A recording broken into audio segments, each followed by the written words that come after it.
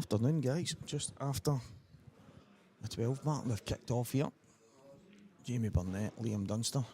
Jamie had a couple of scares yesterday. He's managed to get himself into the last 16 this afternoon in the Players' Lounge, Falkirk.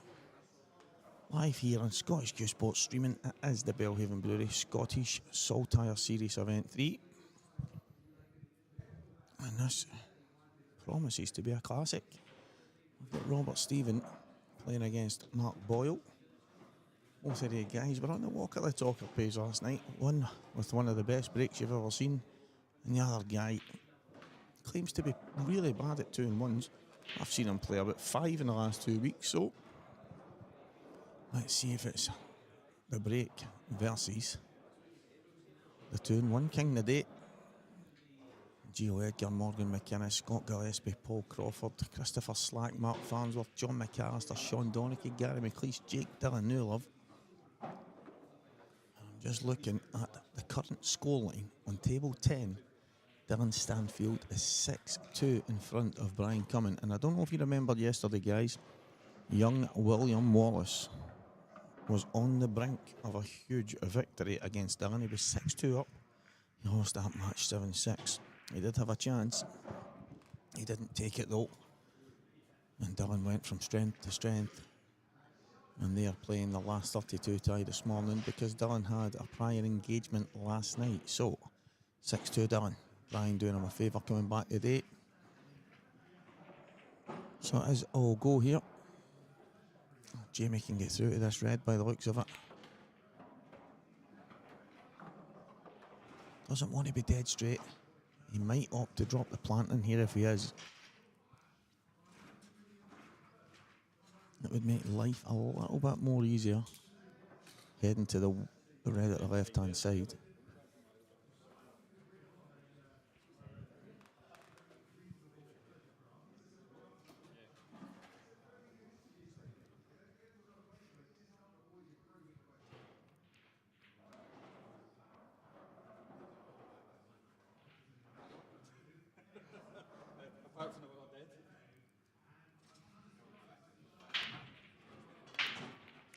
I think he is going to play the plant.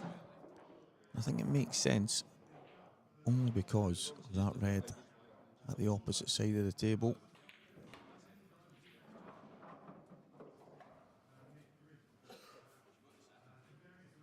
I think he was hoping to just slide inside the gap. Not slide inside it, but leave himself on the gap.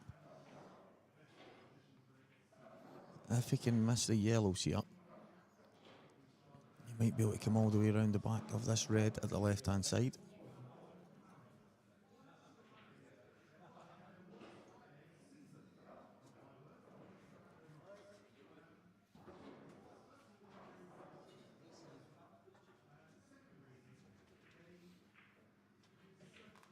It doesn't look like he has that angle. Can he maybe check back through the gap and nudge the red? Nudge the yellow. I don't think he will. I think he'll try and get around the back it here. I'm not sure he can miss the yellow on the left-hand side. Oh, he can. Can he get past the red? Yeah, he's nudged the red. It's now one of those situations that Jamie's in. Try and leave yourself a shot here.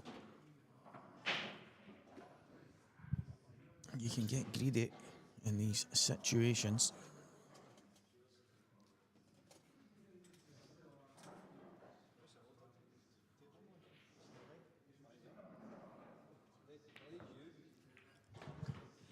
Christopher Slack has entered the building and he's shouting about delays when he's the only one that's late.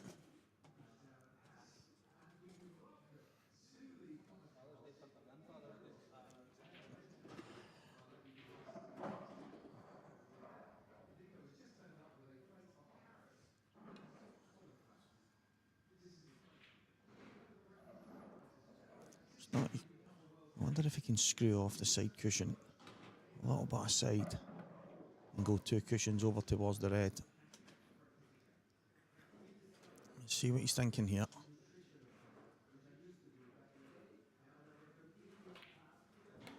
That is the shot he's played, and he's played it absolutely brilliant. What a shot, Jamie Burnett.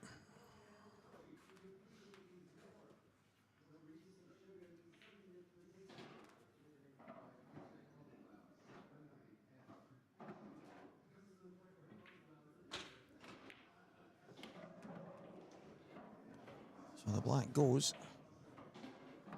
And this is a signal of intent here. Fantastic finish, Jamie Burnett. 1-0. A dry break from Liam Dunster gives Jamie a brilliant start here.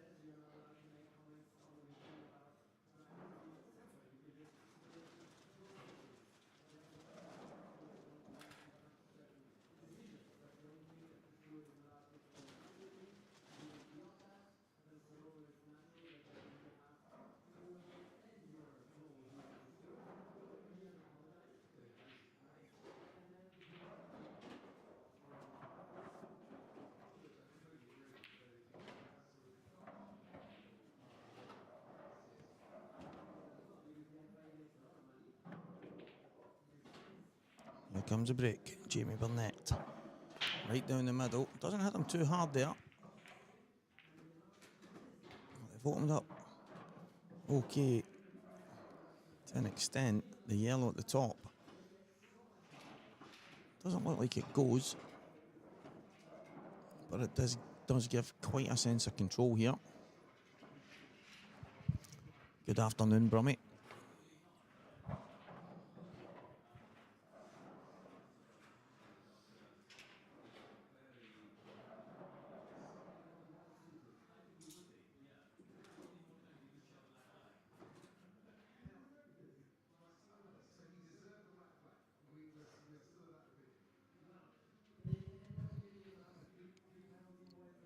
Yellows all have a bag, apart from the one at the top left.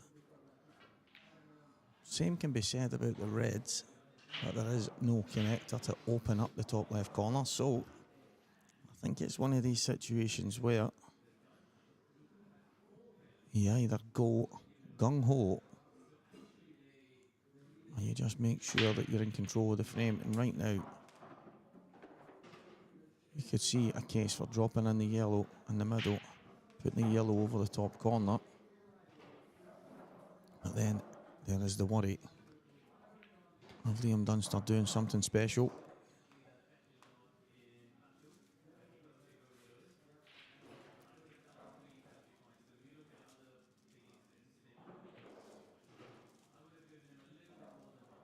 We'll see how Jamie plays this. He's had a look at that yellow numerous times.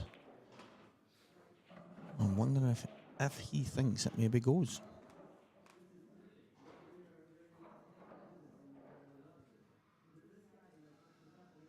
Can he run into it right here? Oh, I think he could have, you know. I think he could have. But it's not a bad second prize, I have to say.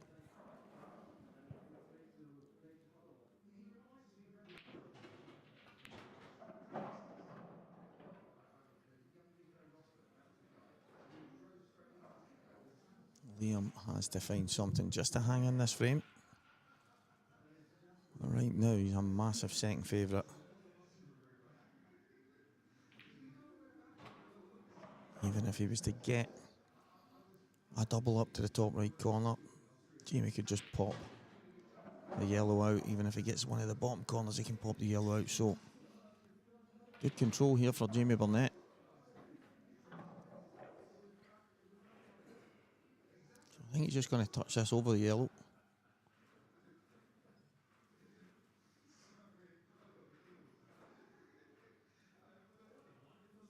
But in saying that,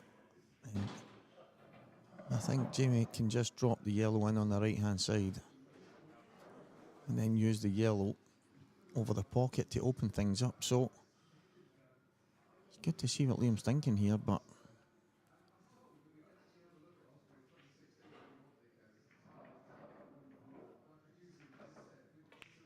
he's been aggressive. It's a fantastic shot, Liam Dunster. Brilliant shot. I was wondering what he was looking at. He was looking at the gap between the red and the yellow to make sure he could play that shot. It did not look on from the camera view. I didn't even give him any hope of playing that shot, I have to be honest. He's played it unbelievably well. Great pace. I'm not surprised Liam's seeing a shot like that, because he's light years ahead of most people when it comes to that side of the game. Well, he's played it brilliantly. First frame, he breaks dry. Doesn't get any other visit to the table, so to have the pace on his first visit. Well, there is a couple of balls at the bottom end. Can be used to try and open things up here.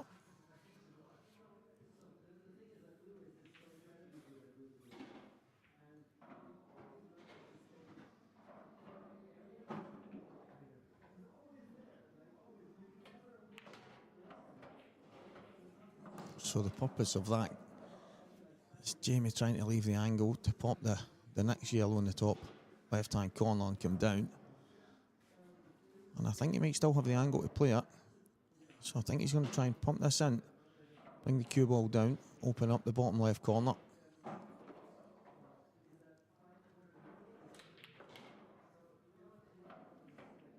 And the big worry was, would he go in off a land snooker? Then he has. He's ended up in a bit of trouble here. Don't know if he's on the yellow at the top.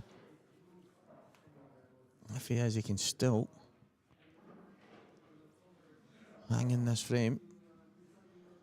But all of a sudden, it's turned on its head.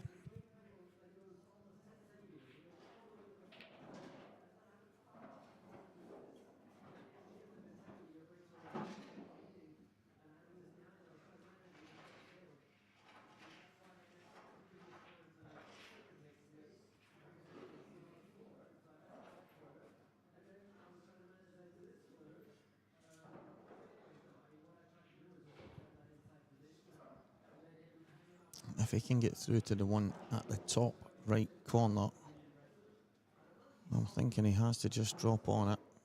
Just touch it out. Just make Liam's next shot as awkward as possible, but the fact he's not went down and done that tells me it's really, really tight. So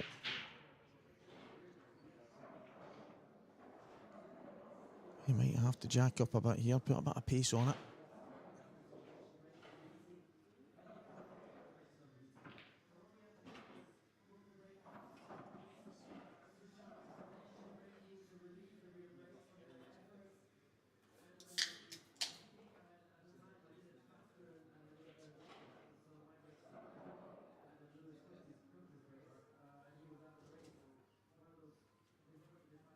Good afternoon, mate.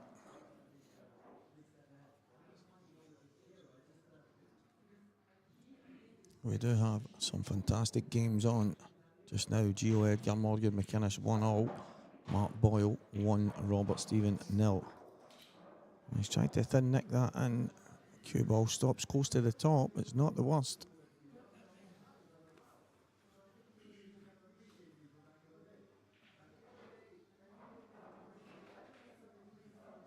UK World Cuesports Promotions. Thank you very much, mate. Fantastic job that you do promoting all kinds of Cuesports. It's absolutely incredible. All over the social media platforms. Different class, I have to say.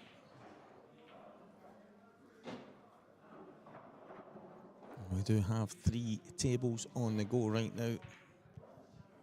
Jamie Burnett, Liam Dunster, Mark Boyle, Robert Stephen, Gio Edgar, Morgan McInnes. It really is unbelievable, the talent on show. And we've still got the likes of Mark Farnsworth, John McCallister, Jake Dillon, Newlove, the boys that have travelled north over this weekend. They are all still flying the flag. And they're all leading 1-0. Mark Farnsworth against Christopher Slack. John McCallister 2-0 in front of Sean Donachie. And Jake Dillon Newlove 2 in front of Gary McLeish.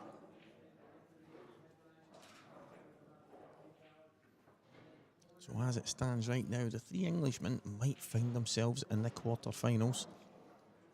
But it really is a stacked event. It's one of the things that make these Saltire events so good. the talent that comes from all walks of life up and down the country. It is fantastic to see. And not much more Jamie could have done there. It was never going to be easy. After his first shot, well, the first attempt to kick the ball out at the bottom left corner. But he's ended up in a bit of trouble. Liam now with the bottom right and bottom left corner covered.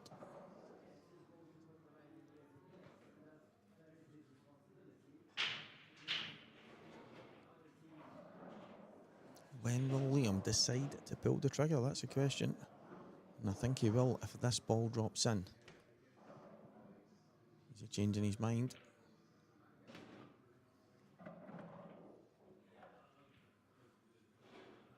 I think the clever shot here is to drop the red down over the left corner. If it drops, and he's got a chance. So it looks to me like the red just above the black spot will go. He doesn't have to worry about that because he's on the one at the bottom. The one at the right hand side, sorry. I'm saying lower of the two reds, but it's barely a millimetre in it.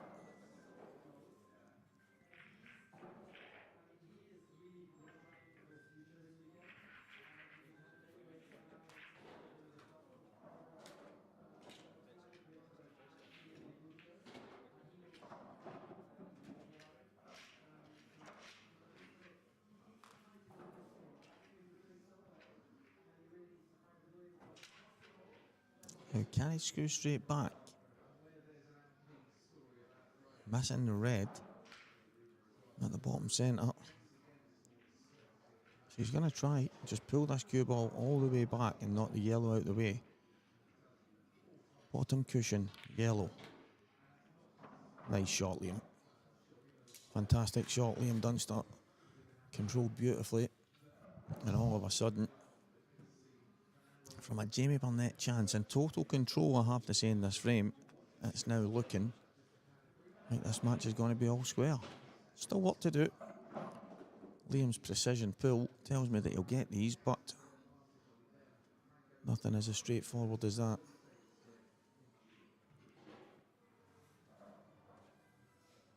I will tell you guys, Dylan Stanfield 6, Brian Cumming 4. Brian coming back in that one.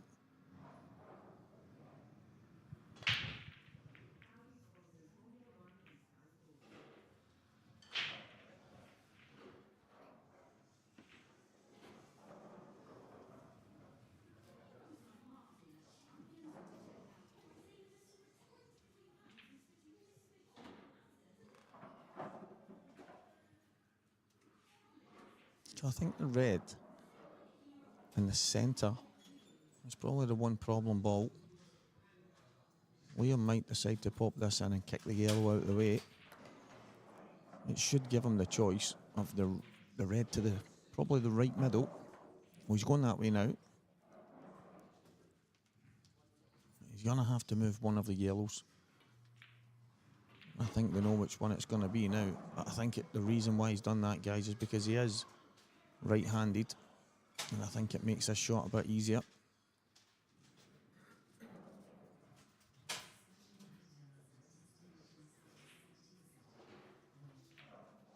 Just nudge the yellow out the way, leave himself on the red to the bottom left, and just drift up past one cushion, past the yellow, and then it'll just be a case of popping the red in the bottom right.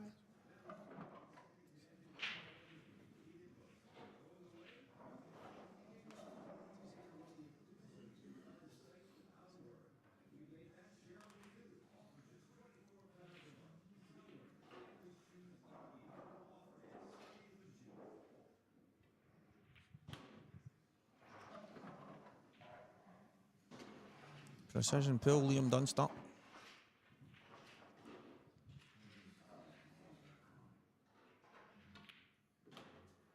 And it is going to be one frame apiece here.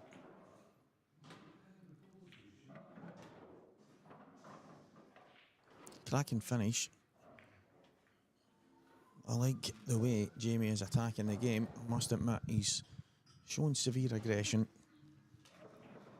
Tough pot to the top left. Tried to kick out the ball at the bottom.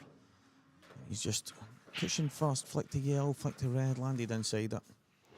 And the minute that happened, you knew the writing was on the wall, and Liam Dunster has squared the match up. One frame all. Robert Stephen on a finish just now against Mark Boyle. He's 2-0 down. Now he's looking good here. Good value for getting one on the board.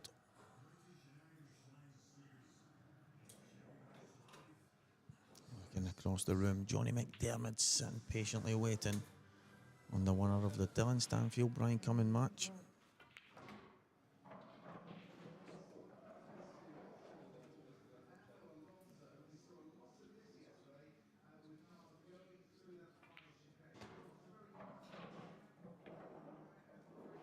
Johnny, for me, he's just had a kid, and we all know life does sometimes get in the way. I always thought that this could be a massive year for him. I thought last year was a fantastic year. I just think he's matured as a player. So we'll see how he goes over the course of the second half of 2025. Liam in off. What a chance here for Jamie.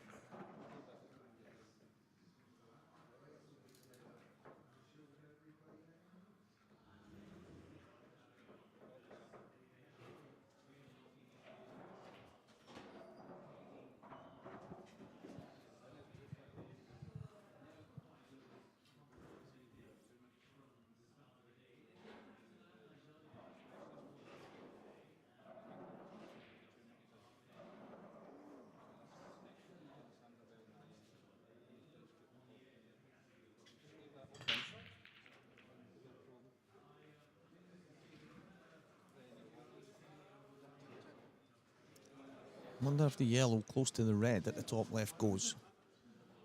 If it doesn't, he might opt for reds here.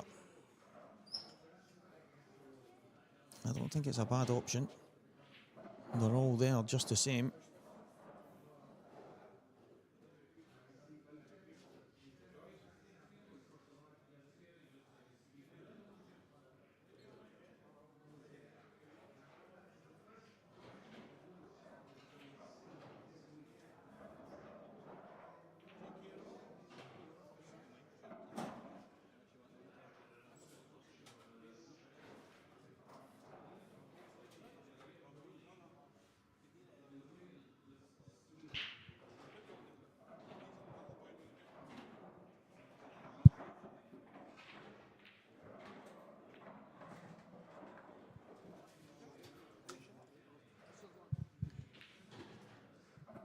The main man is in the building, Mr. Santa Allison.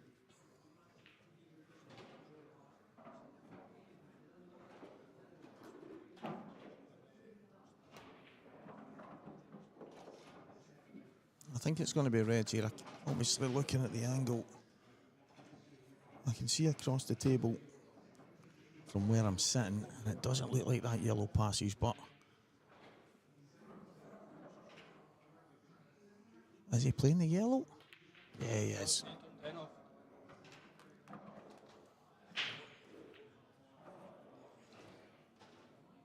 Not messing around here. The yellow's all there.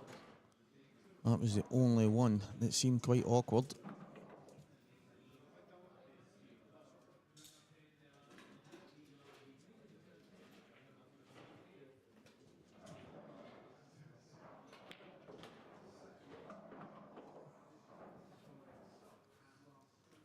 I think he can just drift past the black here if he can.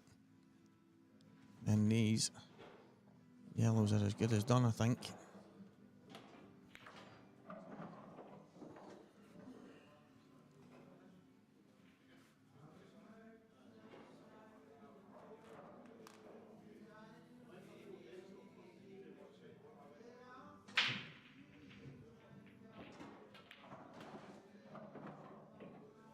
Now, what's he thinking here? Just drop it. I think he'll just drop this in and play the black. Is he playing it with a bit of run inside? Go to the opposite side of the black here, playing the left middle. Gave himself an option. If it's slowed up, he's going in the left middle. If not, bottom bag. Brilliant stuff, Jazza. 2 frames to 1. this is going to be some match, I have to say. But Liam is now 2 breaks. And it's 2 reverse dishes. It's 2-1 Jamie Burnett. Gio Edgar 2, Morgan McInnes 2, Mark Boyle 2, Robert Stephen 1, Gary McLeish 2, Jake Dylan Newlove 2, but then Christopher Slack 0, Mark Farnsworth 3. Slacky boy had a good day yesterday. It's good to see him back playing well. And it's not that he never plays well, it's just I don't think he ever plays. John McCallister 3, Sean Donachie 1, Sean getting 1 on the board, and Scott Gillespie is 4-1 in front of Paul Crawford.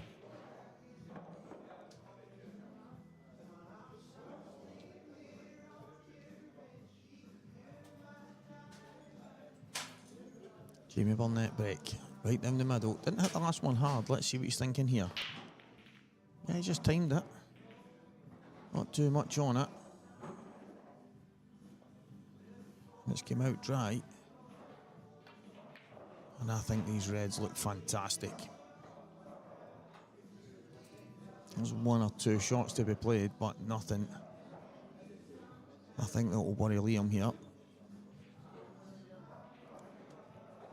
Yeah, the reds are standing out for me.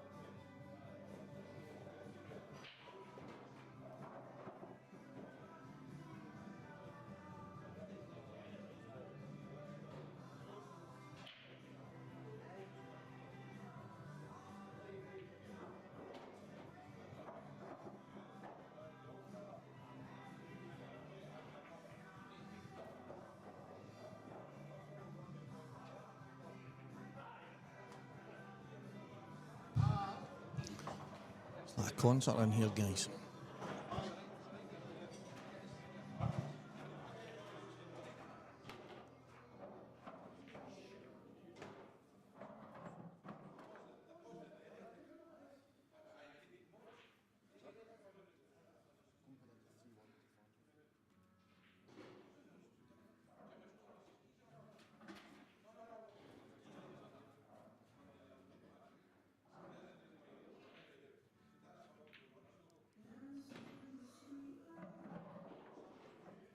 That confusion there, guys. Sorry for that delay. I think there's maybe an issue on the scores between Slack and Farnsworth. I think maybe an issue with the tablet. The Craig's just went and sorted.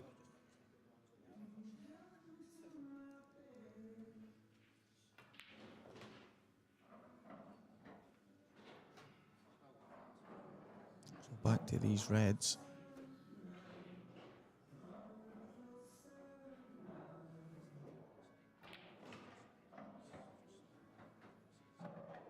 the red now next to the yellow.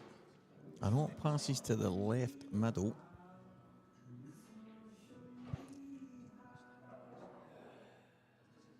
It makes me think, does Liam take the one to the bottom left and then maybe screw towards the black?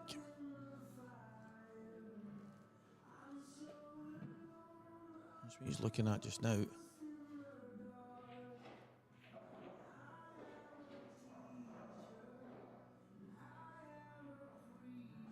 The angle he's looking for, he's going to have to bridge slightly.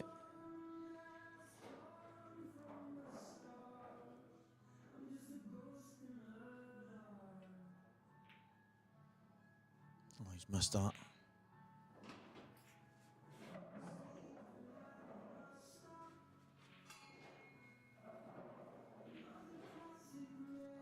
He's missed it. He's given Jamie Burnett an opportunity that he really wasn't expecting.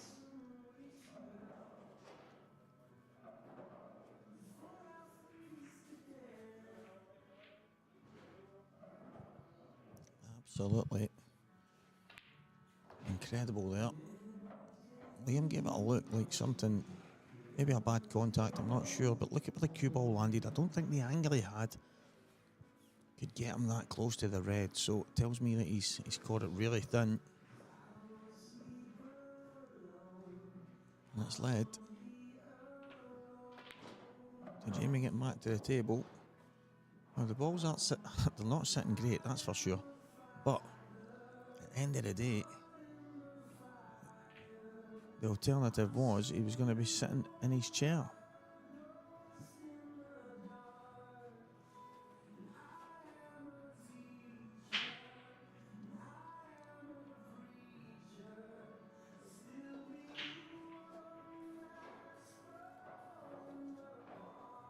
So what to do here? Of that, there's no doubt. I don't think Jamie will be looking for any hiding place. I think he'll be trying to figure out a way to get these done. And it won't be easy.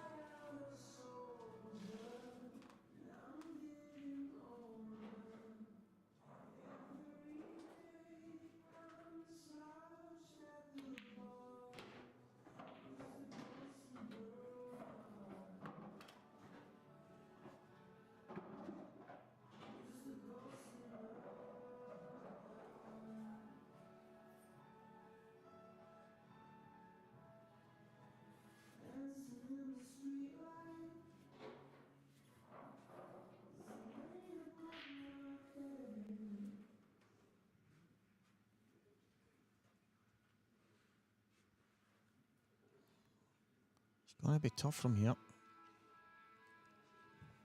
I wonder if he plays the kick. I wonder if he decides to screw towards it here. He's got a slight angle. The only problem he would have is getting on another ball, so I think dropping on it's the best shout. Well, there you go. And I think he's on that yellow through the gap. Now, they haven't come out perfect. But he did play the kick. He did have a go. And he's on the gap.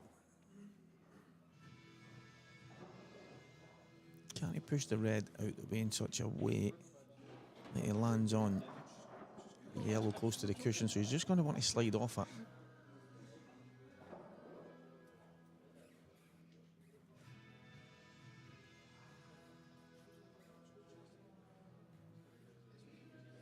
Yeah, he doesn't like it.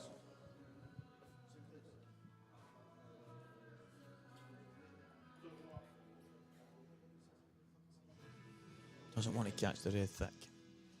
Just wants to slide off it. Perfect. That'll do nicely.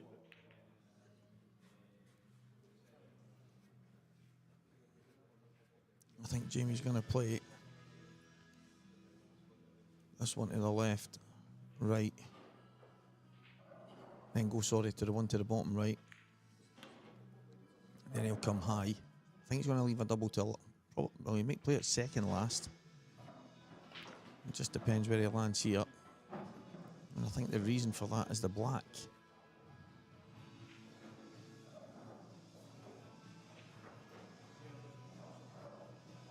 See the way the cue ball goes here, so it's going to be last. It's just the black.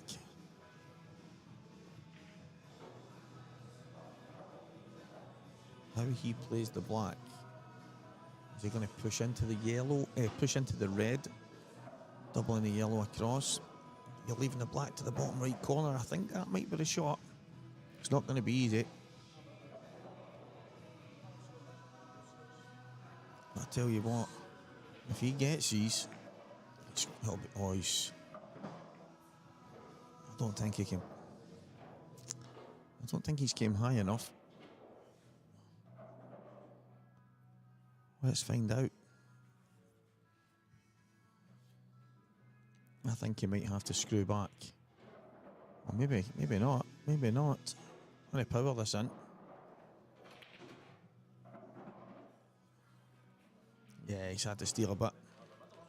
He's had to steal a bit.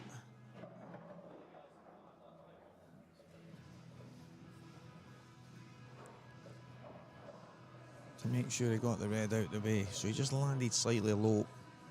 Made the double so much more difficult because he was trying to get position at the same time. It does mean a reprieve for Liam Dunster once again. And a second chance to level up this match. I can tell you guys, Gary McLeish has turned his match against Jake Dillon-Newlove on its head. From 3 behind, it's now 4-3 Gary.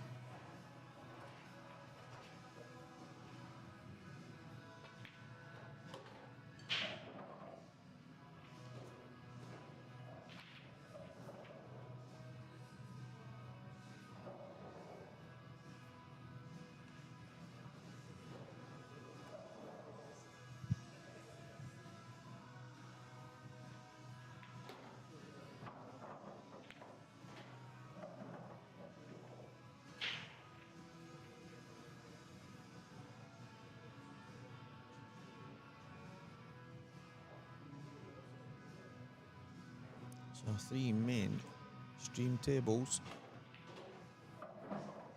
all very tight affairs at the moment. 3-2 Gio Edgar against Morgan. Mark Boyle, Robert Stephen 2-all. And Jamie Burnett, Liam Dunster 2 frames all. Scott Gillespie flying against Paul Crawford 5-1. Mark Farnsworth 4-1 in front of Chris Slack. John McCallister 5. Sean Donachie 1. Darren Stanfield, Johnny McDermott just underway. It is 1-0 to Darren Stanfield in that one. Great run so far this week.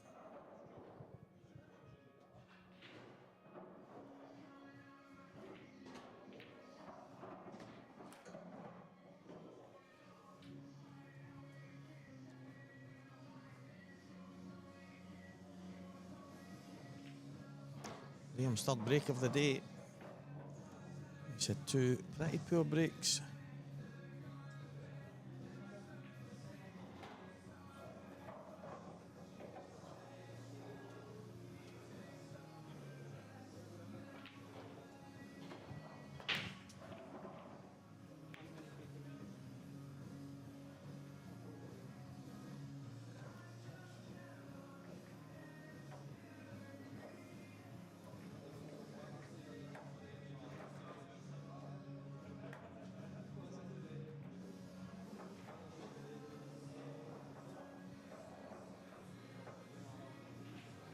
So,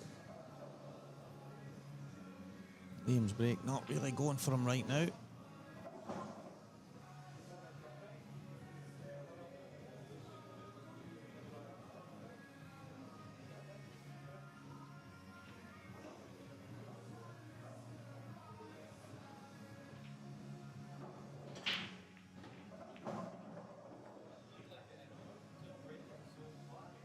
Hasn't left anything really obvious here. Yeah, that's a big point. He does usually break from the left-hand side as we would be looking at it. Something has changed. Maybe he saw the Mark Boyle break yesterday.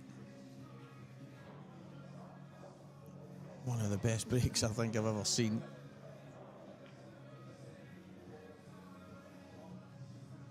We've got a little bit of a tactical battle here.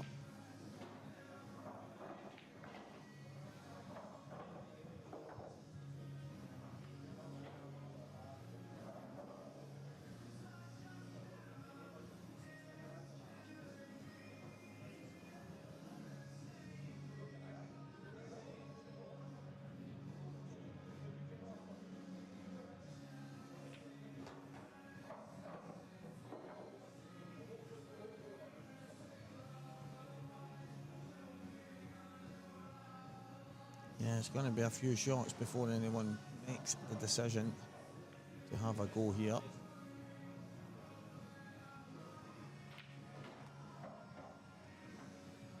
I think it's quite funny in the sense of Liam's break.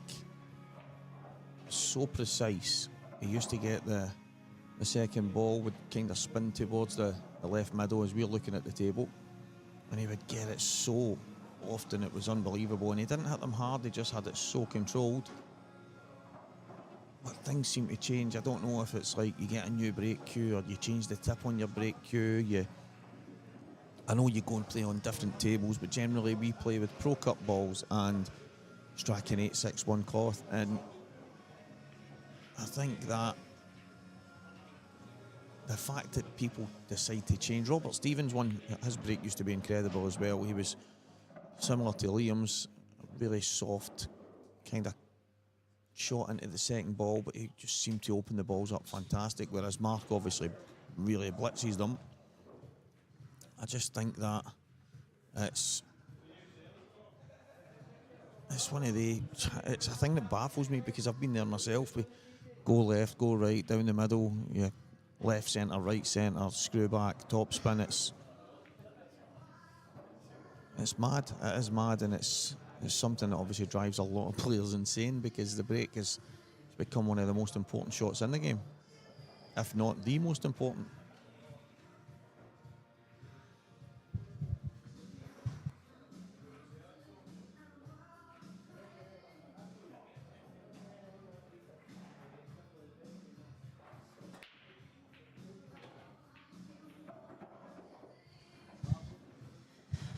Sorry guys if you can hear the Celtic songs blasting in the background.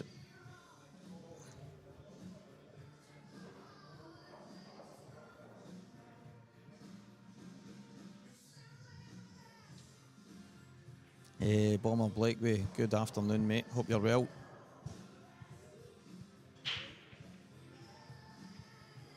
It's very unusual. I mean, Liam won't mind a frame like this, and it's not because when people go, oh, he takes his time, it's not because of that, it's because he's mind. I mean, I might be wrong here, but I'm pretty sure he's good at the old game of chess, and I think these kind of frames, they always get likened to chess. Sometimes someone will pot a ball just to play a better safety, and it's like sacrificing your pawn.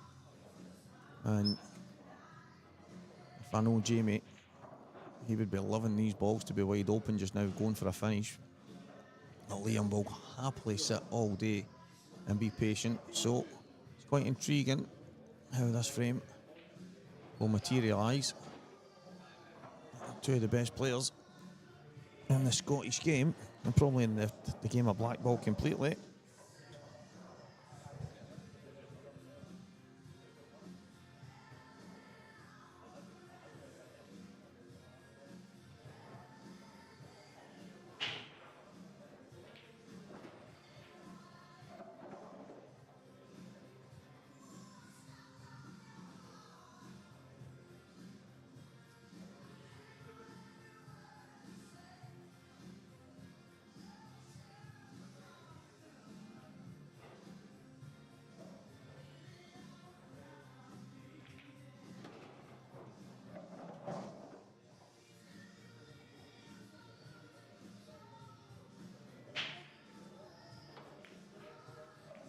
Yeah, cue ball on the bottom cushion.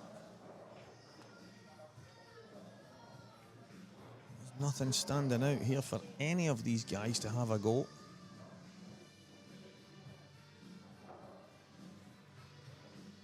Best shot Liam could play there was to get the cue ball on the bottom cushion so that Jamie can't get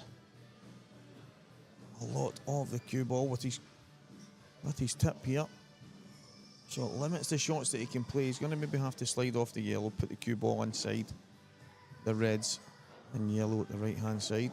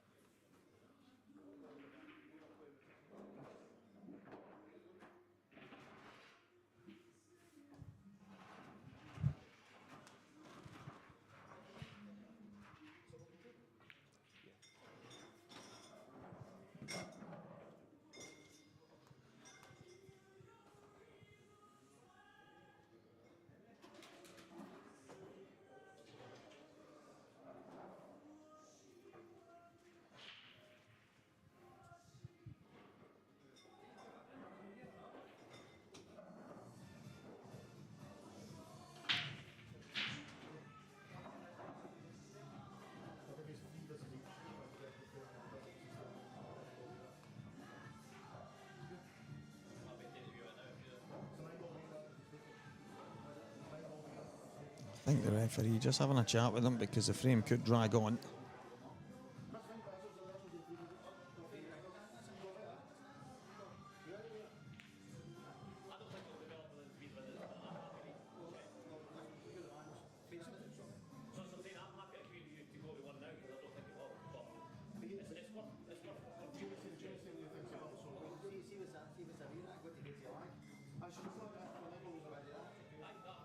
So it's still open table. They're obviously having a little debate down there, but we just spoke about it up here. They have decided to just re-rack it. Re-lag for the break. And I think it made sense, guys, because I think we'll all agree it's not much of a spectacle. And there was nothing there. Both of them had no shot to play. There was no aggressive shot in the frame. There was nothing to play for. Looks like the yellow to me. And Liam giving it up. I think the right decision was taken there. I think both of the players had maybe played, must have been close to 10 shots each. I wasn't counting exactly, but it must be round about that. And I think the right decision in the end has been made.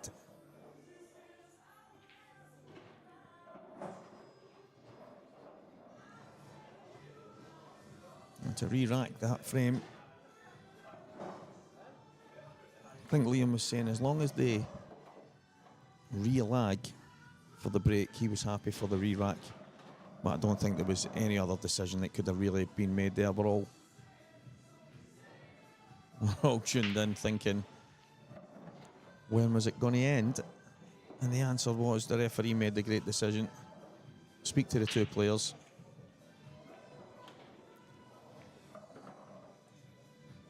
I don't think those could have landed any worse. The 9-ball re-rack really is ruthless, so ruthless. But one thing you can't say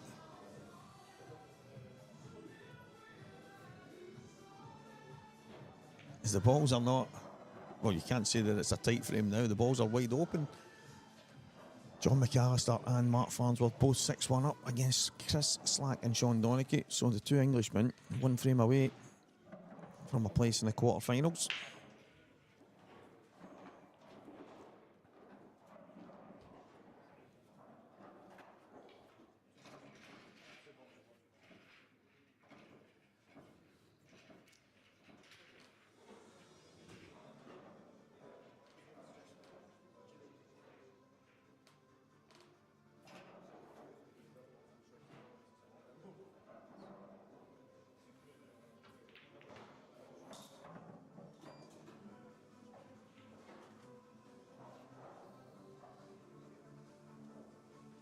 Jamie's in a bit of trouble here.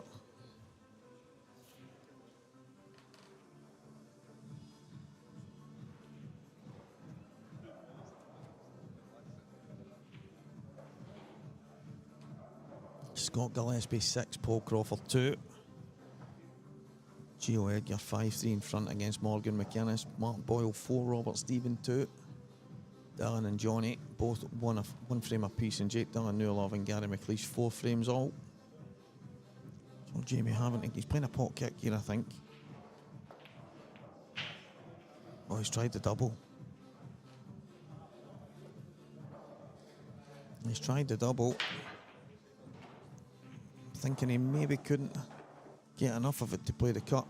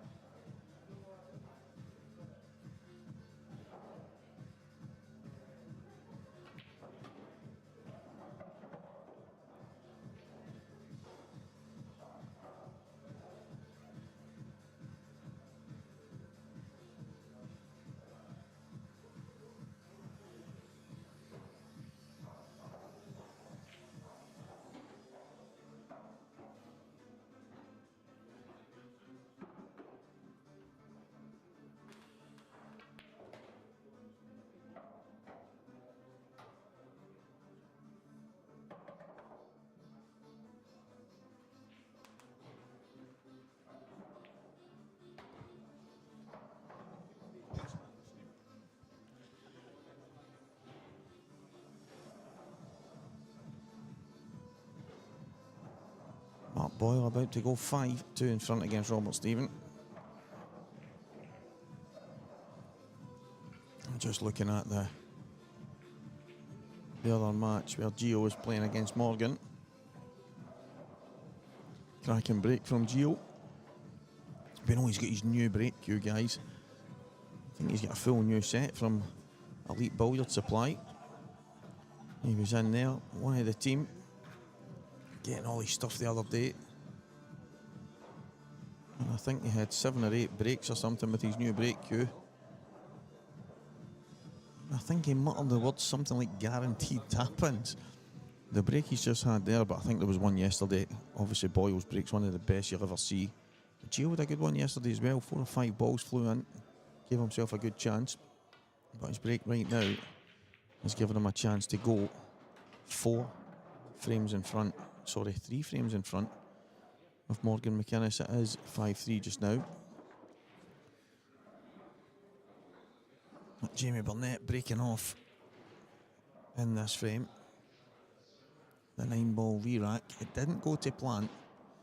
And I think that's sometimes it's just the way a 9-ball Rerack seems to go. It's never straightforward. Every time I see it, I never see anybody getting a tap in. It's always, to me, I think I'd rather get away. I really honestly think I would rather give a break away. It's mad. And knowing me, the one time I'd give it away is the time that I would lose a frame. And Jamie has lost a frame, and it's 3 frames to 2 Liam Dunster. But guys, had that frame not been re-racked, we would still be watching the 2 guys slide on and off. I don't think there was any way that they could be aggressive and open that frame up. Top end of the table was all clustered, bottom end was all clustered, there was nothing in it. So, right decision made. A good shout from the referee and well done from the players accepting.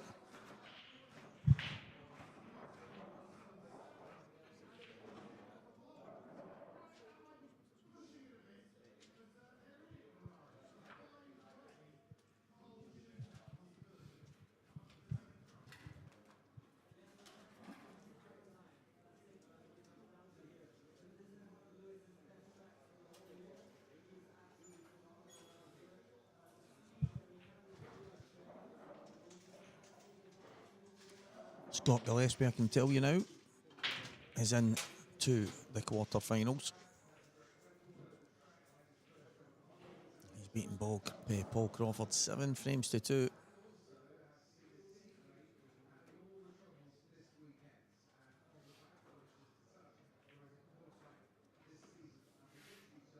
there is a couple of frames still close. John McCallister 1 away, Mark Farnsworth 1 away. So those matches, Joe Edgar 1 away. So it looks like there's going to be a couple of matches where the winners aren't far away.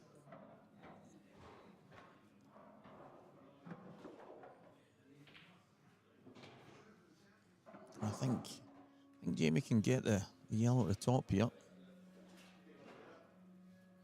One furthest towards the cushion would be perfect. Yeah, that was tight. I know on the screen it looked like it would fly in, but I was online. I can see the table from where I'm sitting, and it was actually tighter than it looked. And it's the reason why he's hit the bottom jaw, trying to make sure he gets past the first yellow.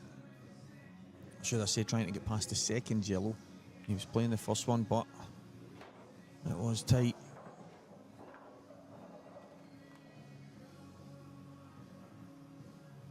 And what way is Liam looking at? Maybe working his way around and going reds. You would think the yellow at the bottom, to the bottom left here, would be the ball. It's not easy. A little bit of queuing to do. For me, it has to be yellows. I think the yellow at the bottom flies in, so to me, yellow balls all day.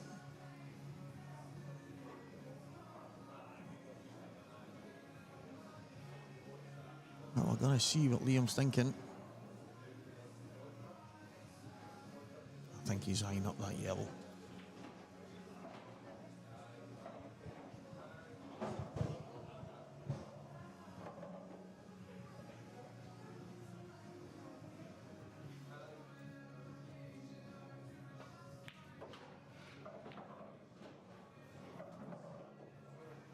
Does the outside yellow of the two go? If it does, I think this frame is all but over. Robert Stephen about to get one on the board again. He's going to be 5-3 down against Mark Boyle. Good finish, tapping the table from Mark in that one.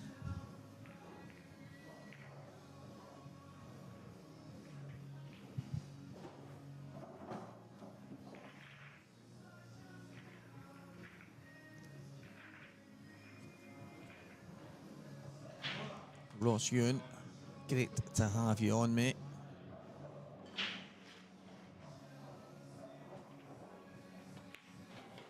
That is an early, it's not early, obviously early afternoon on this Father's Day Sunday. I hope all the fathers out there are doing well. I hope all the fathers that are fighting to see their kids are doing well. I hope all the fathers that are there doing the hard work are doing amazing, and I hope sincerely all the kids are fantastic. Do you know what I find funny as well? That probably most social media today will be Father's Day posts about the Mad Maz. So big up the Mad Maz out there.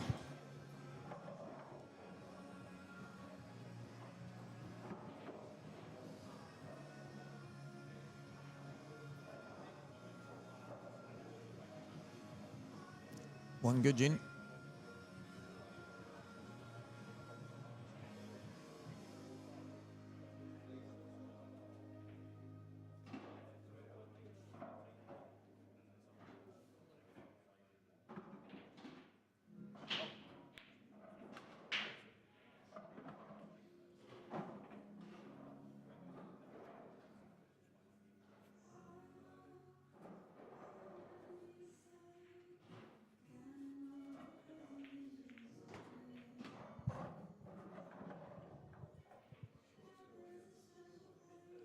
So heading to a 4 frames to 2 lead as Liam Dunster here.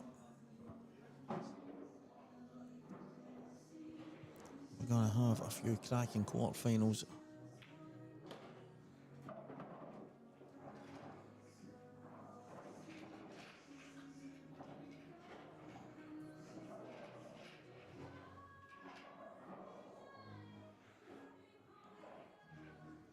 And Liam Dunster about to go one step closer. It's just been one of the games so far that both players kind of punishing mistakes. Jamie pounced on a couple of break mistakes from Liam.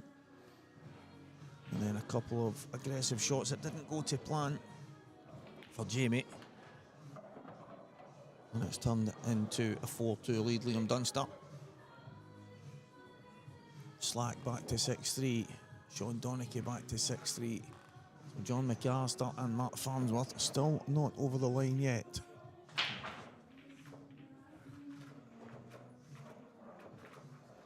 I can see John McCallister on the faraway table.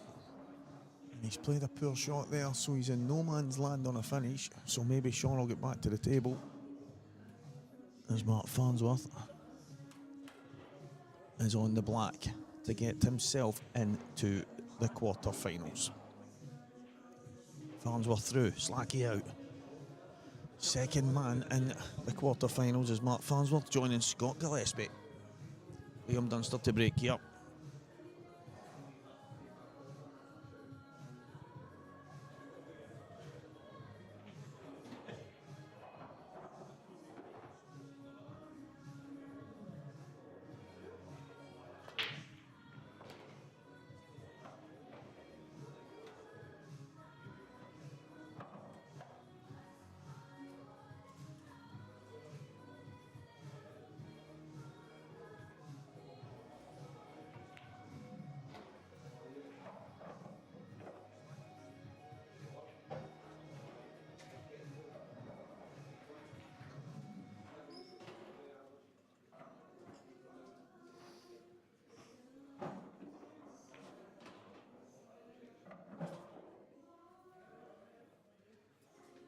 Having a look here, trying to see a finish. And if he can go on that's the red I'm looking at. If he can go on that red, then the really bad red goes to the left middle, and all of a sudden this frame opens up. But right now it does look pretty awkward.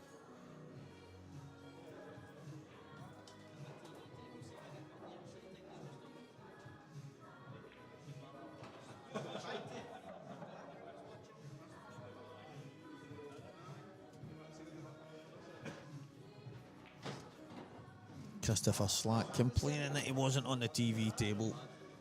If only he turned up on time, he might have been on TV.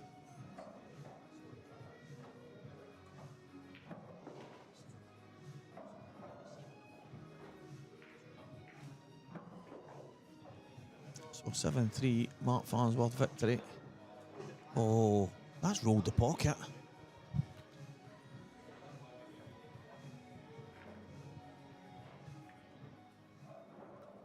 Did that just roll the pocket?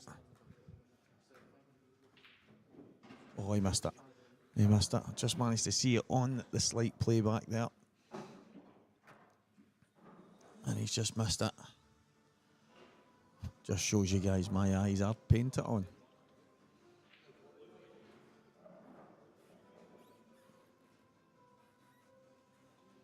(6-4) Gio against Morgan. That match going all the way by the looks of it, as Morgan is on a red for a very tough black, I have to say.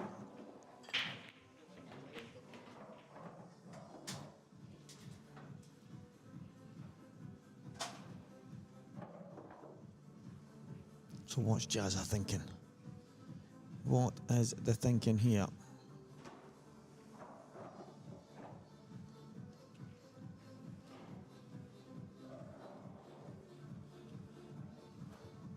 Tune's absolutely banging in here, making sure that the stream team can't get any candy out of this.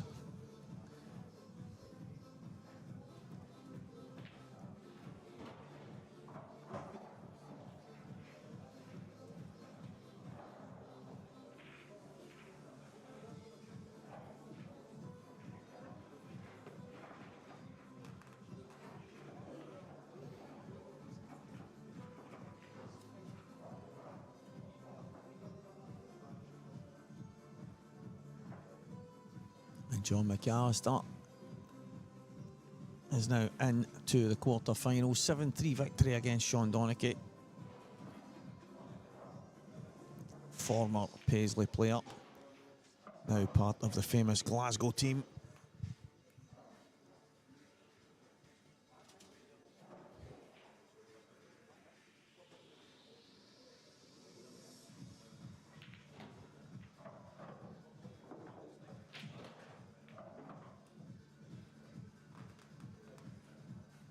Not 100% sure that's what Jamie was playing, but I tell you right now, you're taking that every day.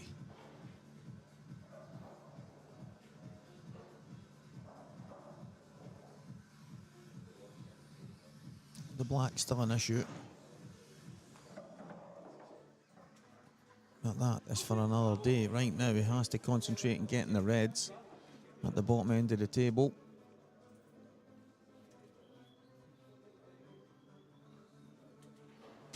It's not easy, but he's done a small part of the job here. He's on this ball perfect at the bottom right. Gives him the chance to get the bad red out, and then it's the one at the bottom. But how does he manoeuvre the two reds at the top and get the 8 ball into play at the same time?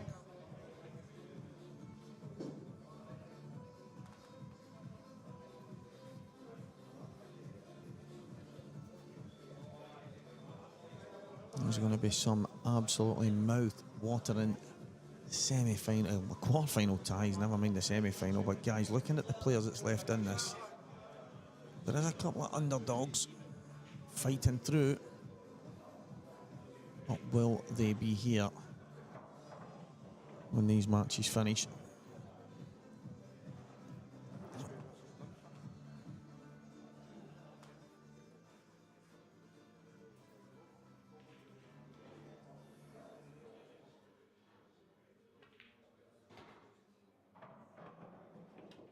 Mark Boyle on a finish against Robert Stephen. So Jamie deciding to go upstairs here, work his way back down. The only problem with that, for me, he's going to have to pop the one in the bottom right, the one to the left middle, leave an angle on the one on the bottom cushion to the bottom left, and then kind of screw through the gap. Little stun shot off the cushion through the gap for the black in the left middle. So it's not easy.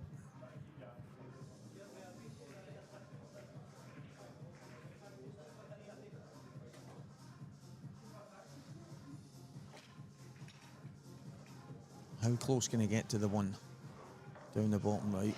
He looks dead straight here, so he might have to just, yeah, he's looking like taking his medicine here.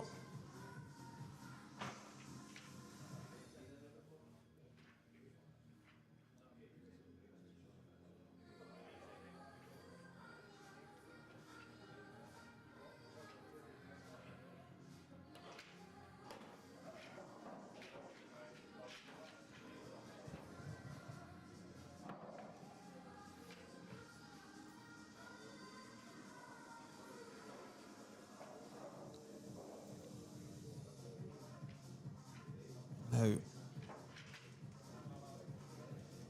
think he has to play. Is he going to play off a yellow?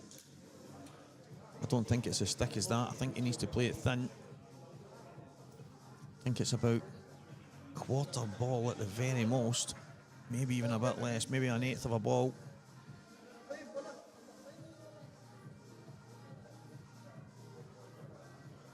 This is tough. Full length of the table, has to trust the pace.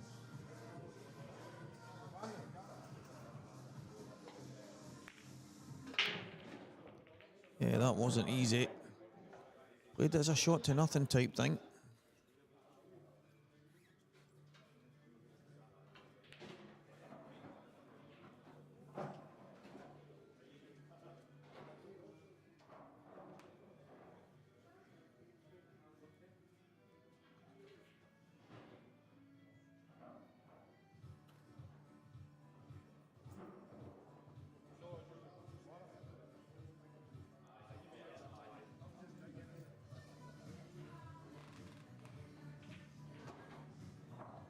He left somewhere to hide here. So yellow go to the left middle. Can he play it as a shot to nothing? Left middle, right cushion. Take the cue ball to the top and hide it.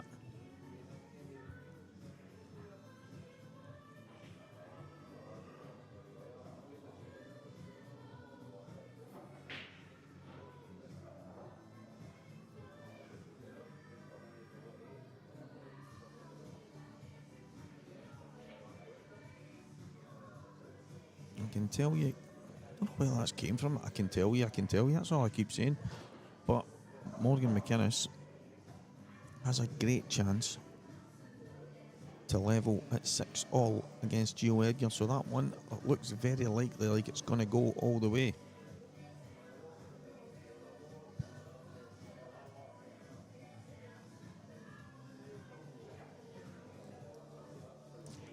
Hey Sam, it's not actually like a new rule, it's just there was a few issues at the World Championships with some pretty bad trolling. I have to say, some of the stuff that was on it was quite vile towards certain players, and it upset a few family members and what have you, and I understand that's just the kind of nature of some people, but it's kind of put the chat on hold at the moment in the IPA. I know a lot of the pros and family members and stuff are all kind of clamouring for it to come back, but I think we'd need to try and figure something out to make it. I don't know how you keep some of these idiots, if you want to call them that, off it, but it's obviously, it's meant that for now it's kind of been benched. I know loads and loads of people have been messaging me personally, and loads of other people asking, even at the tours, players coming up and asking, my mum, my dad, my uncle, my auntie, my kids, they're all on it and they can't seem to get any kind of interaction. So, but listen, it's just one of the things right now. So we'll just need to see what the future holds. But for now, it has been shelved due to some people that have kind of ruined what was turning into a really, really good thing. That ball has rolled off quite a lot there.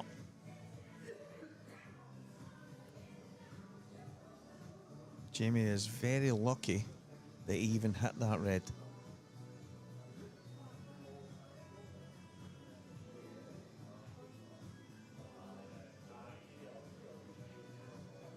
Mark Boyle was on yesterday, and that's one of the things he spoke about when you play that slow shot.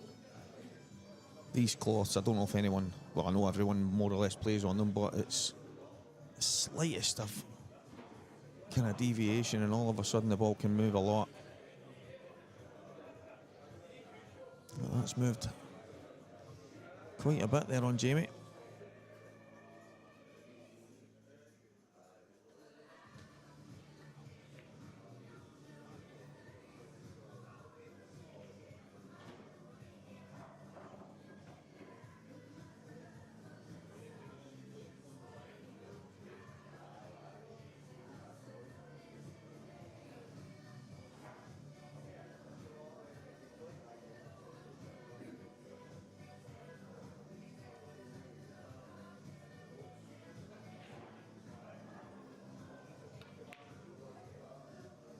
Get it inside.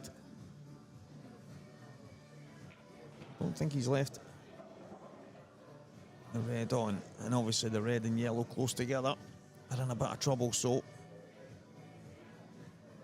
I think Jamie will just try and play the same shot. The only issue is he might play it a little bit quicker and go towards the other red.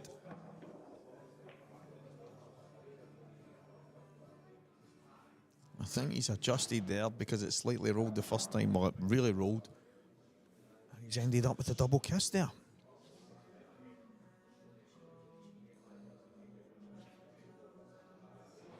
But it could have been worse.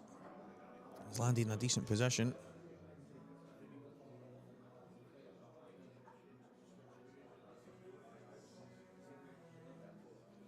Yeah, I know, Ross. It was massive. It was obviously one of the things that the guys in the beginning, when it kind of kicked off, I think with myself, it kind of grew arms and legs, and everybody was loving it. There was a buzz. But obviously, certain situations, acquire certain actions, and right now I would say never, because I think a lot of the players are kind of clamouring for it as well. And I'm talking about the pros, your guys like Mark Boyle and Craig Marsh and Mark Farnsworth and what have you, have all been saying and asking about it. Rob Wilson and guys that are all involved. So hopefully something can be sorted, but at the end of the day, when there's certain people out there that ruin it for everyone, there's not much anyone can do, and I think the guys made the right decision right now. But at least for now, we've got it going here, so fire away, guys.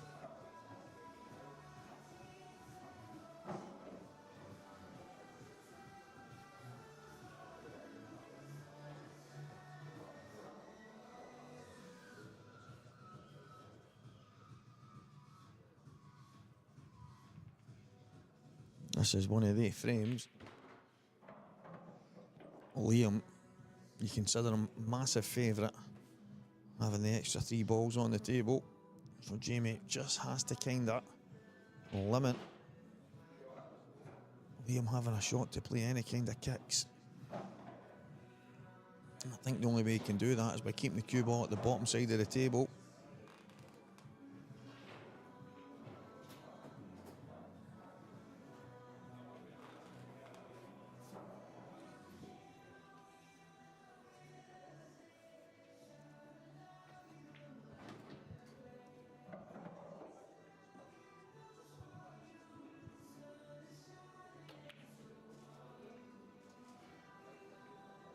Yeah, good shot.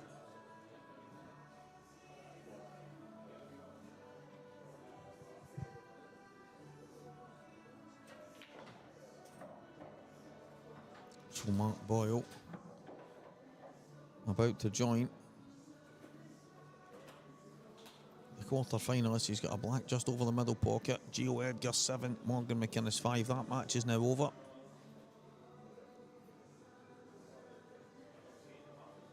Gary McLeish still in there fighting against Jake Dillon-Newlove. 6-5 Jake. It's looking like going all the way. Johnny McDermott 3-2 in front of Don Stanfield. And Mark Boyle does put himself into the quarterfinals.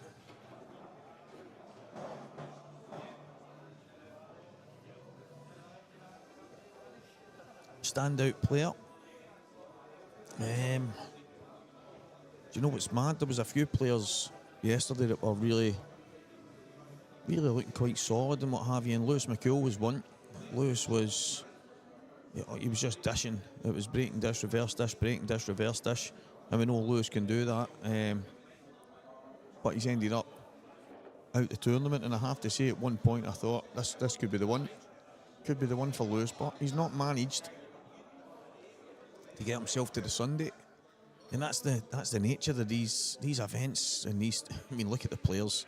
Mark Boyle's just played Robert Stephen. Gio's played Morgan. Jamie and Dunster are playing right now. Gary McLeish playing Jake Dillon-Newlove, and we've got Farnsworth and Gillespie and stuff in the quarterfinals already. It's just it's unreal. And to win one of these, I remember Scott Gillespie said a few years ago, winning one of these is like winning one of the majors because it's got the best of the best in them, and it's so true. But Lewis was a standout yesterday. This morning, obviously, we're only in the first games. And it's funny, but as I say, Lewis is a standout and he's not here today. So, normally you talk about the cream rising to the top, but unfortunately, the guy that looked as if he was in fantastic form and just the most fluent player in the building yesterday is not here. So far today, just looking at the other tables, Mark Boyle has not played a lot, and I know that personally. I'm obviously with Mark quite a lot and speak to him a lot. He's not really lifting a cue, but he's found himself in the quarter-final. He's just beat Robert Stephen. And young Gio has beat Morgan McInnes. So both of them have obviously had to play well. So, yeah, standout for me yesterday was Lewis. Today, time will tell.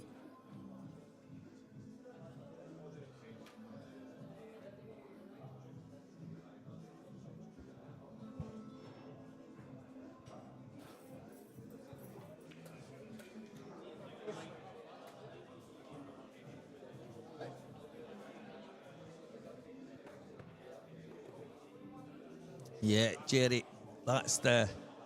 He actually won. Lewis won a match 5-0 yesterday. I can't mind who he was playing. And I've walked over to the table and the guy... We were actually joking. There was me and Davy Markey, and we were joking about the fact that you got the best version of Lewis, mate. And he went, he's just beat me 5-0. He's not missed a ball. I says, yeah, that's the best version. The other version, the balls are flying all over the place.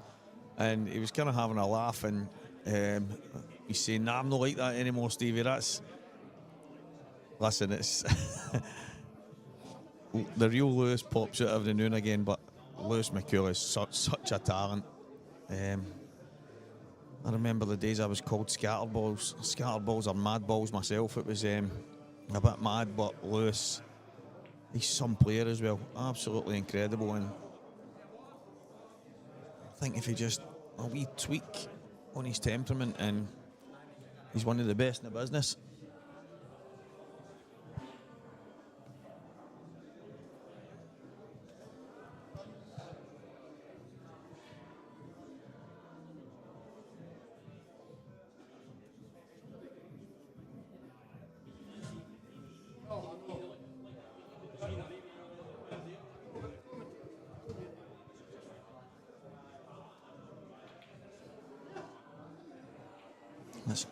Yeah, great shot.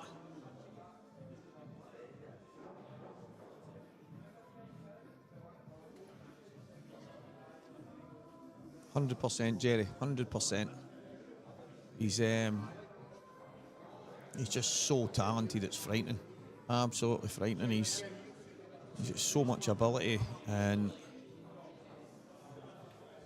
he's just one of the guys that every now and again, I've been there myself for a number of years, probably anybody. There's loads of people that come and say, yeah, you've been much better, you've kind of sorted your head out, and I'm like, I don't know what I've done. It's just, I think the fact that, I don't know, I mean, I was just as bad as Lewis, to be honest. I'm not going to lie. There was many a times where I was bang out of order with the way I would react to certain things, and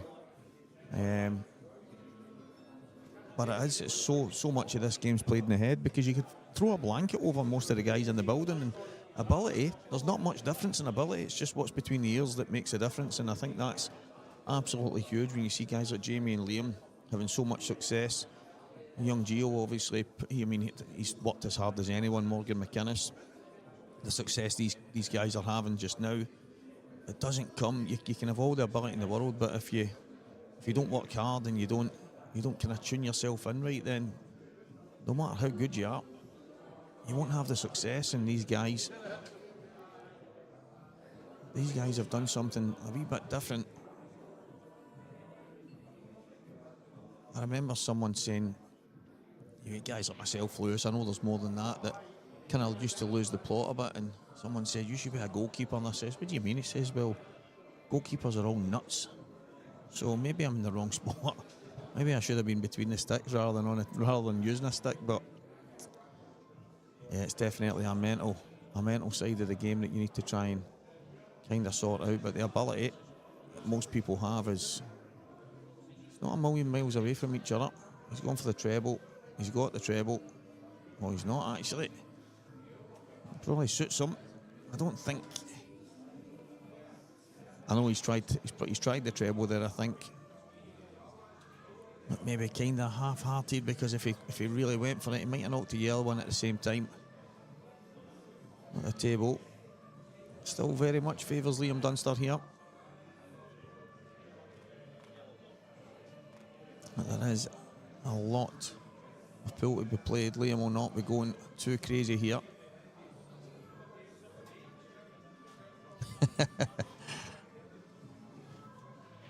Do you know the problem, Gary? God's honest truth. There's a million people, and I'm not joking, have came to me for advice, and I am so good at pointing out the flaws, the issues, how to fix it, all that kind of stuff. The only problem is I'm not very good at sorting myself out. So you often hear people saying, if I could only take my own advice, I'd do okay. And yeah, it's funny that. It's funny how when you kind of say or give advice, I don't even know if advice is, but if you just kind of help someone out, it's funny how you don't really hear it yourself. maybe that's the mental thing, maybe that's the issue, but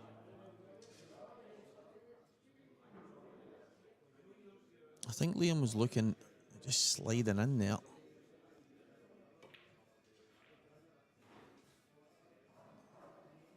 Just turning the screw a bit. He's in no rush, and I don't blame him. He's 4-2 in front. He's got total control of this frame. He really doesn't have to force the issue. Maybe give Jamie an opportunity out of nowhere, so.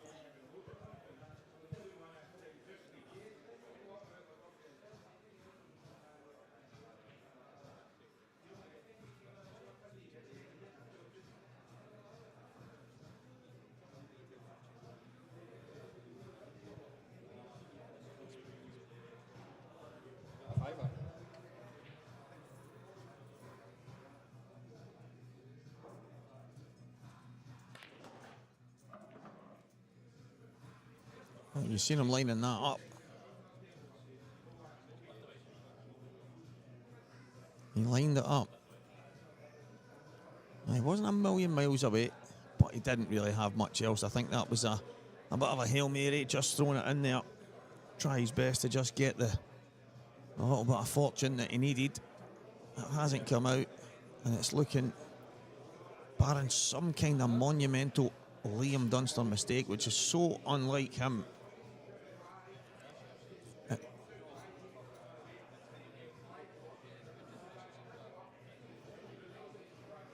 So the likelihood is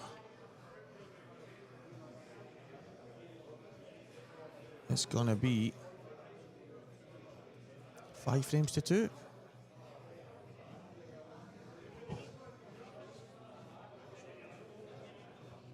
Looking at the draw, Jake Dillon Newlove is going to play John McCallister. Mark Boyle, Mark Farnsworth. Oh.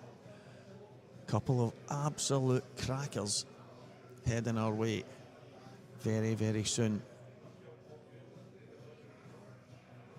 We are 4-2 here and 4-2 in the Johnny McDermott Dylan Stanfield match.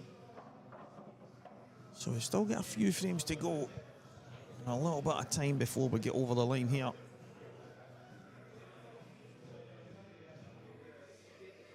But keep that chat function booming, guys.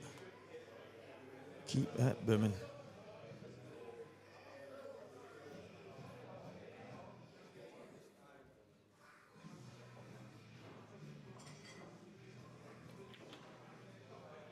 Yeah, Gary, I think, I know people will think it's quite different. I think he's done quite a bit of martial arts and stuff. I could be wrong. I'm sure I've heard that somewhere, that he's done a bit of karate or whatever it is. But I think that focus that you get from different competitive walks of life, I think that's just Liam's nature. But it's his willingness to work hard. I think that's the difference. There's nothing flash, there's nothing, he's not out there trying to be creative with some crazy mad shots. It's just willing to do the right thing over and over and over. And it's, as you say, when he walks to the table, when he sits in that seat, he just becomes the ultimate competitor, and there's no surprise the amount of things that he's won. It's absolutely exceptional, and he's 5-2 in front here against Jamie Burnett.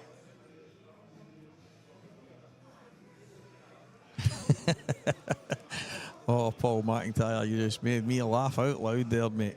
If I had a big LOL sign, I would throw it in the air right now. Brilliant.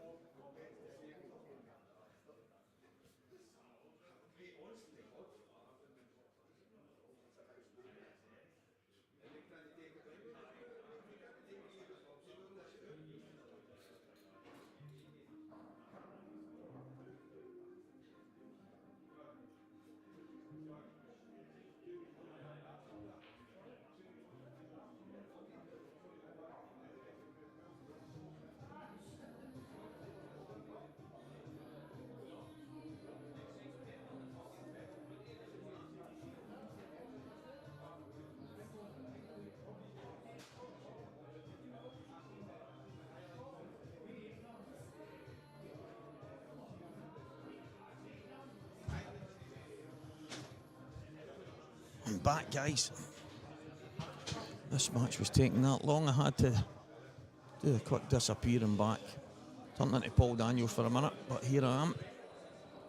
And on the way back, there's a couple of young kids playing darts. The Players' Lounge is fantastic, the setup with the darts and that. And I think the kid had something like a 1-3-2 or something, and he's went bull, double 16 as if it was nothing. This is the world we're in right now. Look, Littler has set a craze in motion, and darts is becoming a young guy's game.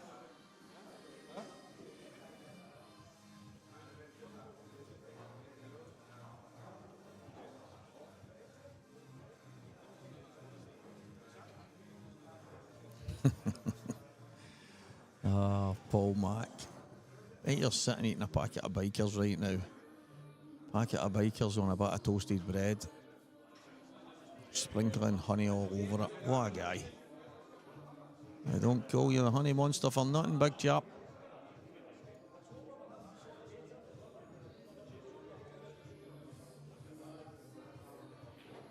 Just needs the right contact here as he swings round. It's okay.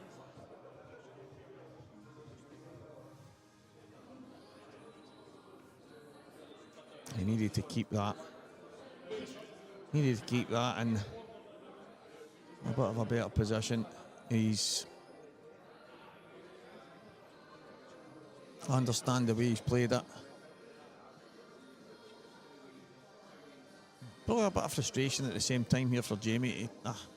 Me personally, I didn't mind the fact that he was playing it. Robert Stephen played a shot very similar yesterday, guys. I shared it on the Walker the Talker page if you want to go and have a look. But it's one of them that you have to kind of make sure that if you don't get it, you leave things a bit awkward. And I think that was a more or nothing type shot, and maybe just getting a bit frustrated, Jamie. But unfortunate for him. He's given Liam a fantastic opportunity to put himself on the hill.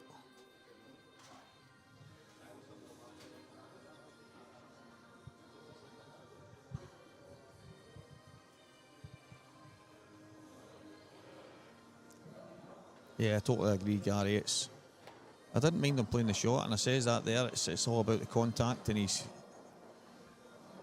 was playing it quite aggressive, which made me think he was pretty confident in it, but I just jumped off it slightly. And as I say, if you're going to play that shot, especially the way the balls were sitting,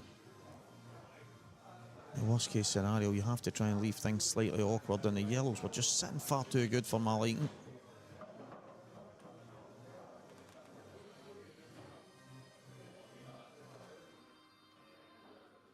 Well, that could have been better. I think he would have preferred to miss the red there on the way past. Instead, he's landed between the three reds, and probably the only position he didn't want to be.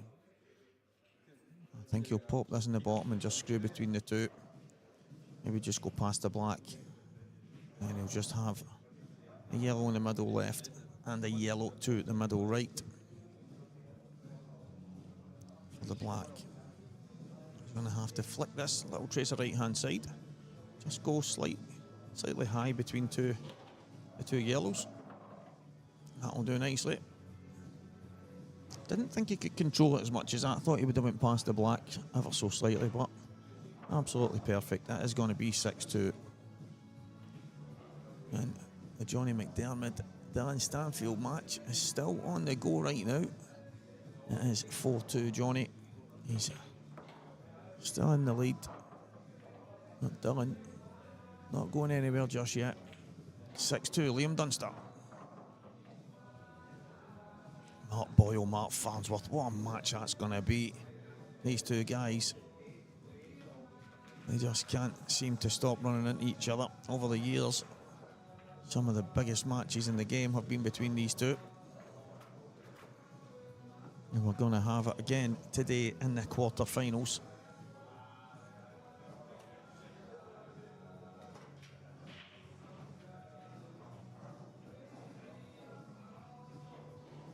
So Liam is going to break for the match here. He's 6-2 in front.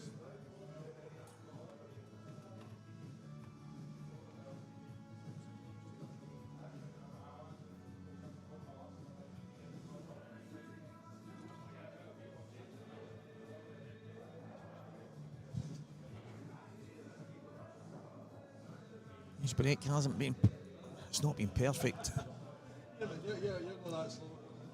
It's not even been close to perfect. He's got a chance here to get over the line if he can get a good one. Needs a good connection, needs a ball. And he gets one. But it's another awkward looking table.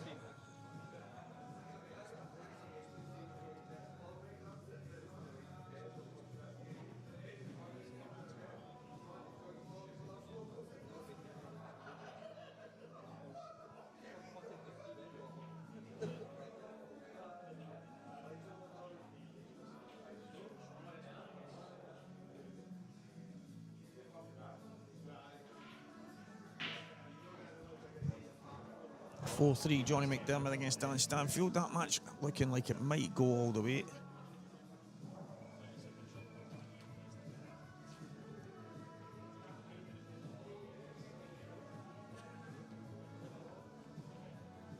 And we're obviously waiting the winner of Liam and Jamie, Johnny and Dylan. But so far we have John McCallister against Jake Dylan Newlove. Gio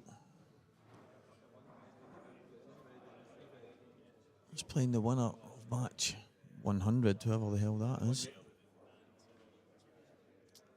Gio plays the winner of Johnny and Dylan. Scott plays the winner of this match. So who have you guys at home got to win this tournament? I quite often say that I struggle to see by Liam. I'm going to go out on a limb and say it's just one of the weird written in the stars things. The guy that doesn't seem to be getting anywhere near a pool table these days. Something's telling me he's going to come through and win this, and it's Mark Boyle for me.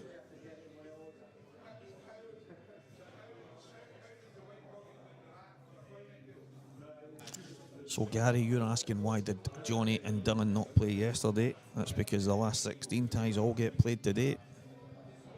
The question you should be asking is why did Dylan and Brian Cummin not play the last 32 match yesterday? And the reason was Dylan had some typed family engagement, and the common sense approach that the Saltire offers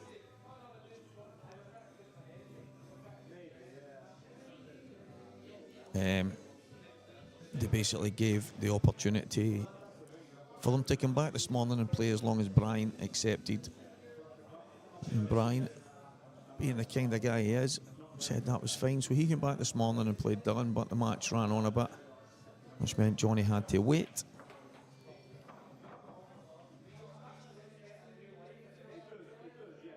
And now, it looks like that match between Johnny and Dylan is going to be the last one to go.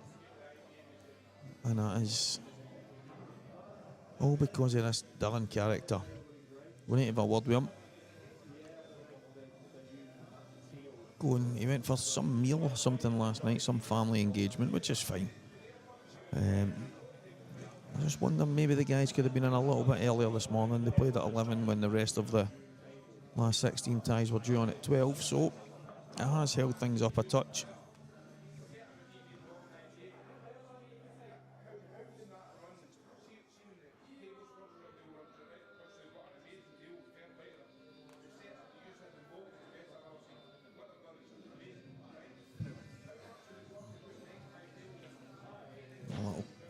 Conversation on the outside there, guys. Young William Wallace, I'm going to mention him again. Such a talented kid. As mad as you're ever going to get in your life. And I think that's why we all love him so much. He is absolutely stone mad. His parents are just so committed to take him everywhere. He had a chance to beat Dylan yesterday with 6-2 up. But Liam Dunster, 6-2 up here, has just made it 7. Liam Dunster, welcome to the quarter-final. Jamie Burnett doesn't look too chuffed. Just one of those games, the balls weren't breaking great. A bit scrappy to say the least, but it is Liam Dunster who is in the quarter-finals. And he'll play Scott Gillespie.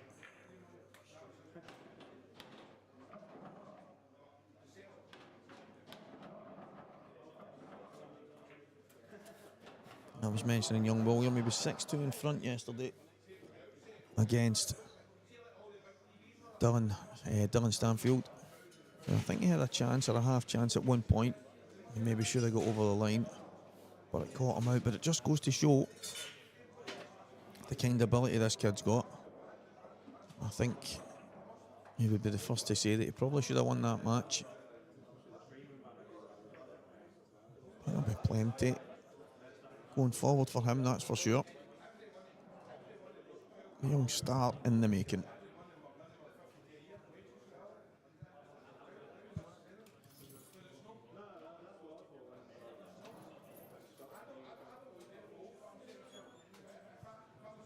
I'm thinking that it's going to be Jake and John McCallister. It is. There it's on your screen, guys. What a match this is going to be. What a match. John McCallister, Jake Dillon-Newlove. The main table. On table 12, Scott Gillespie, Liam Dunster. On table 11, Mark Boyle, Mark Farnsworth. We really do have you spoiled, guys. 3 streams, all in tandem. Yes, this is the one that has the luxury of having Walker the Talker. The other 2 will come without commentary, but 2 fantastic matches nonetheless. So if you have a few devices in the house, fire them on and tune in to Scottish Cuesports streaming, because it is absolutely incredible, the players that are on show right now. Some of the best players in the world going at it, and it really is. And we're here in Falkirk in the Players' Lounge. Incredible stuff. And like I said, I've tipped Mark Boyle, but any one of these guys is capable of going all the way. It's just incredible.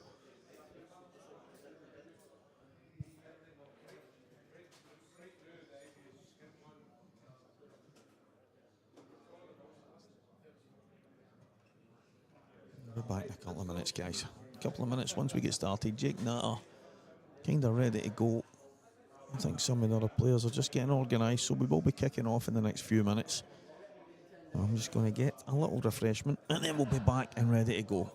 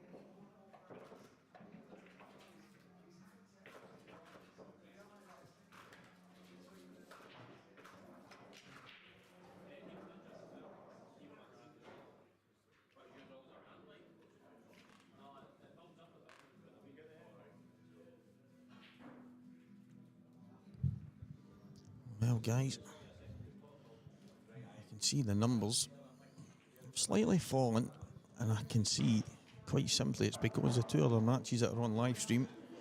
So we'll be spreading the numbers far and wide. As I say, hopefully some of you have got access to a phone, an iPad, maybe even a TV, and you can tune into all of them. There'll be people out there thinking they can't think of anything worse, but Mark Boyle, Mark Farnsworth, Scott Gillespie, Liam Dunster, John McCallister, Jake Dillon, Newlove. It really is unbelievable the talent we have here. And Dylan Stanfield 4, Johnny McDermott 5. And remember, the winner of that will play against Gio Edgar. So the first break is away, and the first chance is going to go the way of John McCallister.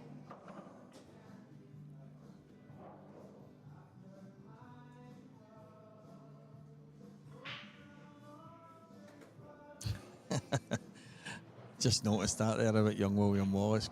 Killed 50 men as if it was one. Oh, he's unlucky.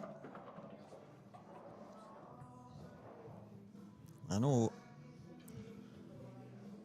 that shot can sometimes look like a fantastic shot and then go wrong, but all you can do is control. I was going to say try and control the narrative and try and get a ball into position, but he's so unlucky. Not only is he knocked the red over it, he's then tried to bring it out then after it in the next shot. Happens so often, played something similar yesterday. Bringing the ball out, kicking the ball away, and then it seems to come across and cover something else, and it's the reason why John played it nice and slow. He's trying to just get the ball to guide away. And it's come out, cover the yellow. What's he thinking here? He's thinking about going back cushion in the yellow up into the top pocket.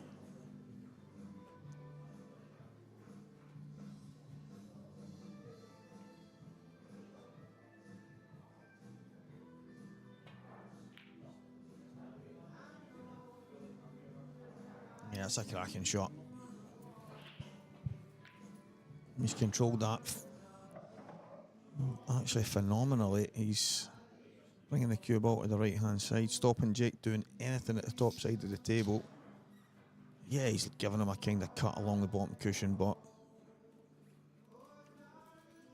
I think in the grand scheme of things, the way the balls were sitting, that's a fantastic shot.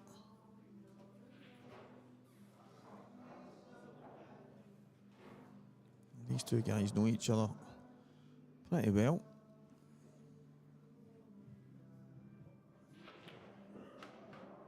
He's in off.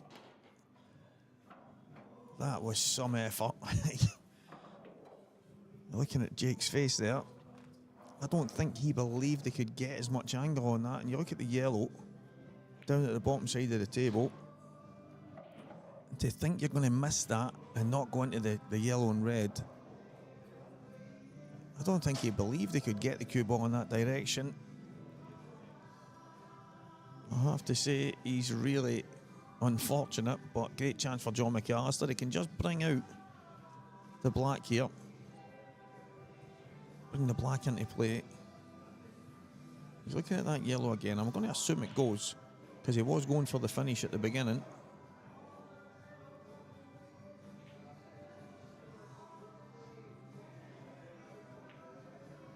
Yeah, that's a shot.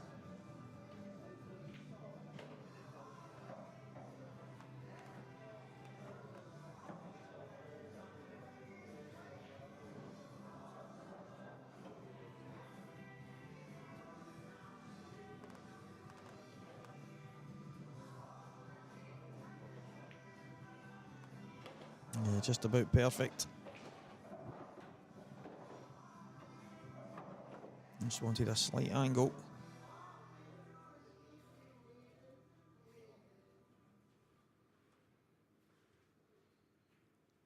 I think initially he was going to run off one cushion. He might decide to just screw down.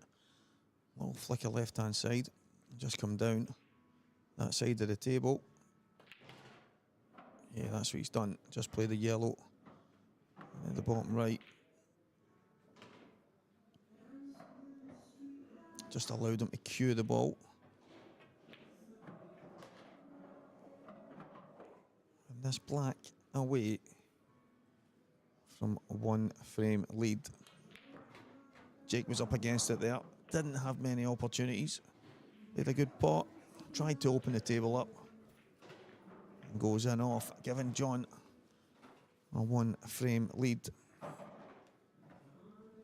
Mark Boyle, Mark Farnsworth, still 0-0. Liam Dunster, Scott Gillespie, still 0-0, but Mark Farnsworth has a chance, as does Liam Dunster. So, could have some frames on the board pretty soon in those two matches. We do have all you guys at home spoiled watching some of this stuff, but Liam, you have to watch some of the stuff this guy does with a cue ball. Pristine precision pull. Back to our featured match here. Jake Dillon-Newlove down the middle.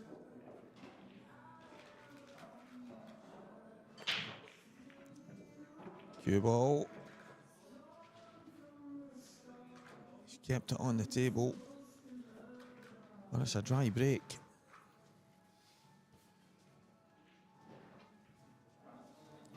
I don't think there's too much.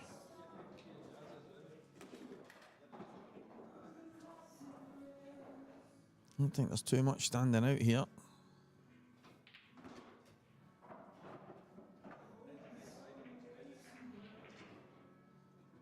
Could drop the yellow in. Then he has to play the thin cut into the right middle.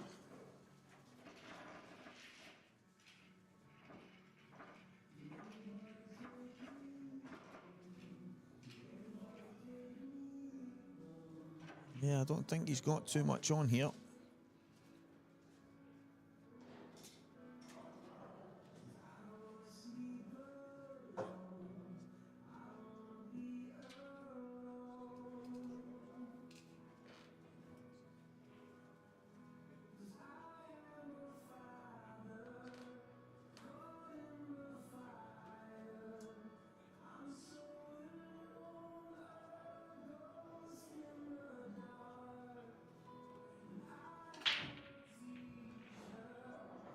Yeah, he's got a decision to make here. There's not much standing out in the sense of it being easy. If the cue ball was in the centre of the table, I think John would already have these done. This is a big shot.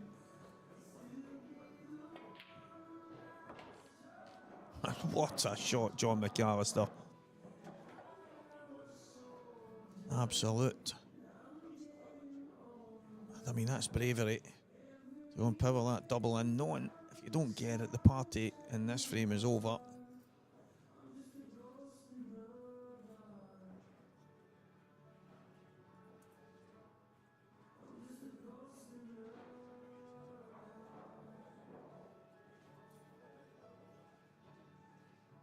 Going downstairs. Oh, he's missed it.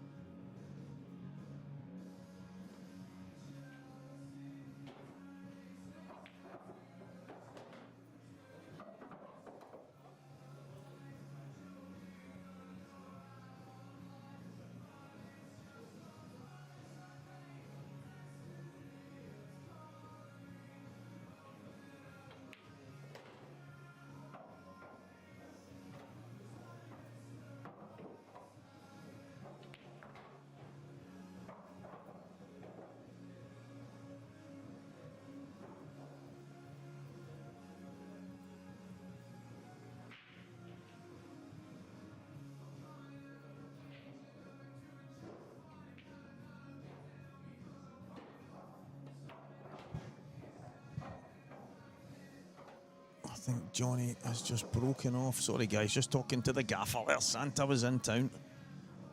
He didn't come down the chimney, though. He just walked in the back door. Johnny McDermott in the distance is 5-all with Don Stanfield, but he slammed his cue off the floor there. Bit of a dry break. Things not going his way. Will Dillon force his way into the quarterfinals? That match has got a lot of pull in it, but it's getting to the business end. Jake Dillon Newlove.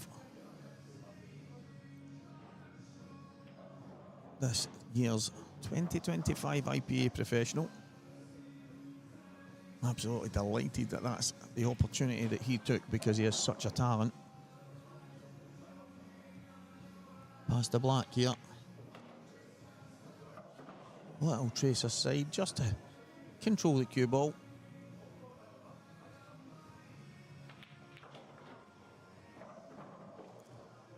And it is going to be all square in this one. John McCallister played a phenomenal double, but then I was really surprised that he took the long red. I thought that he could have just worked his way down. What a guy of his talent. Will definitely know best for the way he plays a game. And it is one frame all here. Mark Farnsworth has a black against Mark Boyle to go 2-0 in front. And he gets it. Liam Dunster has a yellow and a black to go 2-0 in front of Scott Gillespie as well. So, what a shot, Liam Dunster.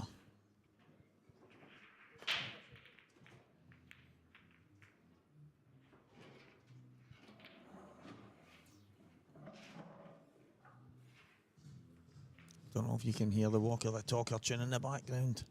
Oh, Walker the Talker. Just made that up there, guys, but you can sing it if you want.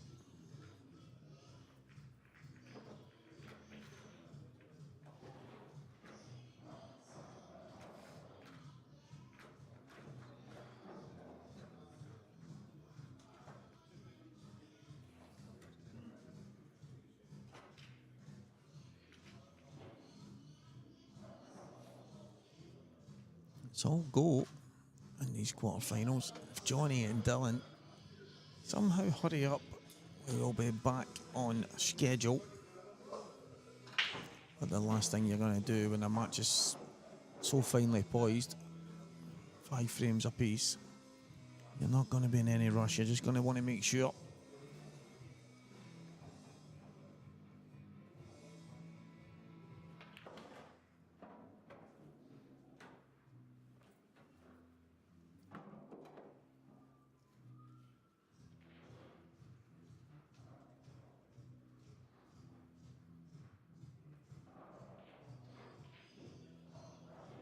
Can he just cut this back? It looks thin.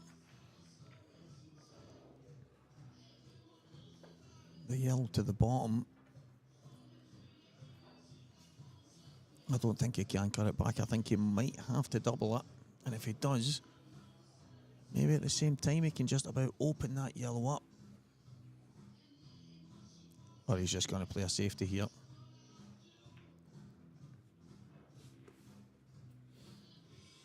It's not bad, he just wanted to make sure he didn't clear the pocket.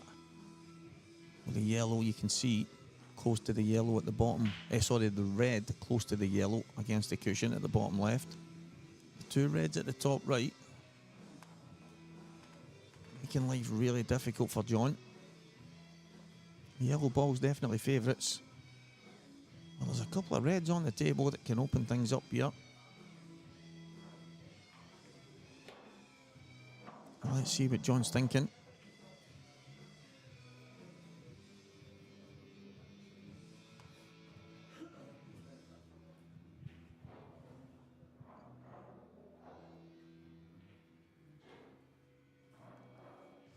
So, a bit of information. As I can see, a good thing for me here is I can see the 3 tables. I've got 3 of them on my screens, or should I say Craig's screens. I don't want to claim them as my own. But the 3 tables right in front of me, and to my left, I can see directly to the table between Dylan and Johnny. And Dylan has missed and given Johnny an opportunity, so Johnny could have a chance to get into the lead in that one. So John on the first of the awkward reds here. Yeah, he's looking at the angle to maybe kick out the reds.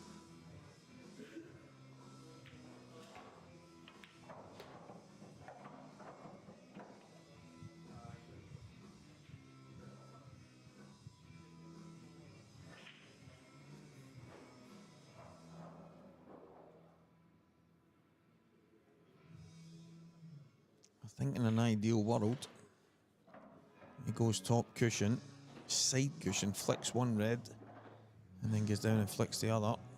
And it's in the hands of the gods when you play these shots.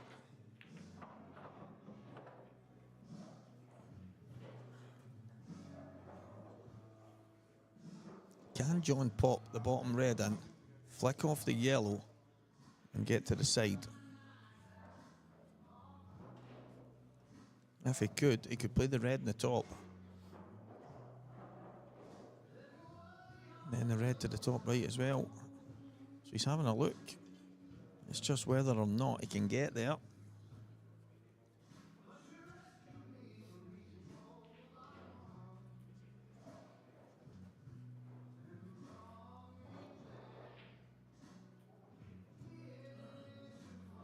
Little tracer right hand side. Yeah, it's what he tried. It wasn't easy though.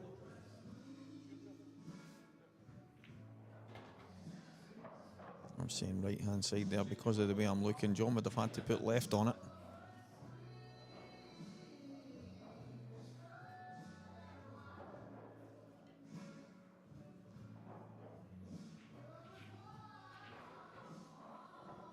Can he still get through?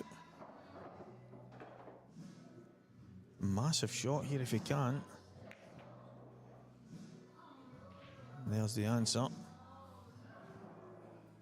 So over to you, Jake Dylan Newlove.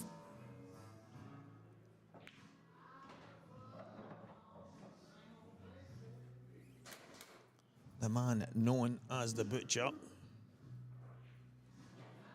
You know, I've never actually asked him if that's his job or if he just loves watching serial killer movies. But he is, for me, one of the top talents in the world of pool right now. He's just This is the guy that's travelled up north of the border twice already this year for the first 2 Saltires and lost in 2 finals. It's either going to be third time lucky, or it's going to be at these finals that he's lost in are bunched in 3s, or John McCallister sends him packing now.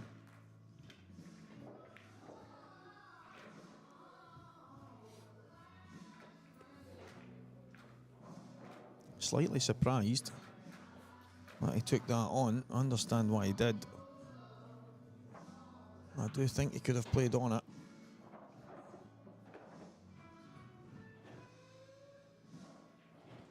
Cross double. Table looks wide open, but it has been quite scrappy the last few. And cross double didn't quite work out for John McCallister.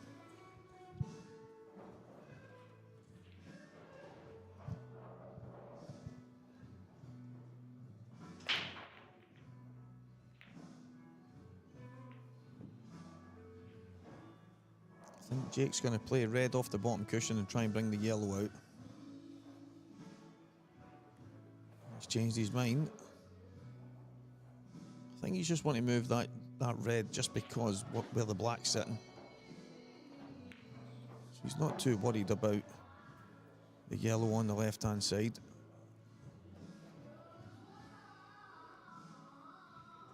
I think I quite like just playing the one. And he's going to play it in the big bag right now.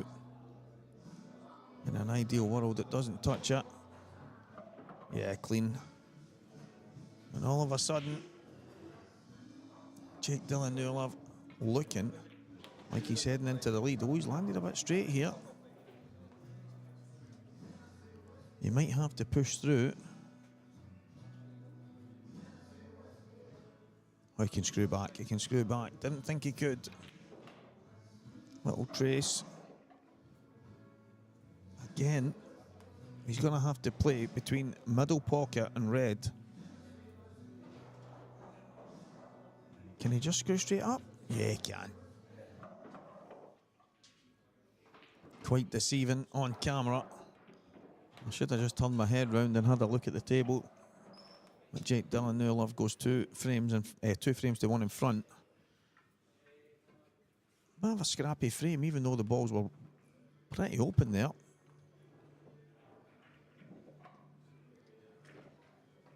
(2-1) Liam Dunster against Scott Gillespie. And 2-0 Mark Farnsworth against Mark Boyle. And Dylan Stanfield is 6-5 in front of Johnny McDermott. As I say, Dylan missed a good chance, and then Johnny didn't punish him, and all of a sudden Dylan has 2 yellows and the black for the match.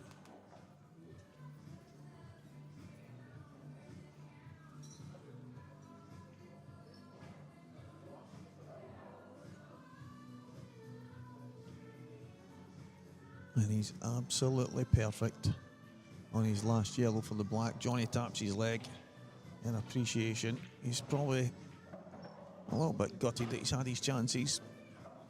But Dylan has walked a thin line from last night, being allowed to come back today by Brian Cumming. It could have ended very differently. And Dylan might not have been in the tournament today. And he's about to book his place in the quarter-final.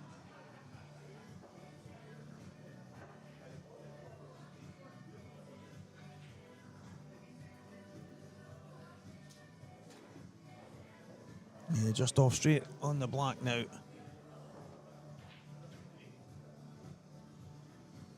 And it will be Dylan Stanfield. It goes head-to-head with Joe Edgar. He seems to have these big moments against good players, Dylan. I just hope he can keep it going when he goes to play Gio. Myself and Dylan last year had a fantastic match. Dylan came through that. It went all the way. And then he played Clint in the next match and lost 7-0. So I understand sometimes when you're playing against the top guys, it can be your final, and then when you go and play another top guy, you're worn out. And Johnny has won a lot of stuff in the last while, and he's got himself some big titles. He's an IPA professional, but it is Dylan Stanfield who will go toe-to-toe with one of the best young stars in the game, Gio Edgar. So back to the main table. Jake Dylan Newlove.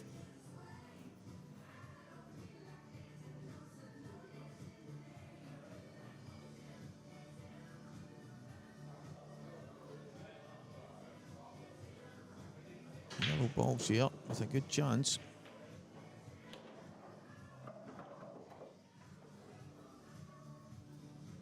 That's not come out.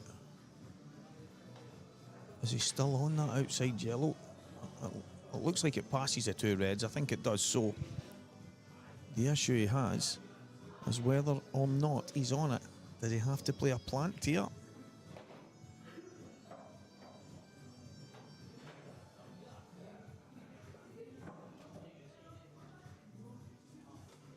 He is playing the plant.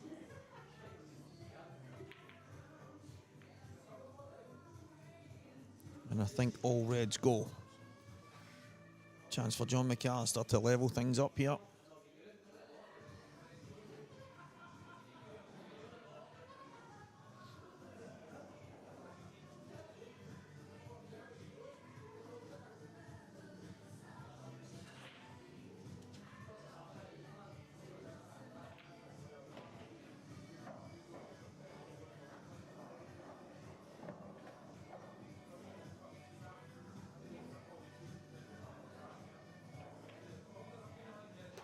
Controlled it well. He would have liked it to stop just a touch sooner than it did, so he's going to have to... Either he's got a real heavy power stunt, and he can maybe play it off the yellow, get the cue ball out, but it's then where the red ends up. I think the shot is probably just screw back. He's looking at that off the yellow. He's looking at where the red is going to go when the yellow makes contact.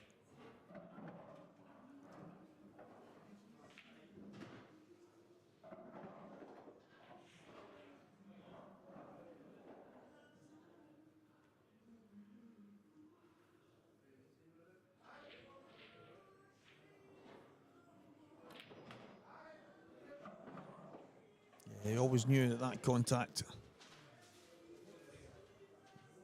could possibly not be perfect. I think the toughest thing was going to be the cue ball there. He never managed to get it out. Is he on the right closest to the right side of the table? Up, yeah, I like this. Oh, is he going for the pot? Is he going for the outside one? I thought he was maybe going to just play the cue ball, the red at the top. Oh, superb, John. Superb, John McCallister. I'm thinking, I mean, if you left the cue ball there,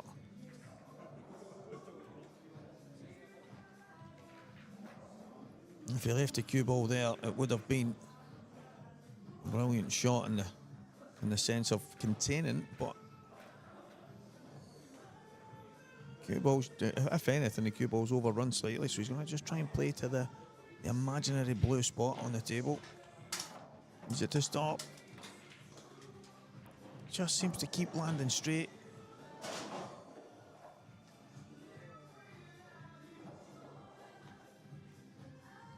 Even if he had a slight angle on the opposite side, he could have run off the top and down. He's going to have to take his medicine, which is not ideal. Looking at the yellows, is it a plant into the middle? I think it might be. So John's going to have to get these. Yeah, take your medicine.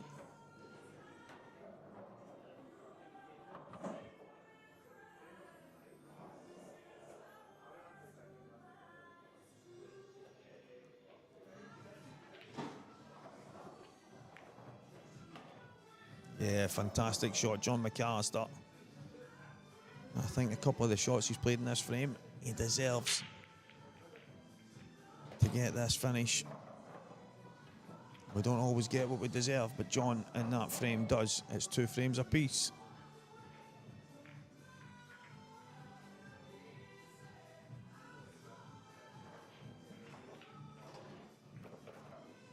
Wow. Mark Boyle, I can tell you, is 3-0 down. And he's just potted his last red, only to snooker himself on the black. He was looking for a kind of full contact, knocked the yellow out the way, slid off it, and all of a sudden, he's having to jack up, little swerve.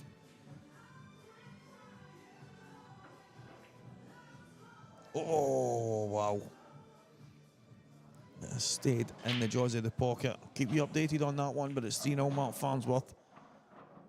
And he's got a fantastic chance, guys, to go 4 frames to 0 in front.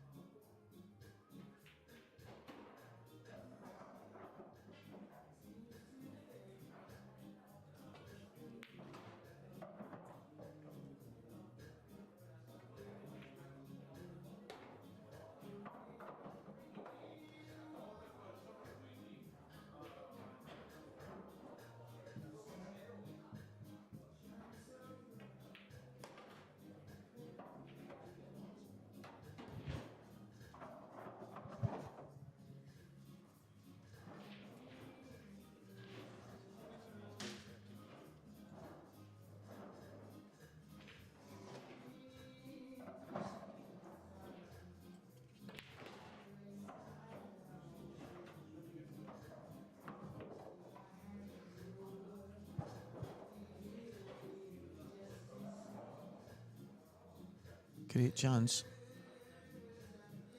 for John to take these yellows and go into the lead.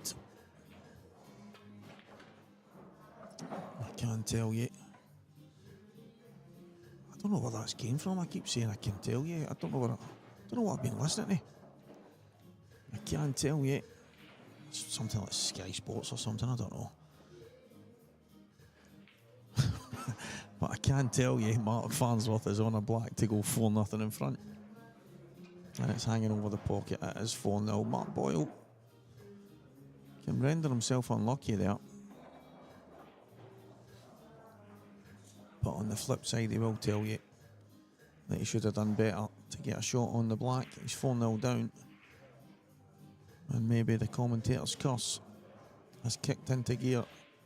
Maybe I need to go back to my usual pick for most of these tournaments is Liam Dunster. And he's 3-1 in front of Scott Gillespie right now. And he's on a finish. John McCallister with a chance. Tell me he's not dead straight again. He actually couldn't make this up. He's probably just slightly off, but on the wrong side. Yeah, he's having a laugh to himself, even though he knows it's not funny. I wonder if he could have just played a bit more soft and just landed on the one below the black, and then just a stun up for the yellow he's on right now last. But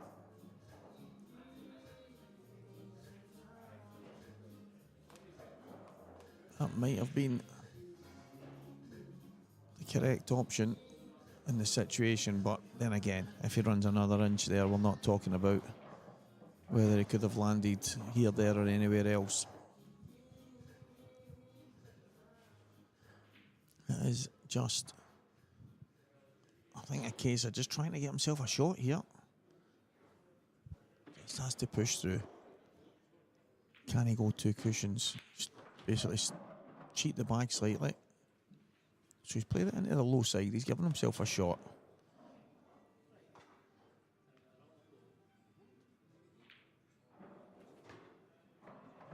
He's given himself a shot. And he's taking them out just as good. He had a shot to play, and he gave himself a chance. And John McCallister took that chance. He's 3-2 in front in this match against fellow Englishman Jake Dylan-Newlove.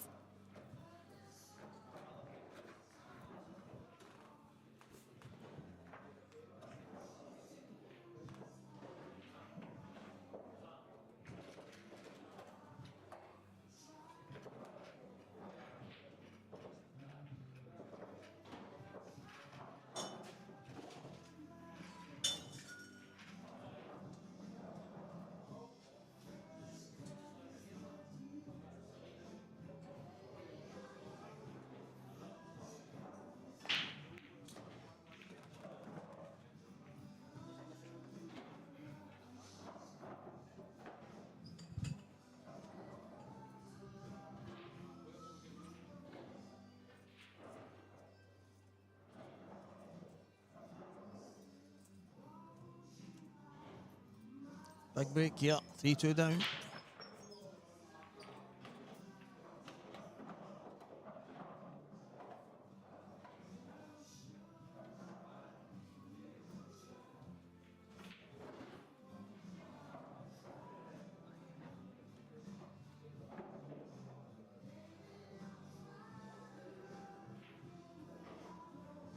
Paul Crawford in the background giving us a rendition of The First Cut is the Deepest.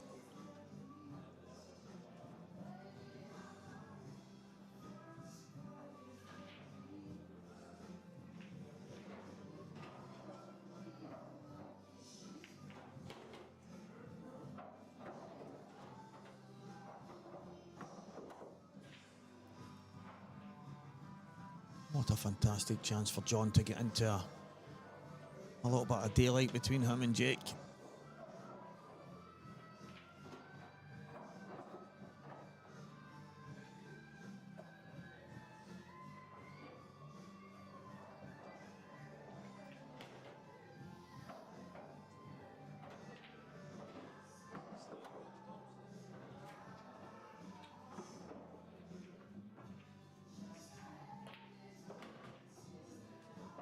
Looks about perfect. Just enough to get the cue through. I think John would be the first to say as well, he's been up here to numerous Saltire events now, and yes, some of the very best in Scotland are here, but some of the top guys from down south. We've had players like Clint Jansen.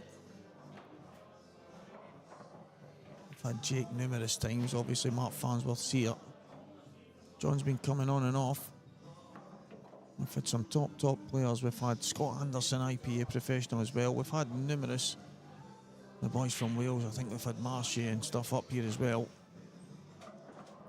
But John would be the first to say that he's maybe not performed as good as he would have liked. But right now, I think he looks like he's feeling it. Landed slightly short there. Just wants to make sure he can get his cue on it. Perfect. Absolutely perfect.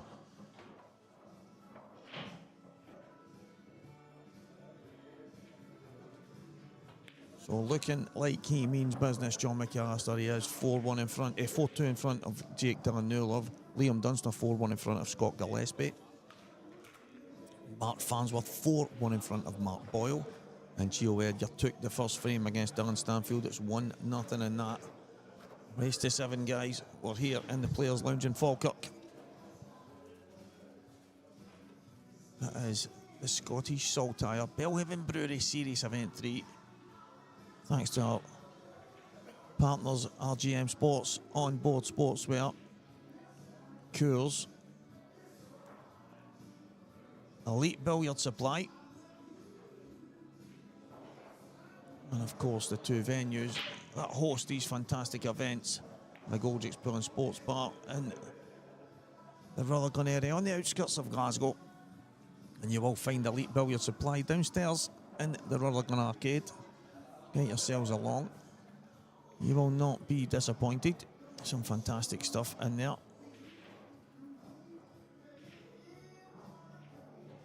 And obviously here in the Players' Lounge, we have great conditions. A Strachan 861 cloth on the Supreme Pool table. Aramis Pro Cup balls. Everything the players could want at a pool tournament. So, and we are live on Scottish Cuesports live streaming. It is 3 streams on the go. I don't know if you can ask for much more.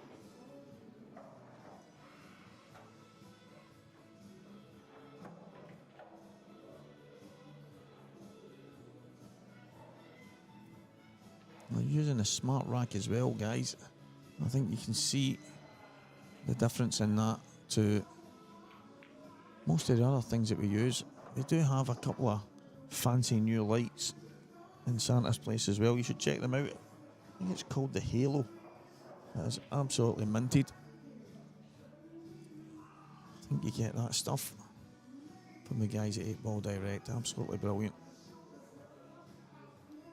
Could be wrong, but I think Santa in the Players' Lounge is the first guy to have those lights in the country. They are absolutely minted. Makes some difference on the match tables. You can see how bright they are. Elite billiard supplies. They'll have almost everything that you can need, and if they have to go in conjunction with some other people, they will do so. Get yourself popped in the Rerack area. Use Walker the Talker for a discount code. Might not work, but you can try.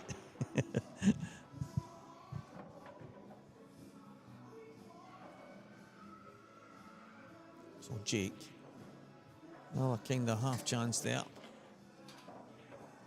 Yeah, they weren't perfect, obviously slightly awkward. Well, it doesn't look like he's in full flow here. He's going to have to up it if he wants to hang on to John's coattails.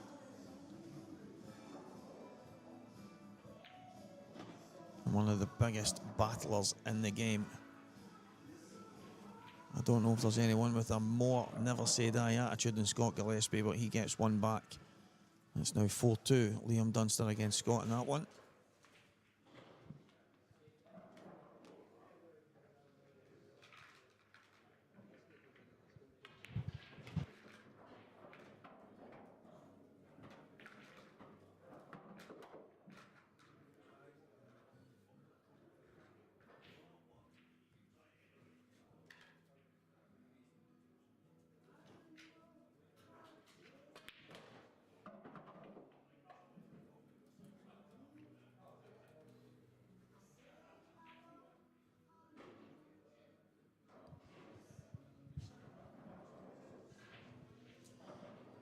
Whilst I took a wee moment there, guys, I was doing a deal for all you guys.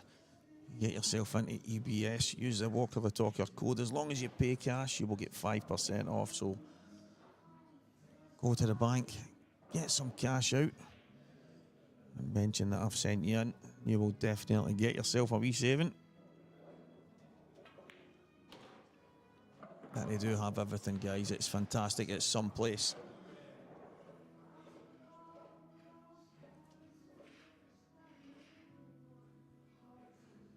We'll do here. Is John going to decide to do with this black? And it might be the moment right now. But a pace. Is he on anything? I think he might still be on the yellow to the middle. Just about. But I think in most cases there he would have been hoping to cannon the red, not the black. A little bit of spin on the cue ball.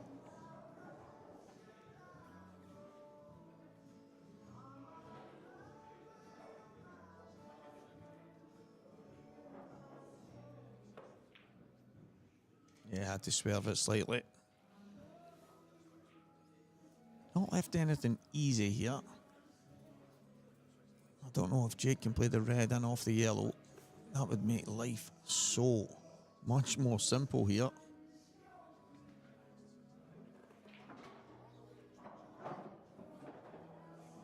I think the yellow's just low enough that he can't.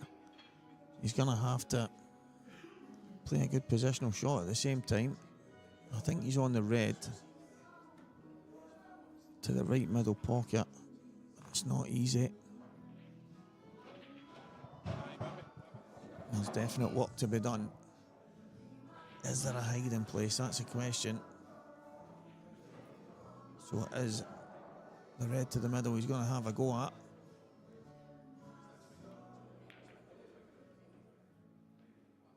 Yeah, Jake looking like he's lost his way a bit here.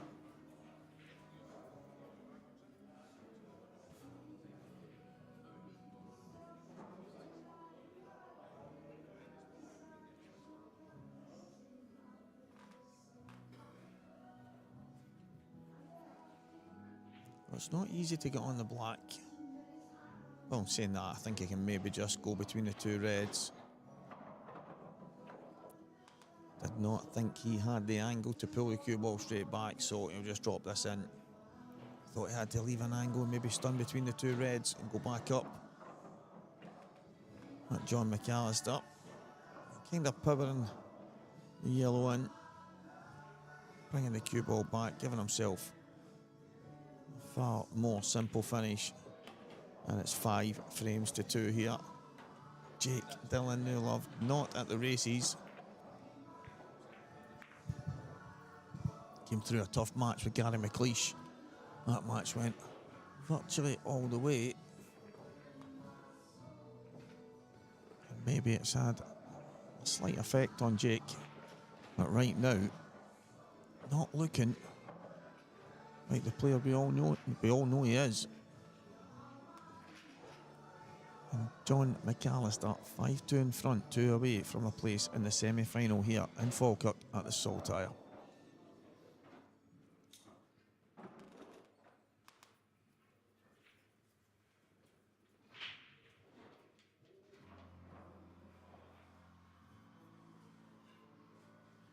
Dan Stanfield, 1 each. Gio Edgar down at the table with a chance. Playing some brilliant stuff over the course of this weekend. And he's got a lot of thanks to Brian Cumming for agreeing to come back this moment. Or he might still be in his bed right now.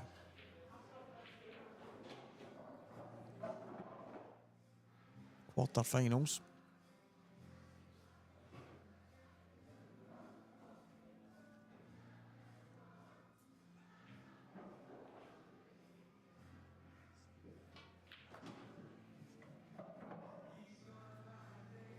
A little bit of dignity in the background. What a tune. Full crowd singing along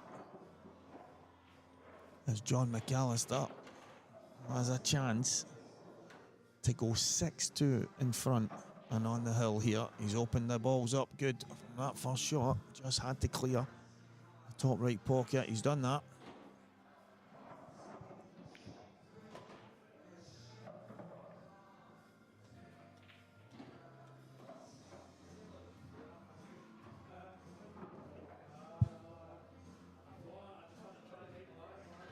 The reds at the bottom, they kind of map themselves out the way you have to go, but it's getting... Yeah, I think this is a good bit of thinking here, because he wasn't right on the red at the top. So he would have had work to do to get back down and get on them. So now, I think he takes this to the bottom right. Then the one to the middle left. He's going to want to leave a slight angle on the one to the right middle so that he can just come through the gap between the yellow and the black. And that will then give him the 2 reds at the top corner, left and right. That looks about perfect.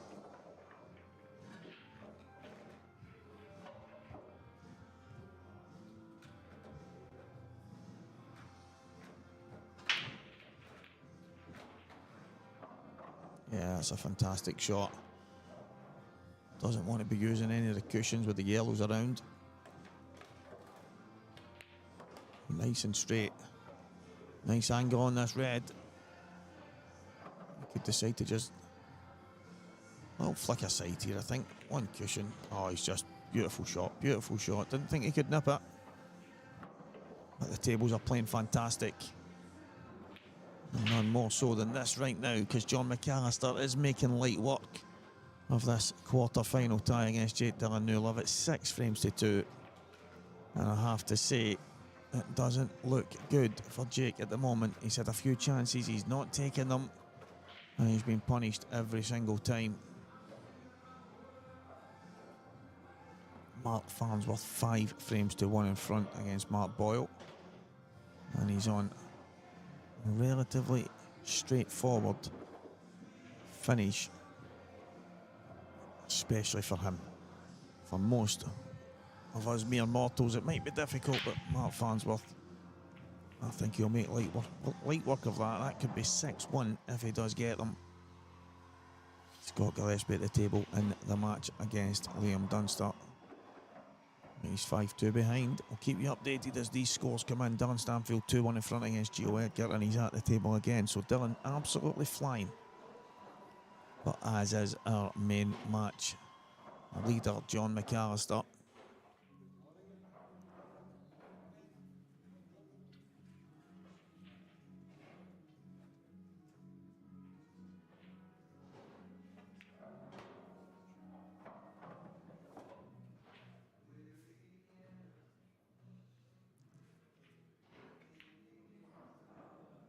Yeah, he doesn't look like he's going to miss here. It looks, to me, that this match could be over at this visit. I'm seeing one difficult ball, and it's the black, the zebra, the Newcastle top, the St Mirren top, whatever you want to call it these days. 8 ball just sounds far too American to me, so I'll stick with the black. The vice versa. Remember these sweeties? I get a vice versas, mate. That's not come out the way you would have liked. You wanted to clear the top of the table first.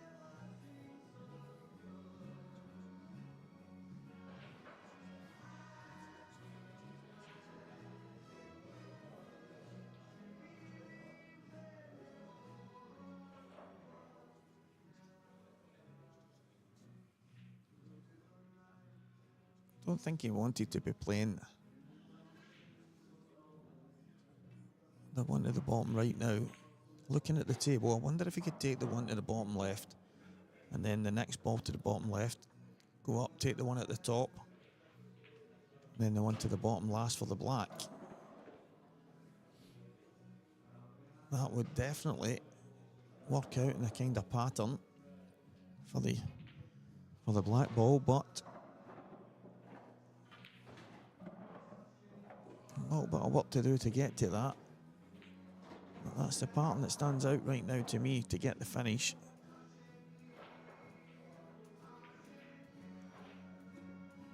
John has other ideas, and those other ideas haven't come out the way we would have liked. Jake back at the table has to do whatever it takes to stay in this match.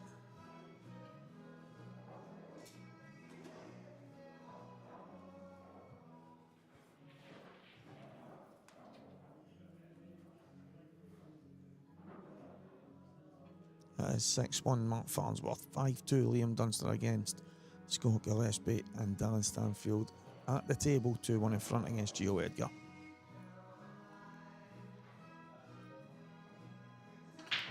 A big chance here for Jake.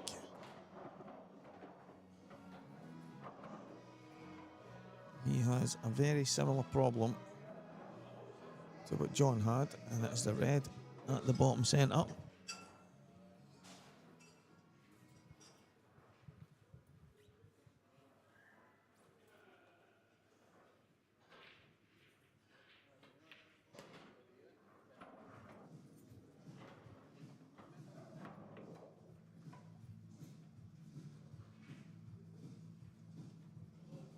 Don't think he can get enough purchase on the red at the bottom just now to go and kick that red.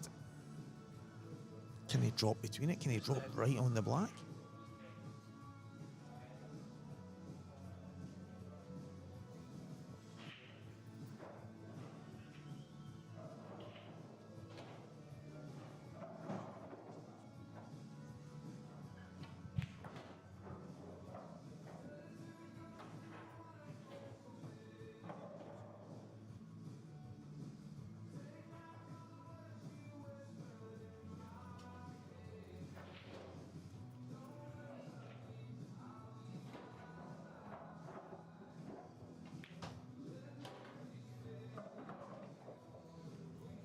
Looks like he's going to play it now.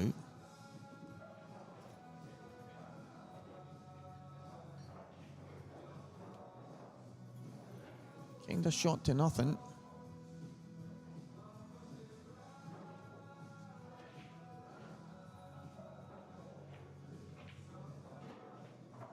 It's dropped in, so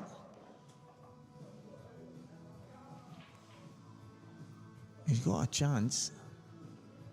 Kind of landed between things. I think he would have preferred to leave the one at the bottom to last, but he might have to just change his mind ever so slightly. Can he just stun across and take the red? Yeah, he's going to just come across and take the red down the rail. Yeah, that'll do nicely. That will do nicely indeed. Just needs to stop the cue ball. And then it's a drop and a drop. And Jake keeps himself alive for now.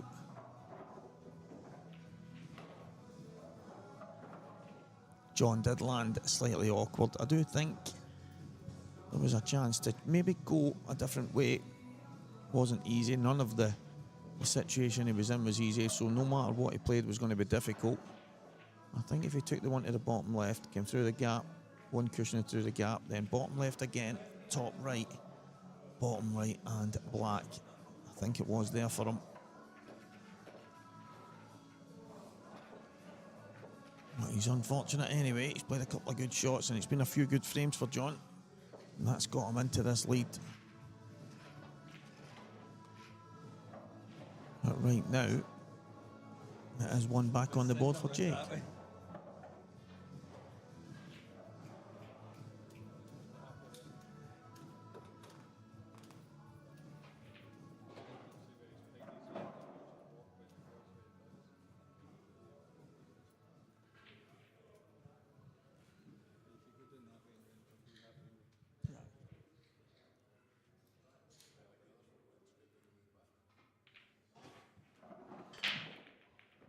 Big break off. After asking all the questions about the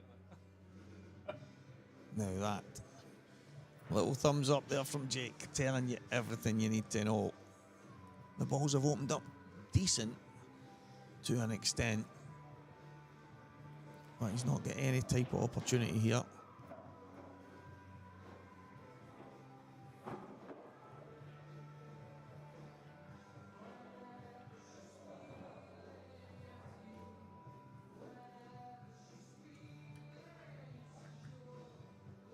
He could just decide to leave the cue ball where it is, just kind of jab the yellow to the left and leave the cue ball on the red.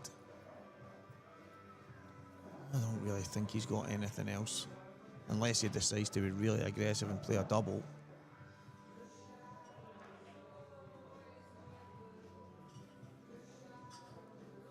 I don't see.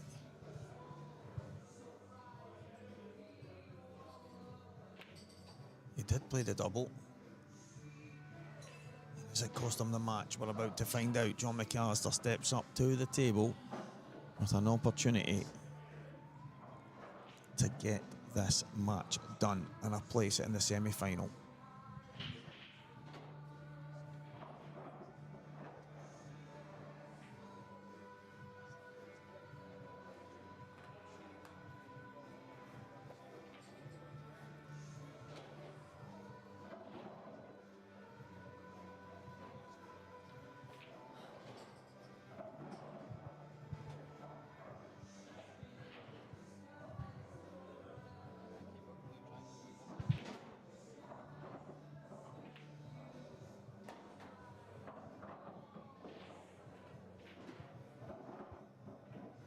Chance here for John to end this contest.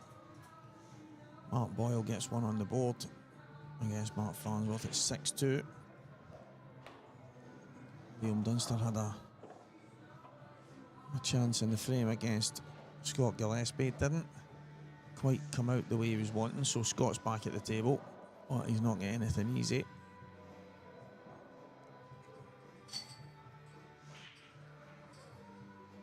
Those two yellows are really the two balls that are going to stand between John and victory here. And I think the first shot he's played is a fantastic shot.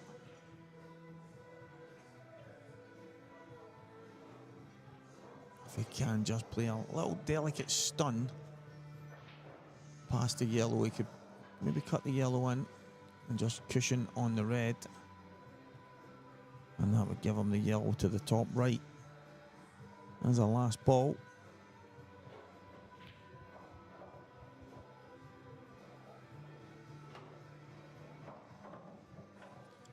And it is 3-1 Dan Stanfield in the match against Gio Edgar.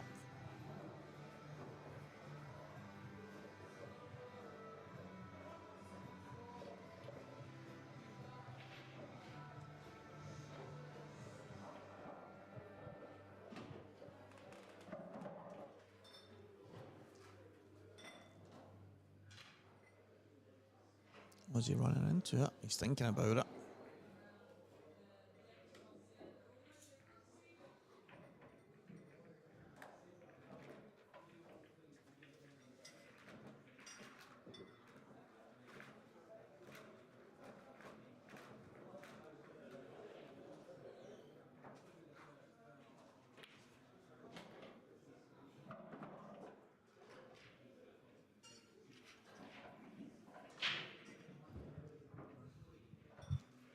So it's not worked out the way John would have liked.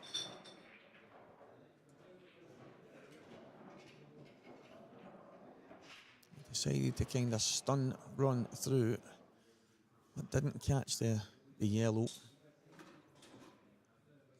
And it's just slid off it and left him in a no man's land situation.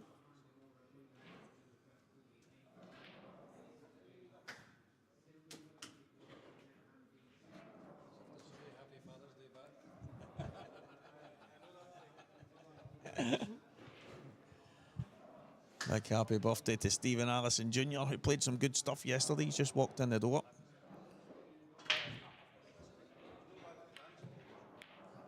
He's going to go viral with the dancing very soon.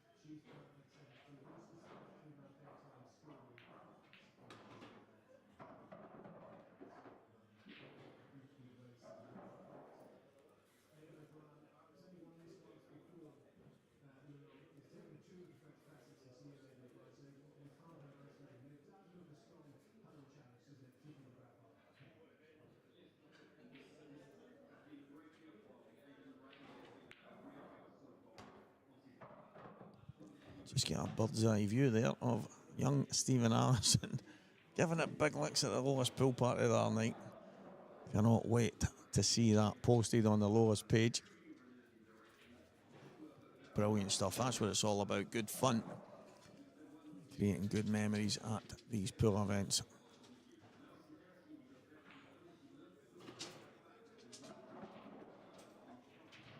Jake fighting as hard as he can to stay in this match. Has he got just about the right angle to drop on this ball at the bottom?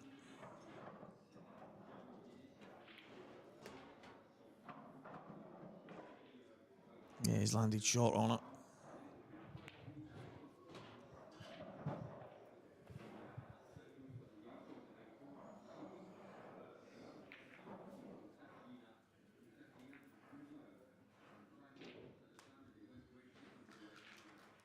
Could he maybe just screw off the yellow? I think he can. Either that, he has to maybe deep screw with loads of reverse and maybe try and run round 3 angles, but that's an exhibition type shot. I think he's just got to take his medicine here.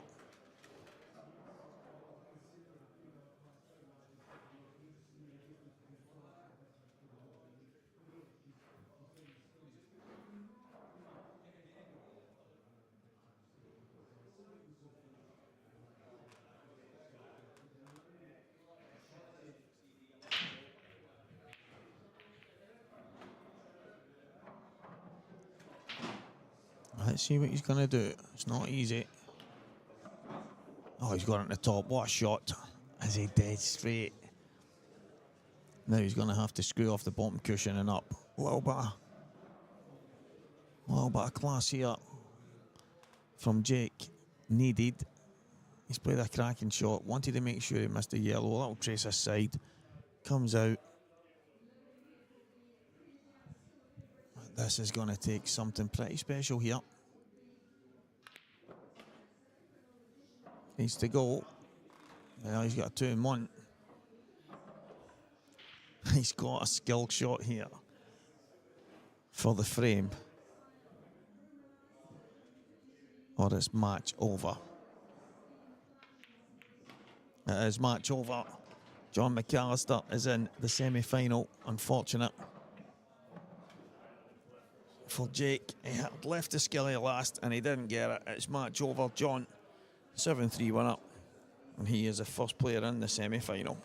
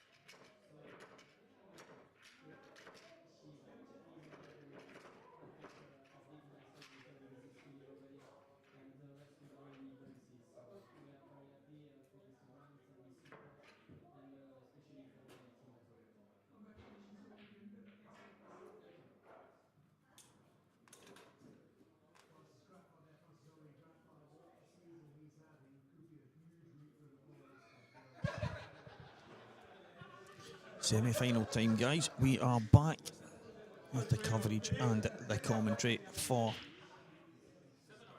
the remainder of the event. We are still awaiting the Dylan Stanfield Gio Edgar quarter-final match to finish. The hope was we could get both semi-finals on at the same time, but unfortunately we're going to have to move on with things. So Mark Farnsworth, Liam Dunster. Here we go.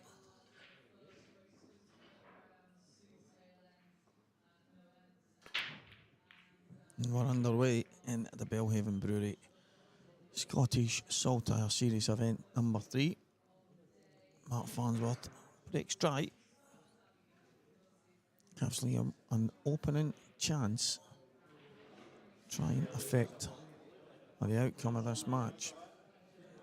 And we are at the semi-final stage. It is a race to 8.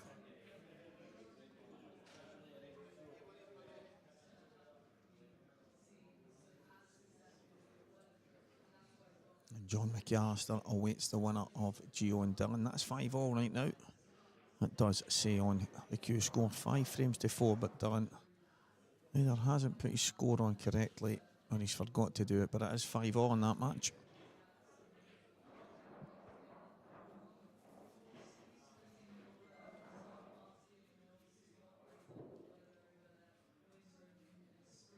Well, let's see if we can get the chat function, the interaction going, the numbers up. Let's see if we can grow it. That is the business end. Well, let's try and tune in and enjoy. It should be a fantastic semi-final and hopefully a brilliant final to come thereafter. So Scottish Cuesports streaming. We're in Falkirk in the Players' Lounge. And it is Liam Dunster with a chance here. Yeah, I think that's better if he can get slightly high.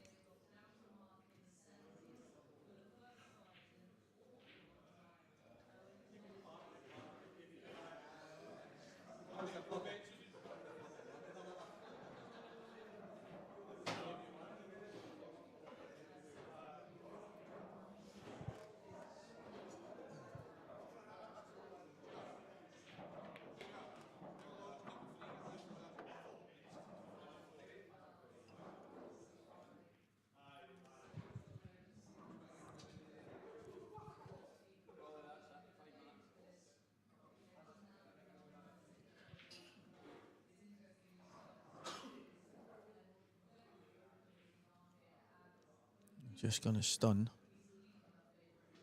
to the left-hand side here.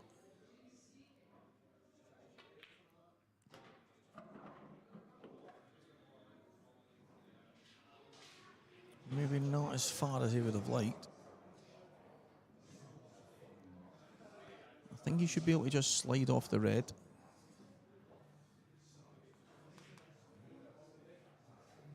Just try and play it into the lower side of the pocket.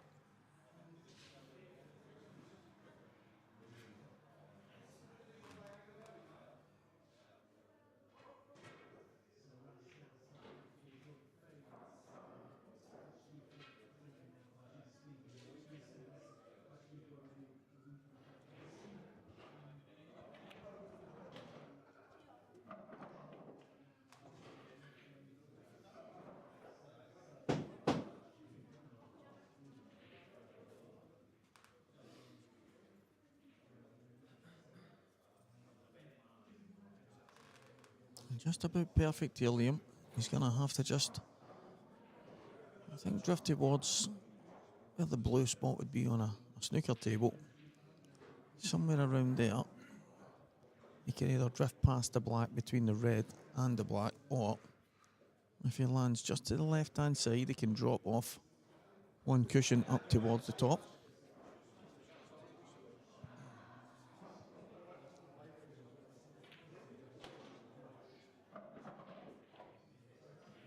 He might have to play the gap.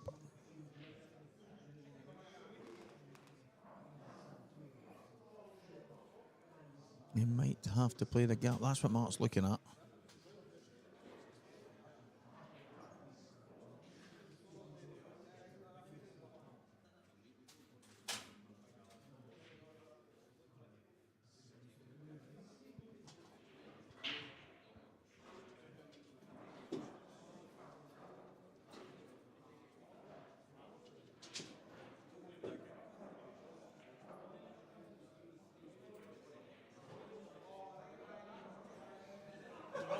This is a tough shot. I wonder if he can go one cushion through the gap. It is tight.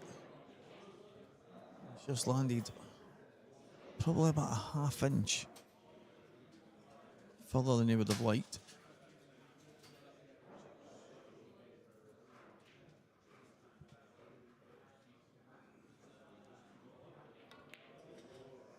And it's ended up leading to him missing the pot.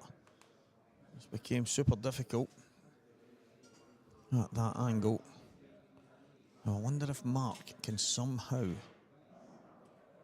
find the bottom left corner. In fact, I don't mind that. He's looking to hide it just on the top left. That would keep. Is he going to try and play this in the middle and just push through slightly? He's looking to see what he's going to leave Liam. And that, yeah, he's going to leave him maybe a thin cut on the yellow across the top cushion. But it isn't. It's not easy. It looks like Mark's pretty close to that red.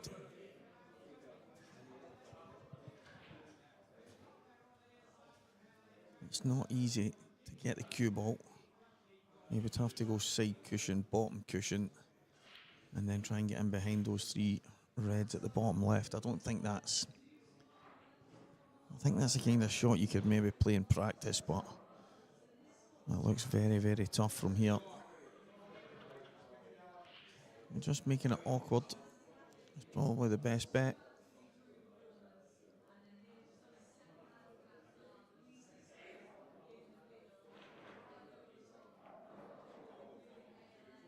Yeah, good shot. It's not easy for Liam to hide the cue ball here. He's going to leave Mark a shot, I feel.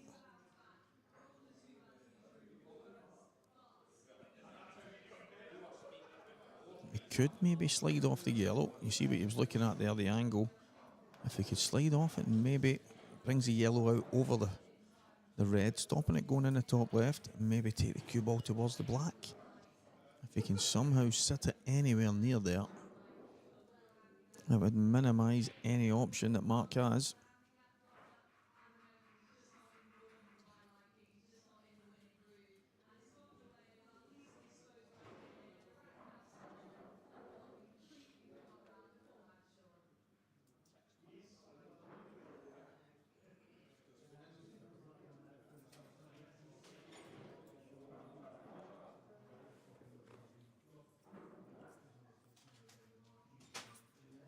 I don't actually see much else that he can do here. He's going to want to make sure it covers the pocket and head towards the black. He's not managed. He's obviously aimed for the yellow rather than the black, which is totally fine. Obviously, Liam's thinking is to make sure he's not on any of the reds. Over towards the black, he would have maybe left Mark a double, so that's fine. I think he's only chance here, Mark, is maybe the bottom. Can he play the plant?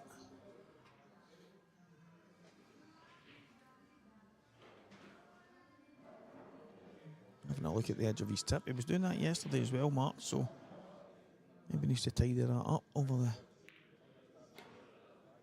the coming days, heading towards the big event in Scotland in 2 weeks in the Normandy Hotel.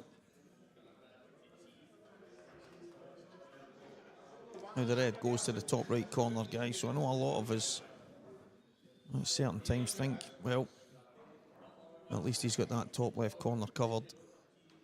But Mark will be looking to just drop on it. Even if he gets slightly high, we'll have a shot to the middle or bottom pocket, so there is options for that red.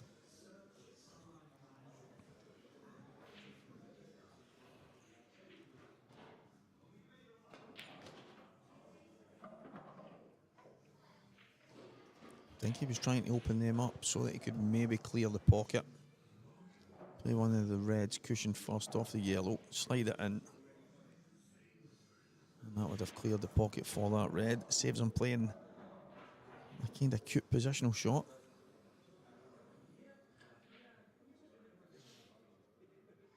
He might be able to open them up off the one to the bottom right now. The easier pot is the one to the middle, however.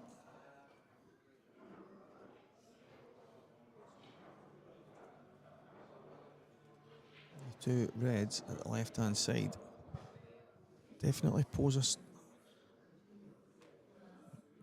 a bit of a problem right now for Mark Farnsworth. This is definitely the shot for me. Has he left enough angle to make this a bit easier? Was he going to play a snooker? I think he is. I think he's going to slide off the cushion and back in. Yeah, good shot, Mark.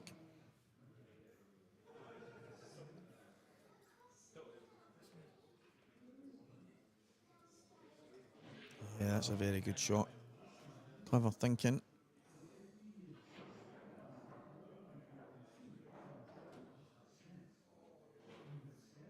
Now, Liam, you'd like to think a hit of any sort. Definitely keep him in there.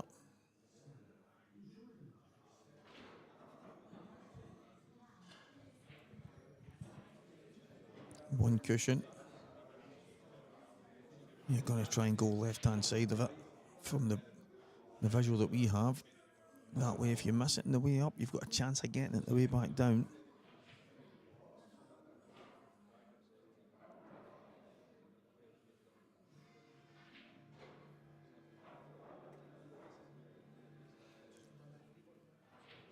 Yeah, I think it's a shot.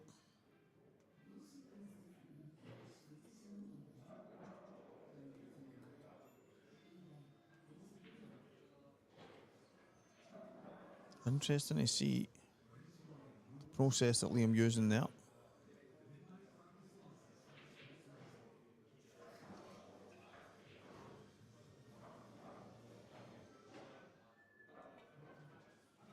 Oh, it's too much. Yeah, it's too much. When he points to the table, I think he's got a bit of a bad bounce or something, but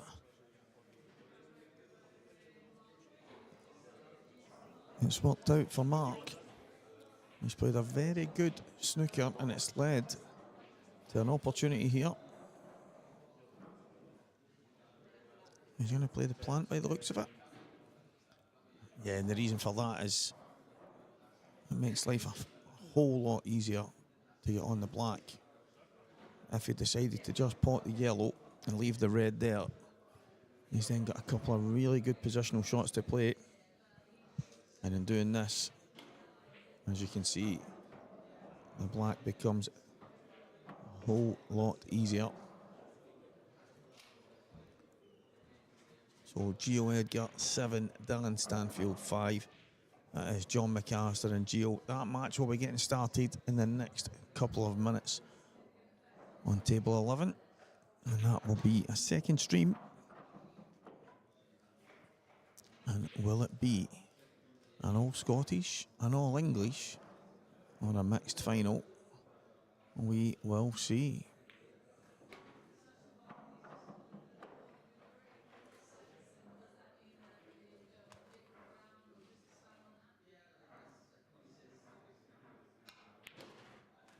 And that's the reason, guys, why Mark went the way he did.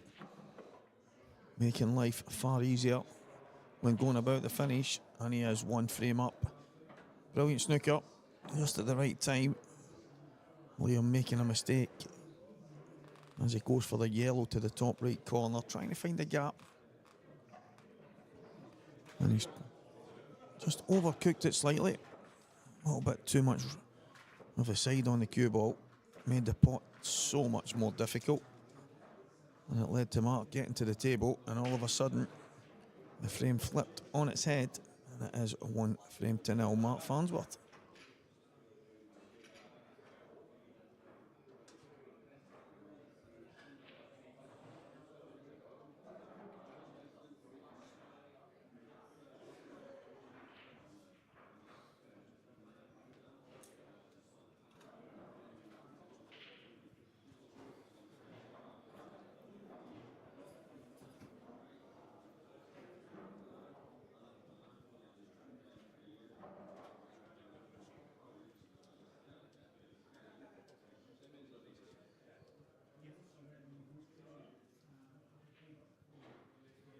So frame number 2, Liam Dunster breaking off.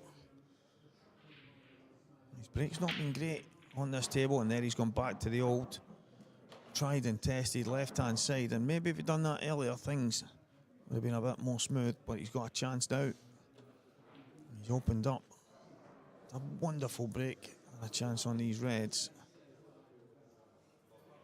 Slightly thin cut on the top one.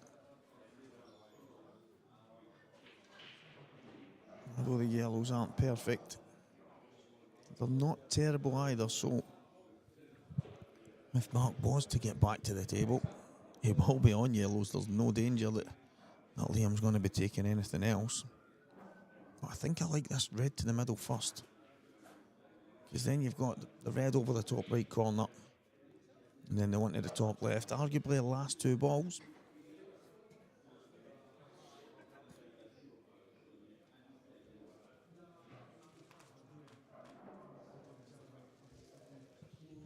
A big shout out to the boy just walking out the door, Dan Stanfield. He's been fantastic this weekend. Earned his stripes. Quarter-final defeat, 7-5 against Gio. Maybe a sign of things to come.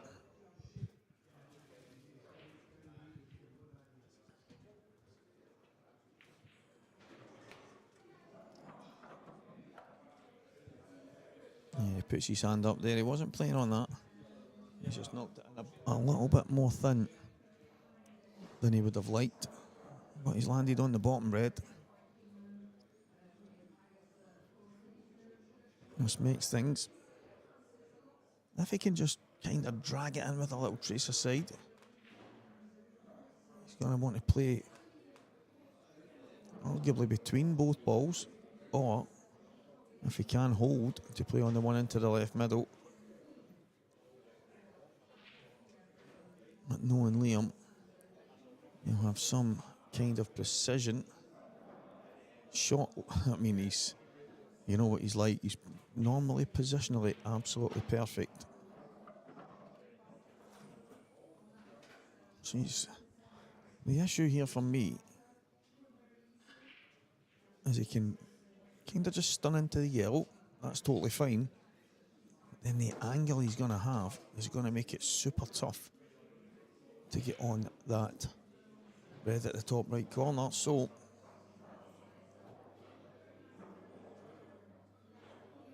he has got me intrigued here, I must admit.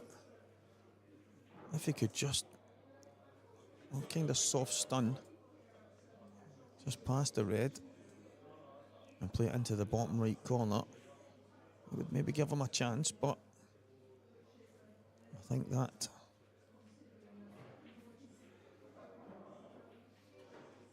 going to be the issue here for Liam. Potting these two balls is pretty straightforward. It's just getting to the two at the top.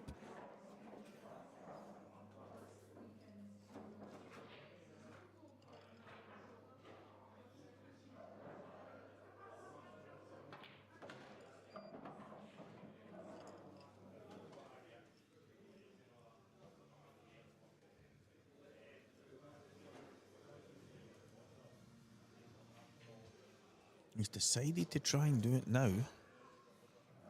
Is he on it? I think he is just about. He's going to want to get high side. So he's going to want to get close to the top cushion.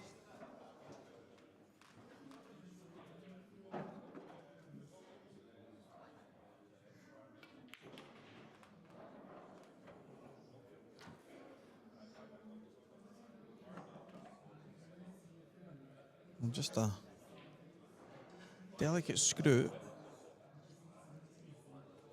down past the middle pocket. He could opt to flick the side cushion just above the middle pocket, but you don't really want to bring that into play, so it's one of the things that sometimes you get caught between shots. I think if Liam can come down without hitting a cushiony ball, yeah, just above the middle, and like I say, you don't really want to bring the middle pocket into play, but in that situation, Liam, with the angle he had, obviously had to. But again, he's landed pretty awkward here. Can he screw off the cushion and back across towards the red that's on the right-hand cushion? It's a tough shot.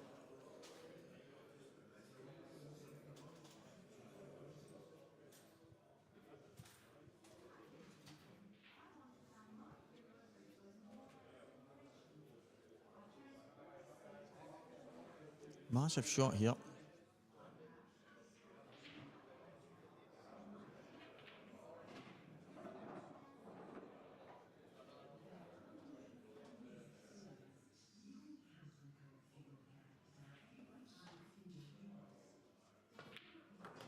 Yeah, that's a shot he's played, and he's played it. He's played it super well. Liam Dunster having to use his imagination in this finish, and he's done it well. And this match is squared up at 1 frame all. Good finish, Liam. He had to reroute a couple of times there. His first shot obviously drifted into the gap. But he didn't play on at the bottom red.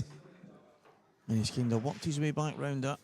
But it is 1 frame each. But a good shot at the end to screw off the cushion and back over to the right hand side. I expect no less, I must admit. John McCallister, I can tell you guys, on the other table, is on a black to go 1 frame in front of Gio. And it is 1-0 John McCallister in that one.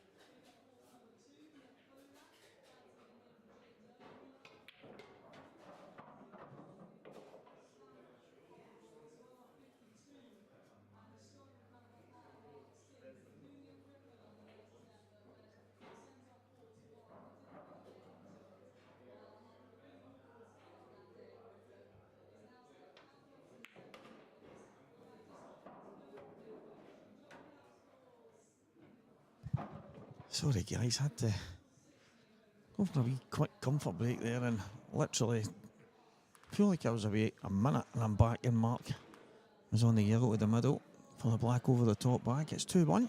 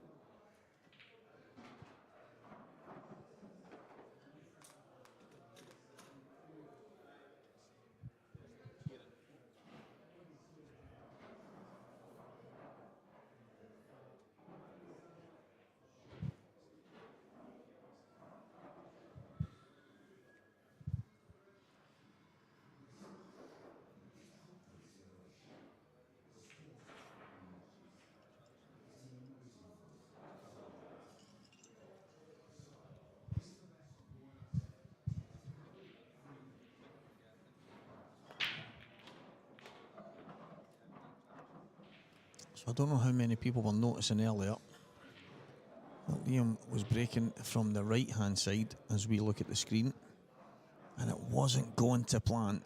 And there was a mention of Liam basically not sticking to his old, and he has switched back to the left hand side. Paul, you got it spot on, mate. He has switched back now to the left hand side again as we look at the screen.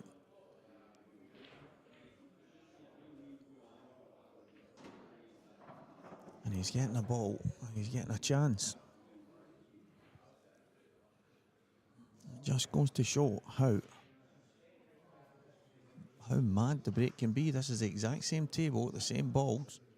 He's using the same cue. The only difference is he's swapped over to the opposite side, and all of a sudden opportunities are arising.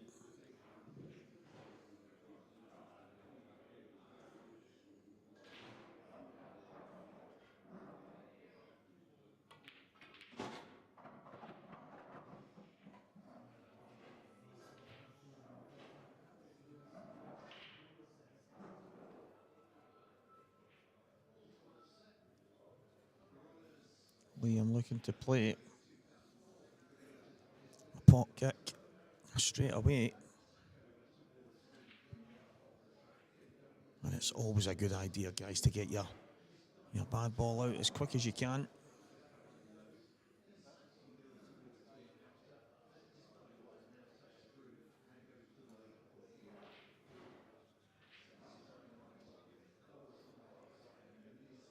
It is mad, obviously. All of a sudden, when you switch sides on a break, or you do something different with how you step into the match, into the shot or whatever it might be, but it can really do something with your psyche. Liam's obviously feeling a bit more confident when he's breaking. From the side that he's had so much success from, he's always had that break. He had a habit of getting that same ball in the middle pocket, and it was strange to see him break from the opposite side. But it was obviously something he's worked on. It's just not working for him so far this weekend. And the mad thing is, we're saying that, as here he is in the semi-final, and his break hasn't been great. So if he gets his break going here, it could be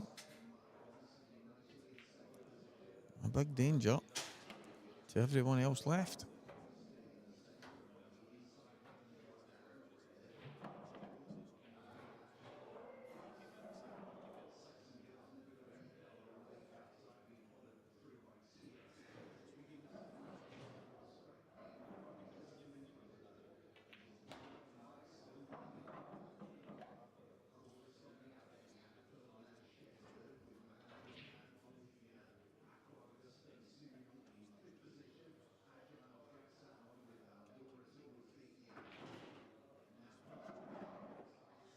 Just needs to drop it in. Maybe just stop the cue ball. Yeah, absolutely perfect. And Liam Dunster about to square things up here.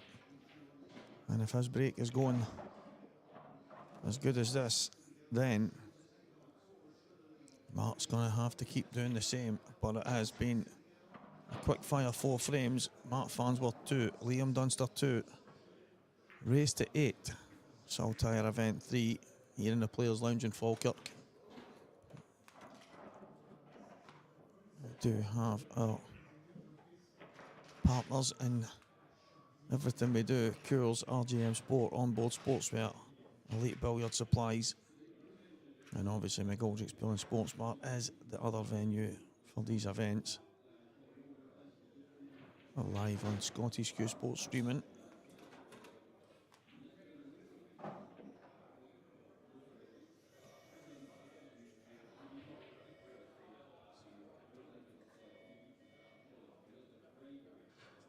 So Mark Farnsworth will break off here in the 5th frame in this match.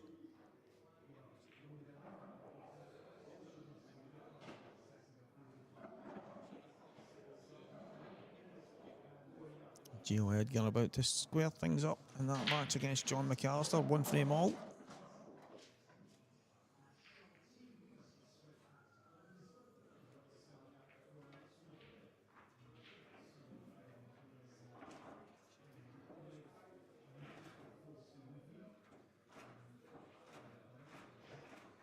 What a break that is.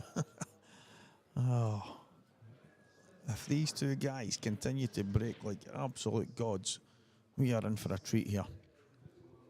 We really are. It's, is he going to get down? Yeah, he's not like that in his tip. As I say, guys, I seen it yesterday as well.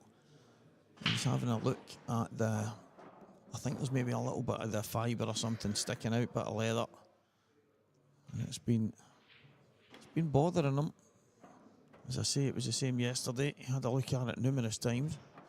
And it must be when he's queuing down, he's seeing it sticking out. So that'll need a tidy up.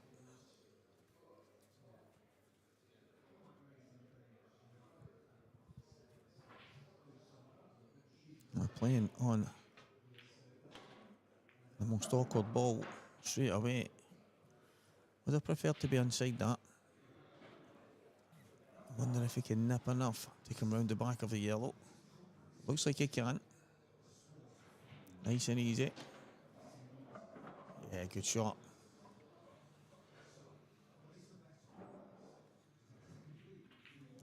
Yellow to the middle. And then I think he'll take the one to the bottom.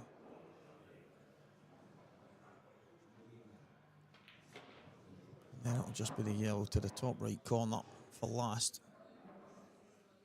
He's not going to be greedy and try and come up and get close to it for the middle or anything like that. He's just going to keep it simple.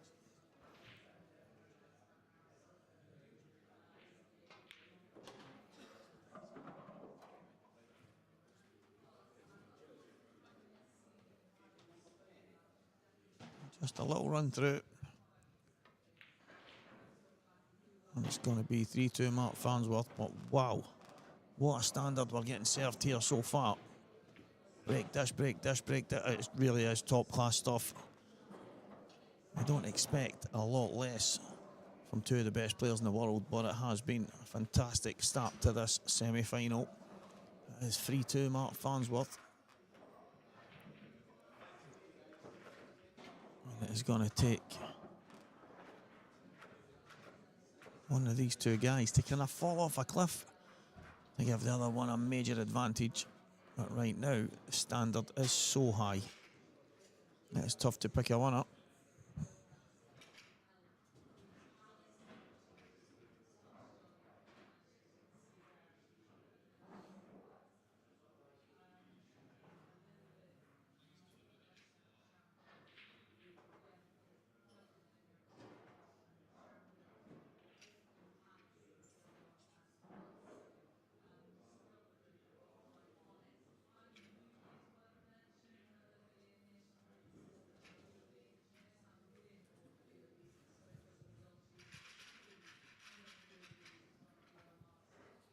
Liam seems to be struggling to get them tight.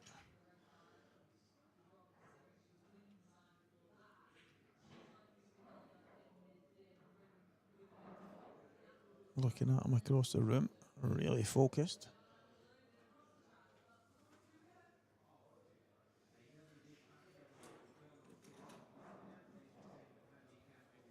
He's got them. He's going back to the old favoured side. Has given him success in this match so far.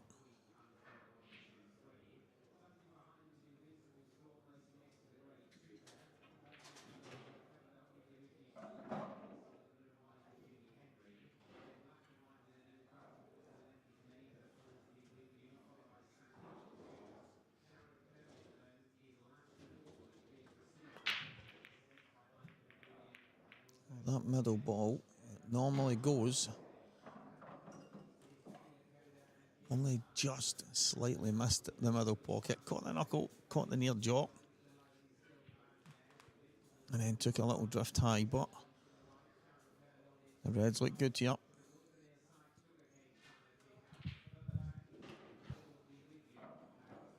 He's having a wonder And I think it's because of the red at the bottom. I think if he takes the one to the right middle, you've got the obvious pattern at the top end where you can drop the red into the middle, then the one to the top, up the cushion, and then the two reds next to the black kind of take care of themselves.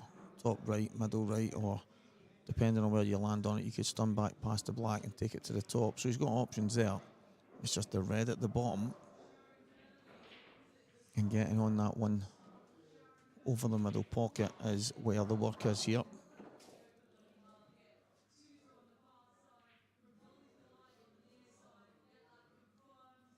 He could decide to leave it to last, but I think the likelihood is he'll try and get it away as early as he can unless he just doesn't get on it properly, and if that's the case, he might have to change his mind here and there, but it is always going to be reds.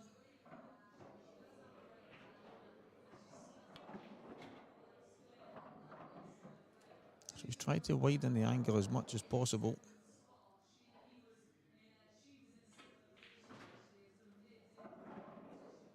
And you might see Liam change his mind on how he goes about this finish.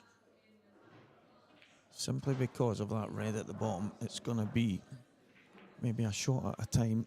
Liam makes each decision as he goes, when normally he would have the full finish mapped out in his head. John McCallister 2, Gio Edgar 1.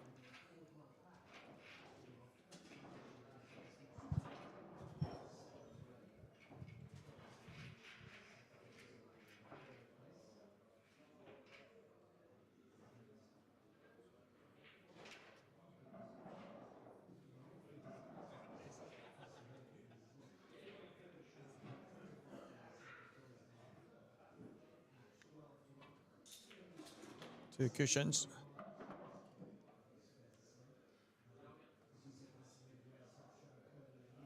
think he can just about drop this in and hold.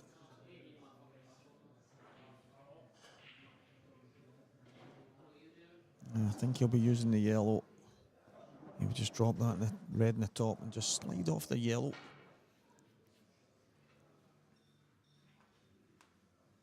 He'll use the top side of the middle pocket here.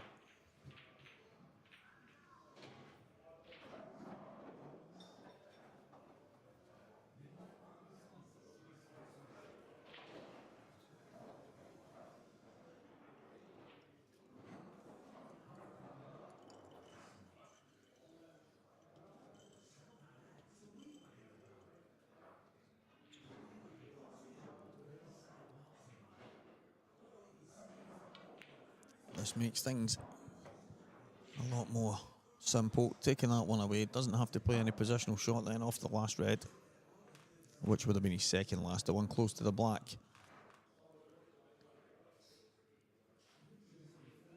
Yeah, he's landed on it great. I don't blame him for going that way. I don't think it was always the plan.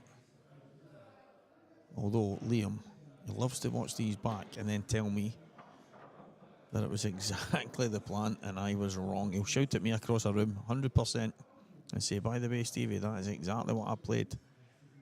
And like I say, I'm not saying that there's any shot. I think he was just kind of, he had a plan in mind in this finish, and it was kind of go with the flow because things were slightly awkward. He'll land in an area, give himself options, and he's played the finish fantastic. Up to this point, these two guys are absolutely bang on it.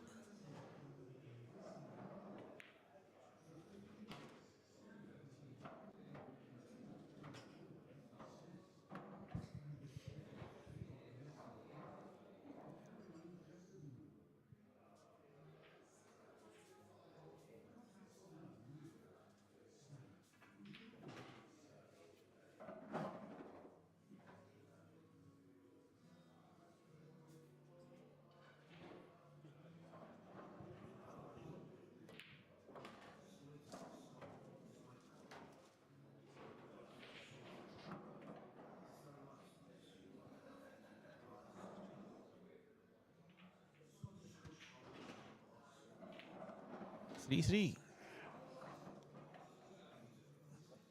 This standard has been unbelievable so far.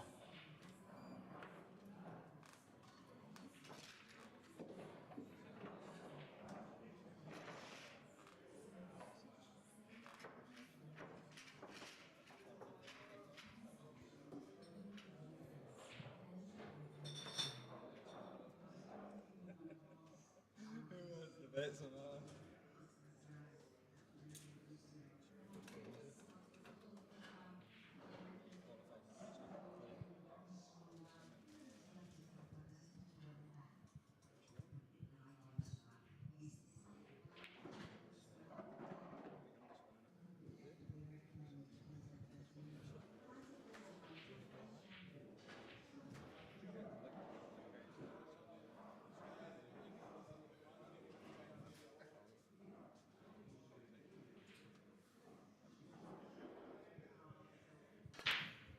Oh, right off the table.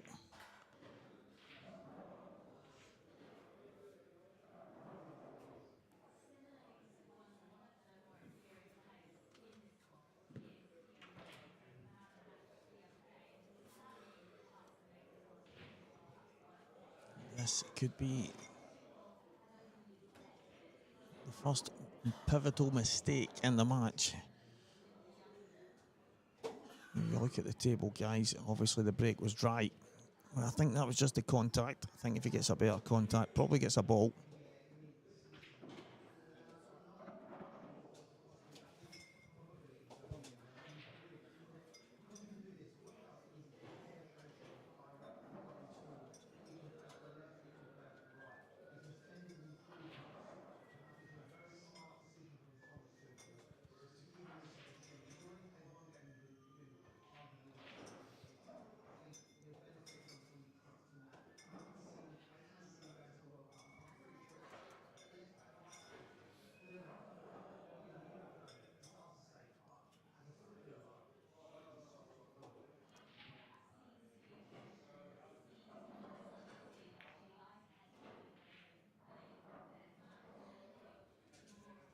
It's not perfect.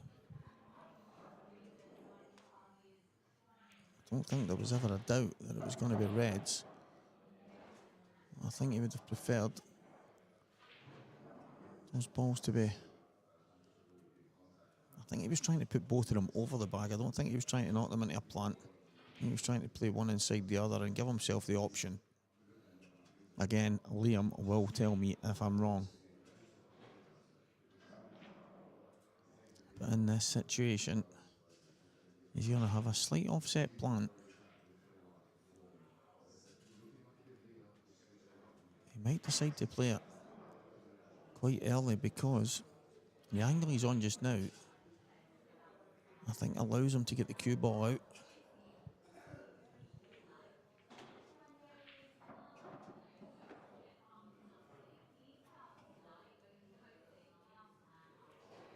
Yeah, it's no surprise that he's playing it just now because of the angle.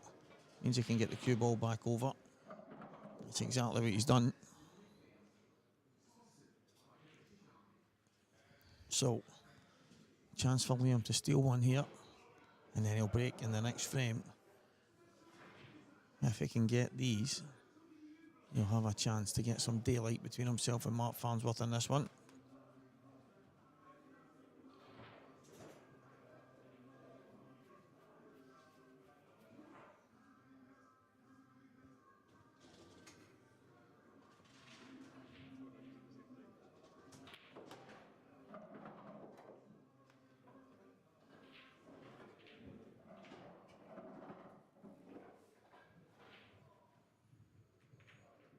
Gio Edgar squares things up in the other semi-final, 2 frames all.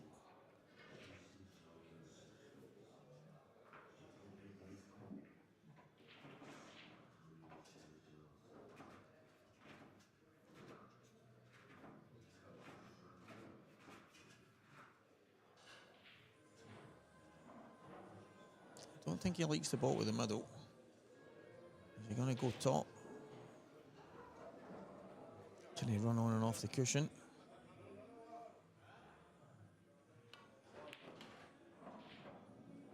He's Just to come a bit further. Slightly short, but I think he's fine.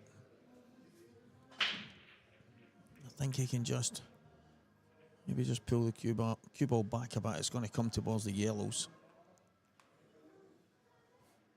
And it should allow him to play one of the top two reds. He's just slightly under hit it.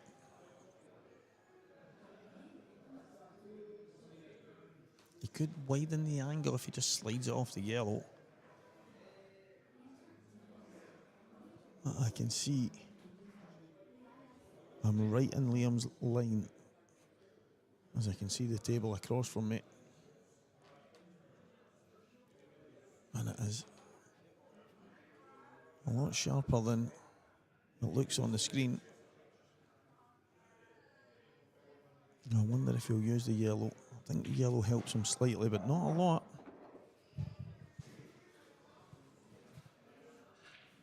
It's not easy.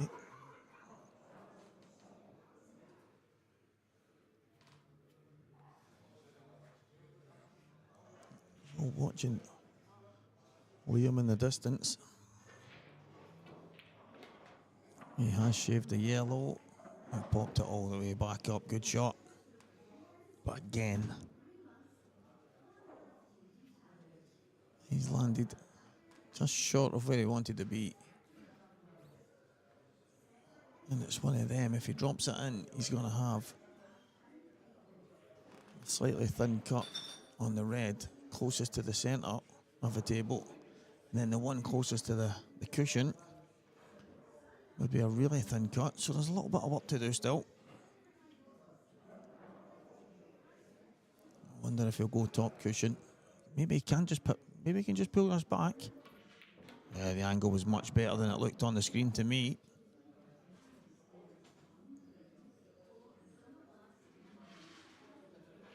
And he's landed perfect because that red closest to the left-hand cushion,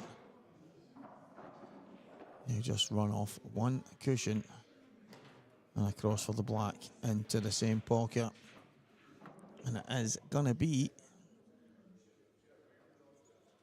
4 frames to 3 to Liam, barring a mistake here. And Liam to break next.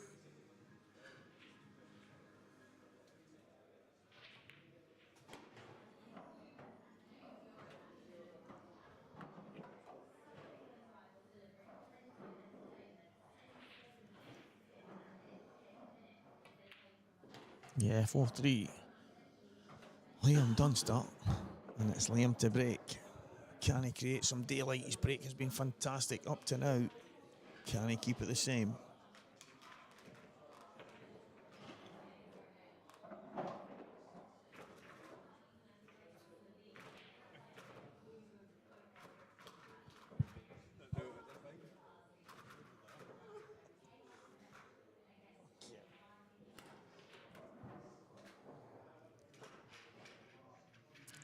Oh, wow. Some scenes down in Manchester. Maybe not for the naked eye.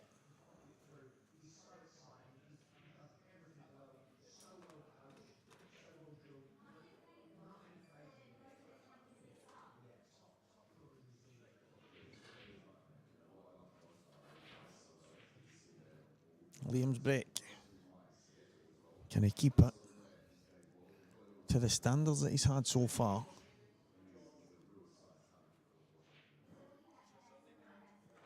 Which has been absolutely flawless to this point.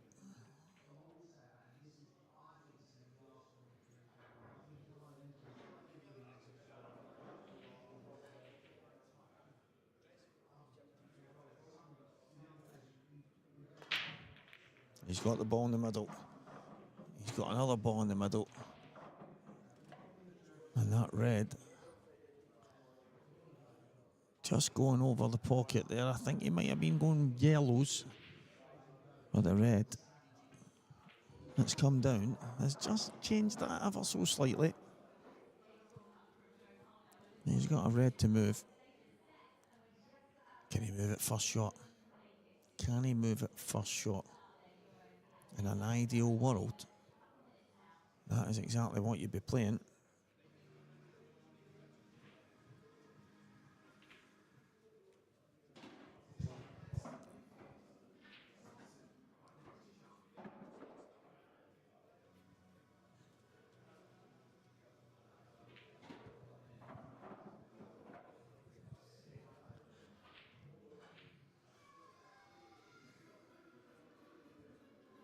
Big shot here. As I say, trying to get some daylight between himself and Mark in this race to 8.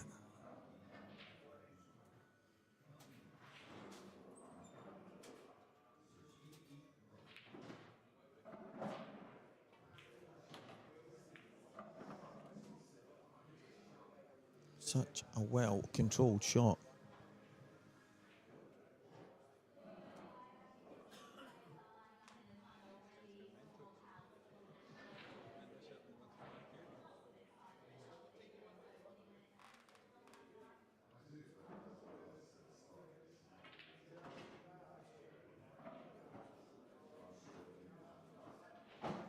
Yeah, I think that's about the angle that you would want.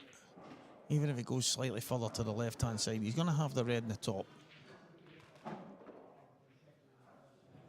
I think he's definitely okay here.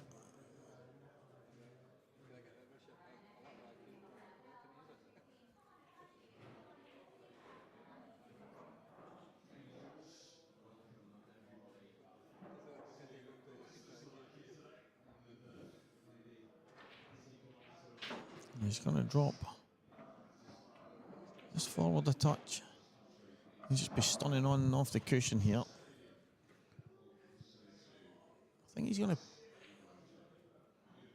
He's looked at the angle back towards the line on the table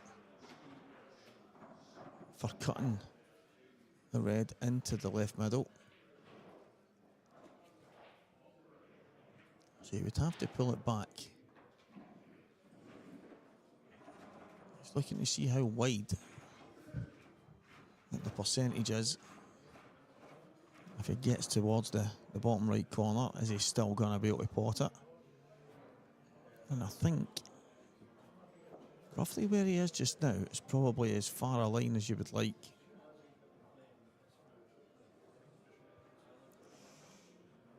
He's definitely got a lot of work to do.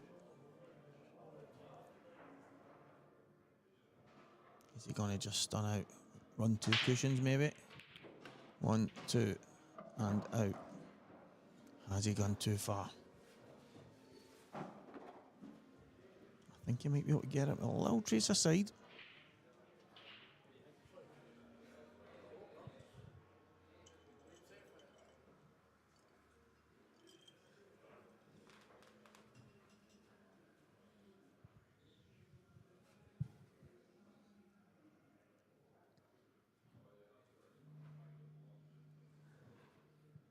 He's just checking it out.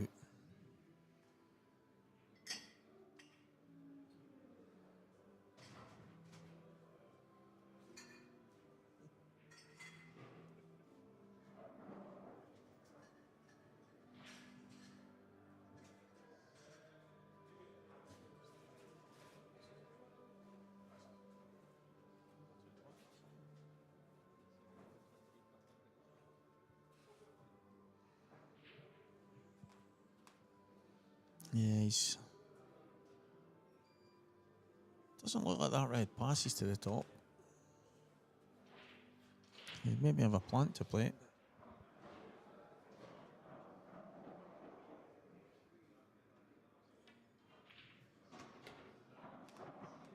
Maybe it does go. It doesn't look like it.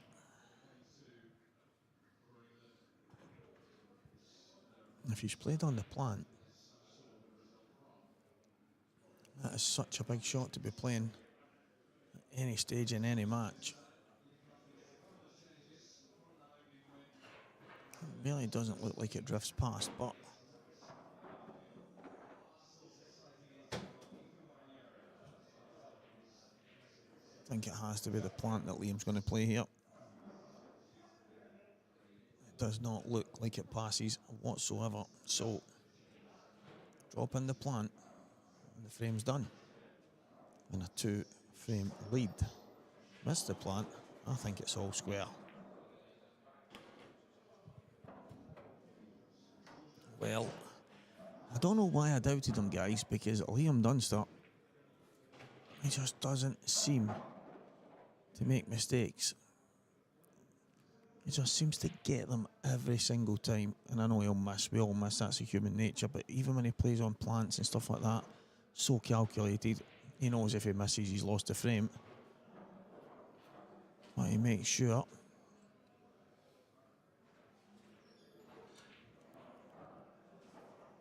I'm sure he'll go off the bottom cushion and back up here. Spanner Austin, cheers, my friend.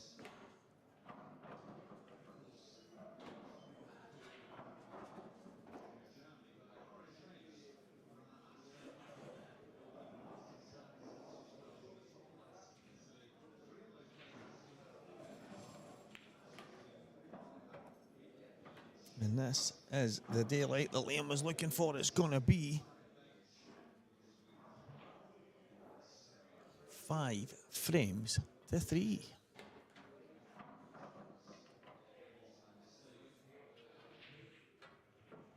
I think the thing here is the first shot, he's kicked it out. It's landed in next to the yellow, made it slightly awkward. He then had a plant to play at the top. We know how precise Liam is. We know the way he plays the game. He was never going to be rushing in any of those moments as he tries to make sure. And he did make sure he's 5-3 in front, but the standard in this match has been first class. Yeah, Mark has obviously had to sit in his seat whilst Liam has taken 2 finishes in a row. And one of them came from Mark losing the cue ball off the table.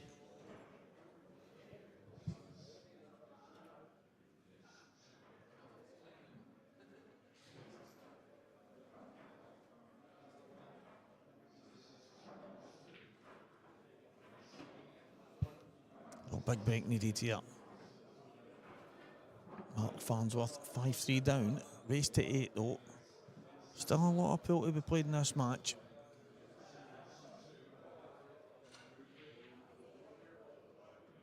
He's a good one. Cue ball left the table again, but it stays on the bed. And I'm looking, you know what? Both sets are good. I think he's got a far easier start on the reds. I can't see him going any other balls but reds here, and it could be 5-4 really quickly. It's been the battle of the breaks so far, and if Mark doesn't go off the table in the last one, it's maybe not a 5-3 match right now, but Liam has been flawless up to now, as has Mark out with that break. So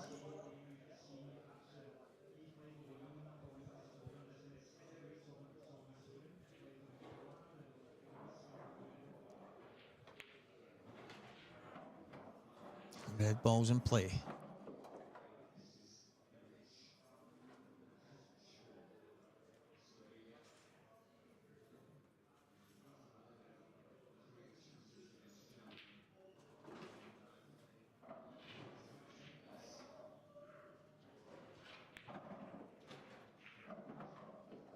Just about the right angle, I think, yeah.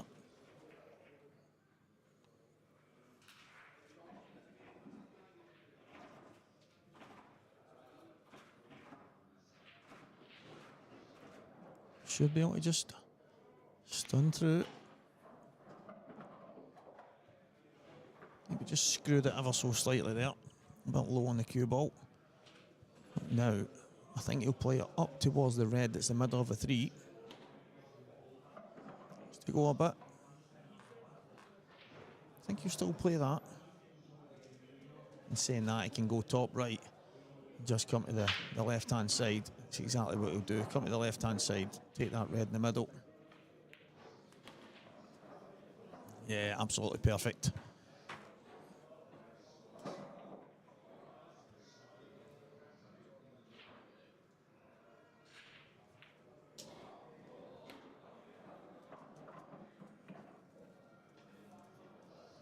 Just slightly under hit. And that's me just splitting hairs because he was never going to make any mistakes from here. He's looking at the tip again. That is bothering him. There's something in his eye line, definitely. I think it needs a wee tidy up before he comes up to the Normandy in a couple of weeks. And he might actually have something down his own way coming up next weekend, but I'm sure Mark will make sure. Nice cues, tip top, pardon the pun, for the IPA Tour event up here in Scotland in a couple of weeks' time. So 5 frames to Folium Dunster. The breaks in this match have been sensational. I also think that, in fact, up to now, the difference has been the Mark Farnsworth break that's flew off the table. Out with that, most of these guys have barely put a foot wrong, so some standard.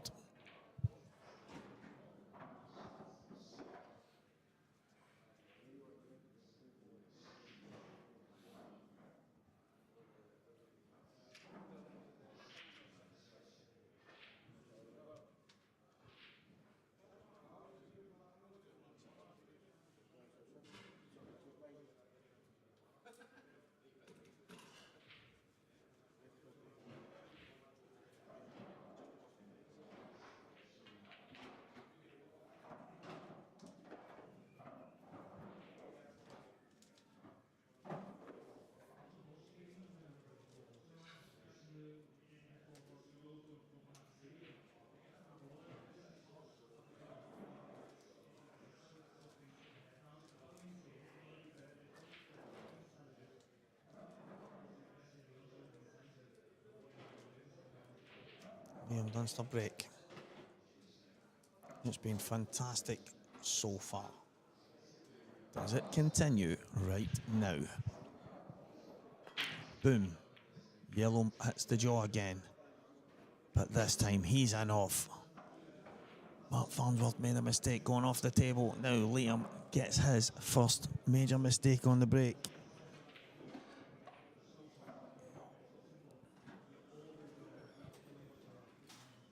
Red balls. Most likely for me. I think he just has to play the yellow out the way.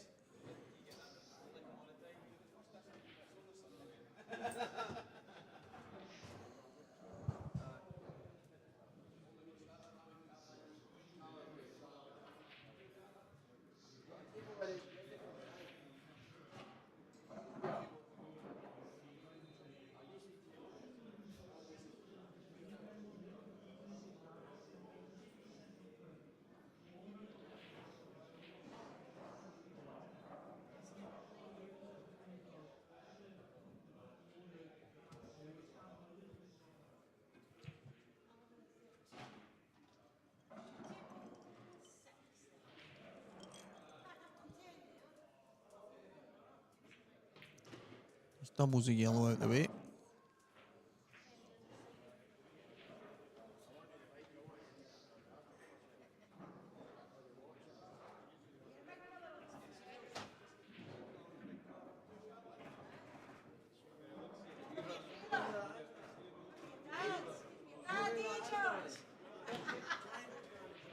A perfect shot there.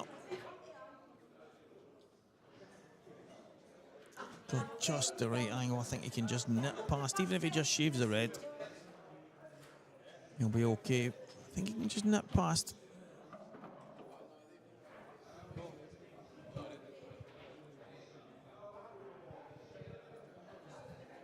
Absolutely spot on here. Mark leaving the 2 balls at the top end.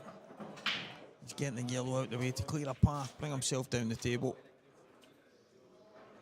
And all of a sudden, everything all opens up.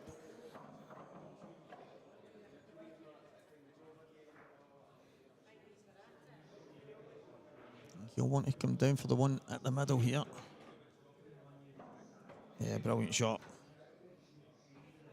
That's just about perfect. Giving himself options now.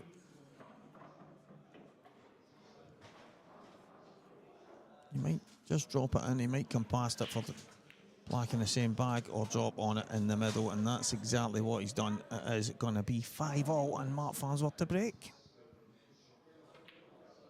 What a match, guys. What a standard. Not been many balls missed by these two. John McCallister, I can tell he is 4-3 in front of Gio Edgar in the other semi-final.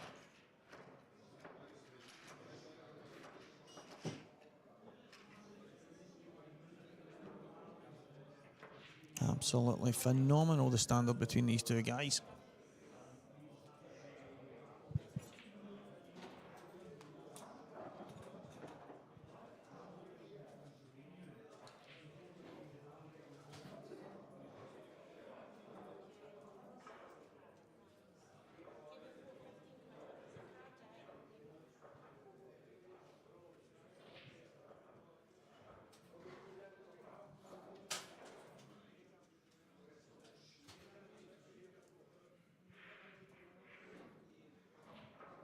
Big break. Can he keep it? It jumps again. He's got that little jump because he's putting a lot on it. Opening yellow. Top right corner. Bottom right corner. He might decide to cut the yellow back into the bottom left. Or does he take reds? The two reds at the top. Slightly awkward. There's one awkward yellow.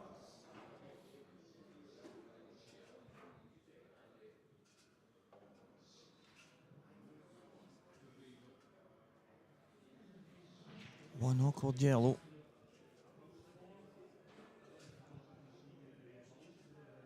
In the plan, is he going to try and kick it out right now? That's a fantastic shot. He's played the 2 and 1 at the same time. It's not what he wanted. But you know what? Let's not look the gift horse in the mouth. He's got a chance.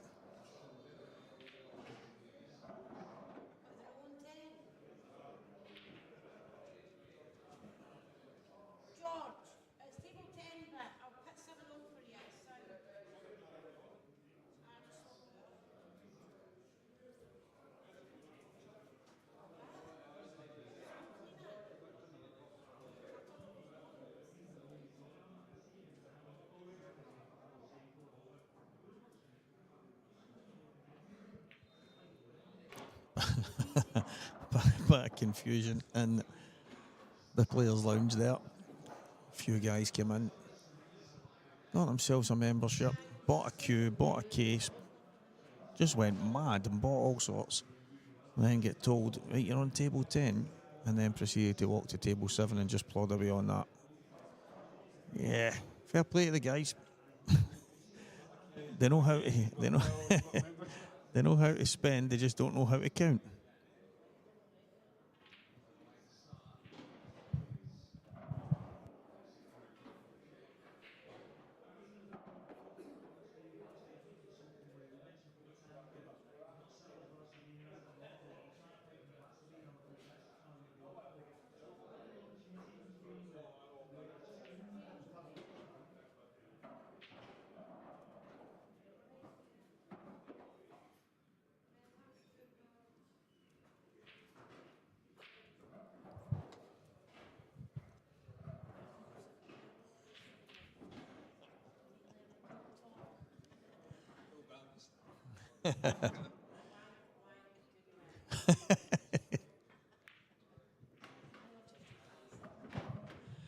He's just overcooked that there, Mark.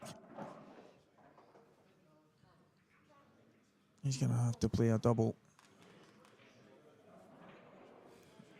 I don't think the thin cut is on.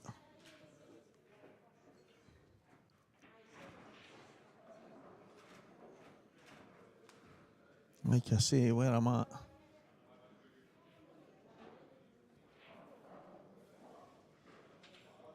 I can just about see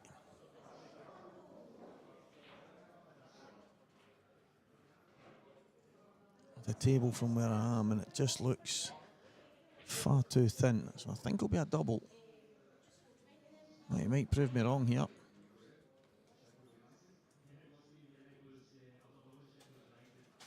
think if he was to try and thin cut it, he might go straight in off in the top bag. So I think it'll be the double. And just try and get the cue ball between the black and the red to the right hand side.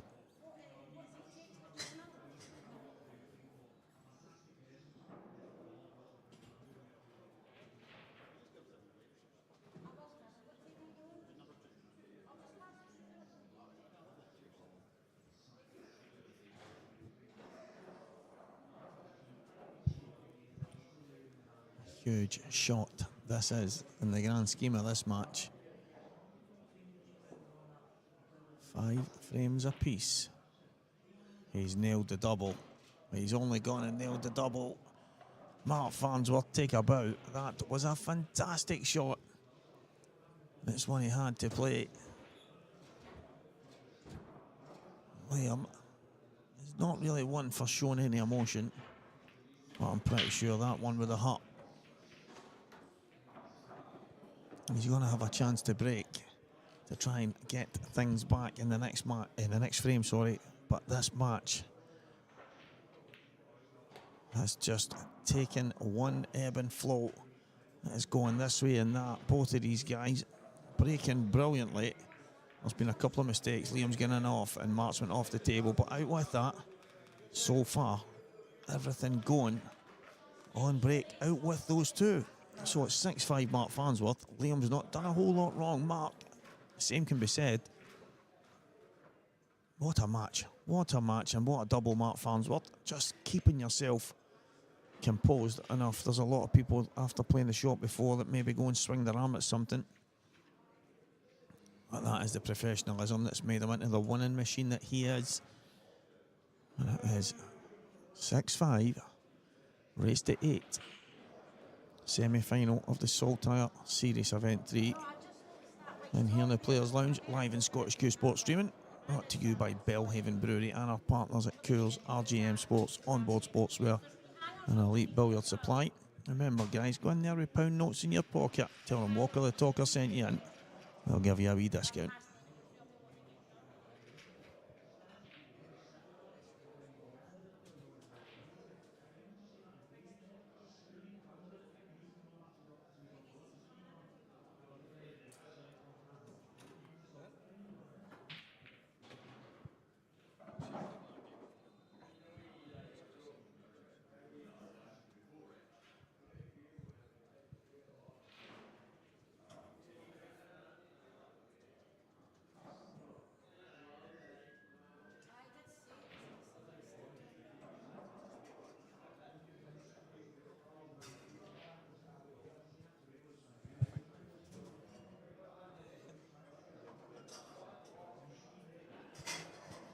Big break.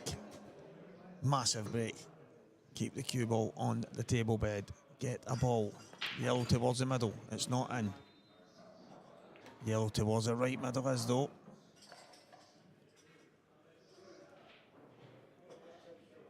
Yeah, Mark having a look. Leaning over, he can see that the red closest to the left cushion will go cushion first off the yellow and then clear that pocket. So the likelihood is Liam will take the reds here. I can't see him taking the long yellow and then he'd have to drop in the plant. And yeah, there's a lot of work to do going that way. I think the reds will be the balls. It's slightly awkward though.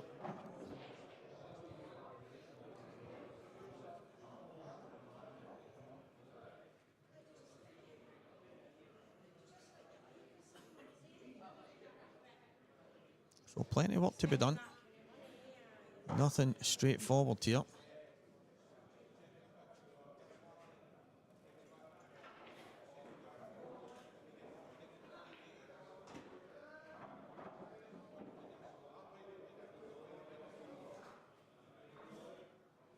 He is going to take the yellow.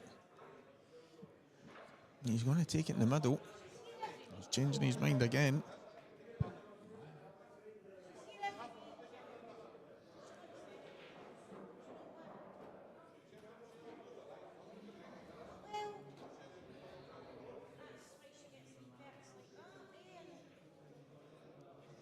This is a massive decision from Liam to take this on.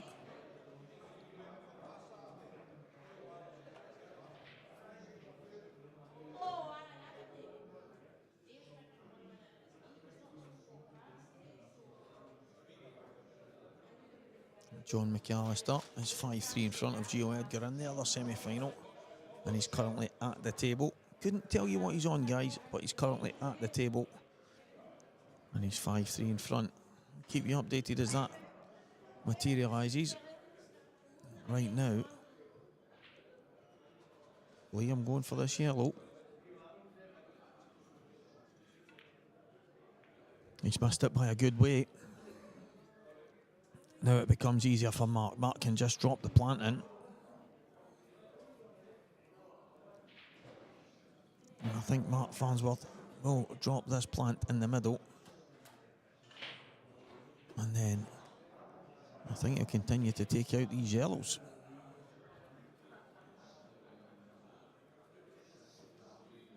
Seems obvious, but he'll want to make sure.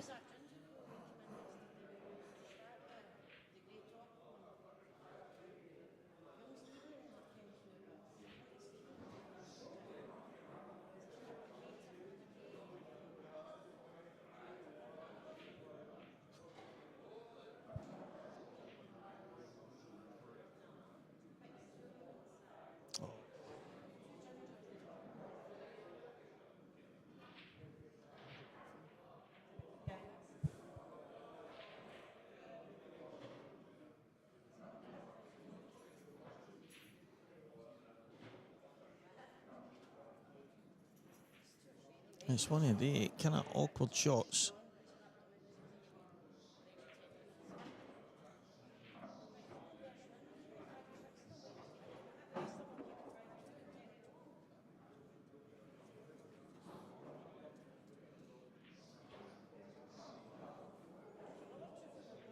Do you maybe have to screw?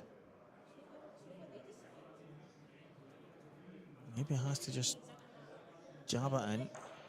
Is he maybe going to take the yellow to the right middle?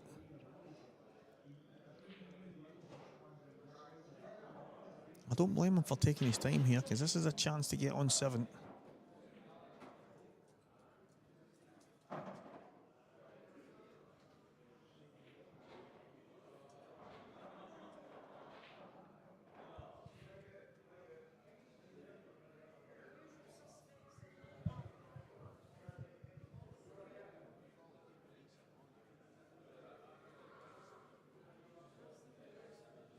He is going to go to the right middle.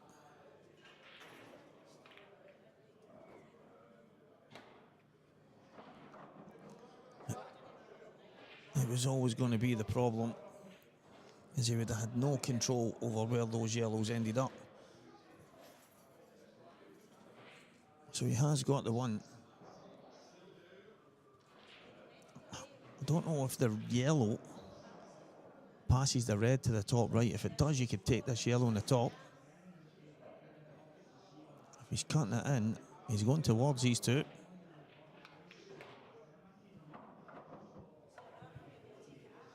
Brilliant shot.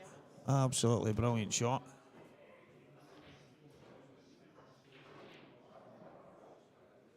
And he's landed absolutely plumb, I think, on the 2 yellows. I think he's on the outside one. And if he is, this is a fantastic chance for Mark Farnsworth to get on 7 and give himself every chance of a place in the Saltire final. Just wants to pull the cue ball back a few inches. Nice shot.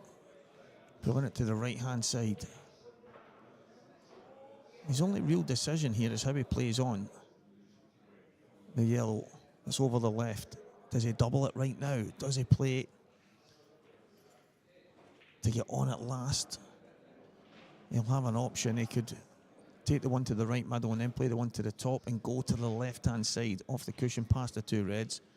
And it would give him the option of the yellow in the right middle or the bottom right. Oh yeah, I think he might decide to double it right now.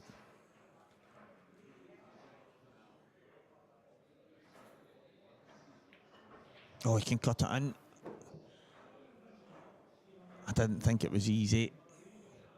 I think the problem was it was an easy enough cut. He could pot the ball no problem. I think Mark knows that. I think the problem was he was trying to maybe watch where the cue ball was going at the same time, and because of all the reds, I think it was always going to be slightly awkward. But is there any real damage done? That's the question. Is there a hiding place? Is there a shot? Is there an aggressive shot for Liam here?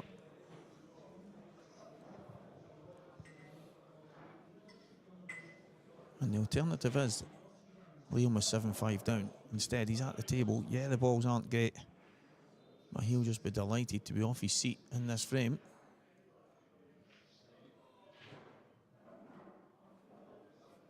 And see, he's not really sure what to do. But again, as I say, the alternative is the frame is gone.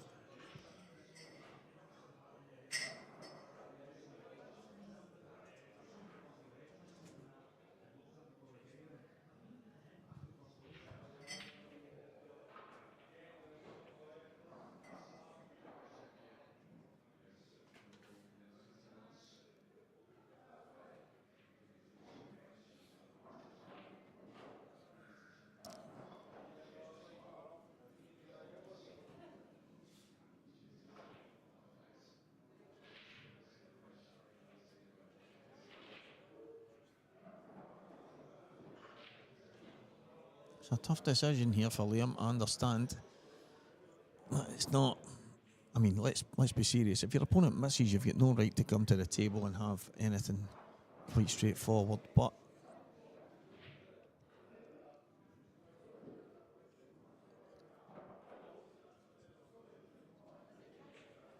has he got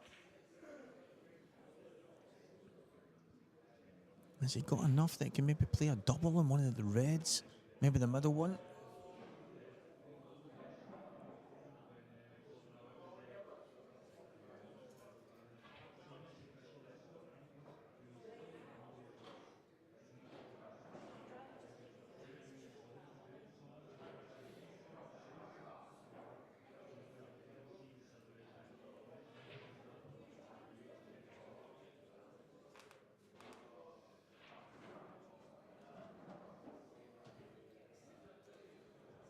Yeah, we could.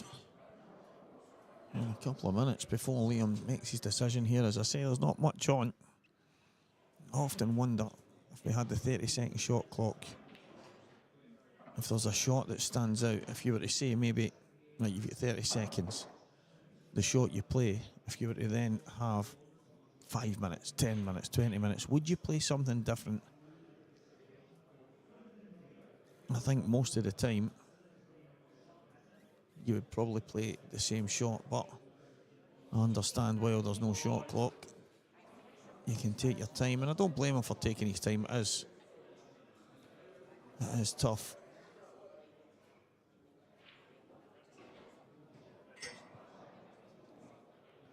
I quite like that shot. Kaiser Soze, quite like that. Double the red back up towards the yellow, even double the yellow, the black, the red up to cover the black bag. So there's a couple of options on doubling. I do quite like that. I think if Liam, I think the likelihood is he will play one of them. I can't see anything else. I think he either has to double it up to the yellow pocket or to the top right where the black is. I don't think he can get through to any of the other two reds to play a double in the middle of the table. He's looking at places he can hide the cue ball, but I think he has to either play a double or go for a very audacious pot.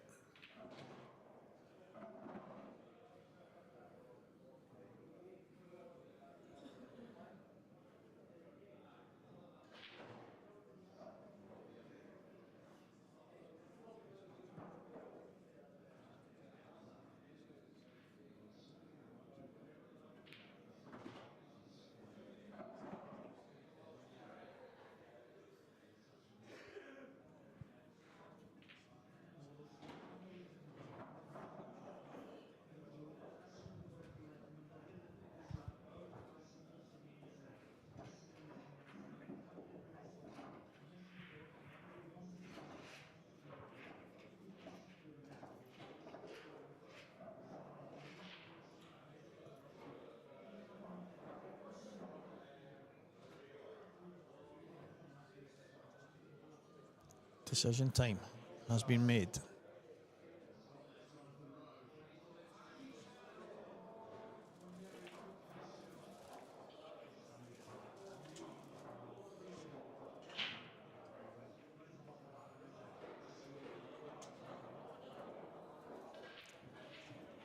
I do think that's probably what Liam was always thinking. He looked at it a few times. I think it was always the shot he was going to play. He's probably just been taking a bit more time to see if an alternative drops. But it's ended up. I think he's landed okay. I don't know if he's left marked the one at the top. It looks so tight, he would maybe have to put a little bit of swerve on it.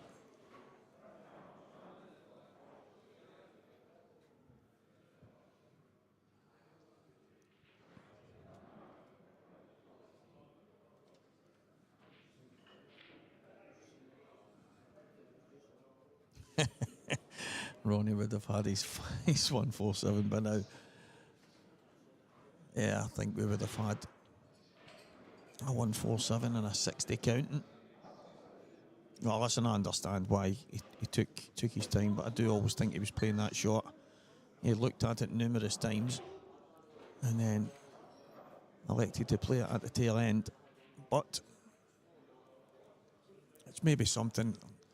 I've been a big advocate for getting the shot clock in play, even for the semi-finals, or even maybe just having the referee keep an eye on both tables and encouraging them to hurry up, even if he just keeps an eye on his watch and he can say, listen guys, that's been far too long, you've now got X amount of seconds to play your shot. I think something like that maybe just encourages things to be sped up. Understand when you've got 10, 12, 40, whatever, however many tables in play, it's hard to police every single one, but I do think that we could maybe, when we get to this stage, we could maybe keep a better eye on it.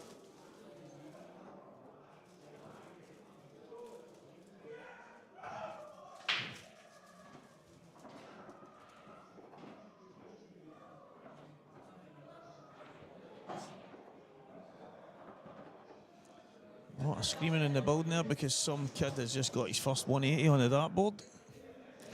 He's gone absolutely off his head down in the corner.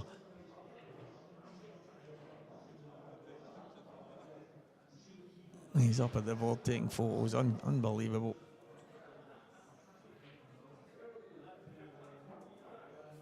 And here's the kicker, guys. That shot Liam's played, I know it took a bit of time, but it's maybe just won him the frame, because all the reds are now there. He's definitely got a chance.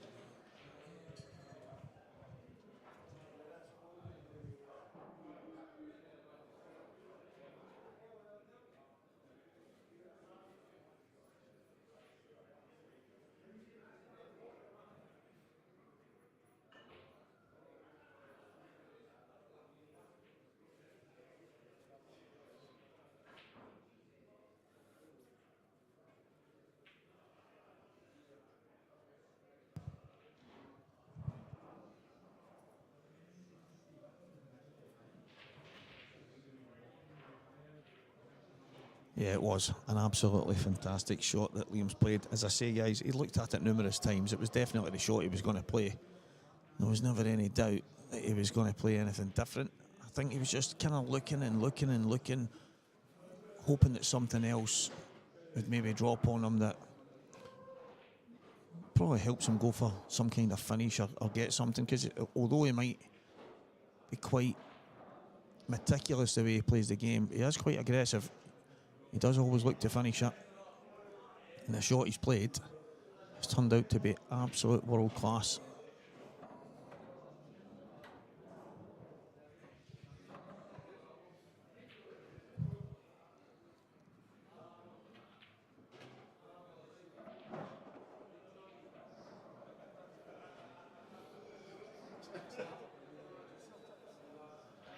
This is a key shot. Obviously, worst case scenario, he gets the pocket, but I think it drops. I don't think it sits. I think it's in all the way.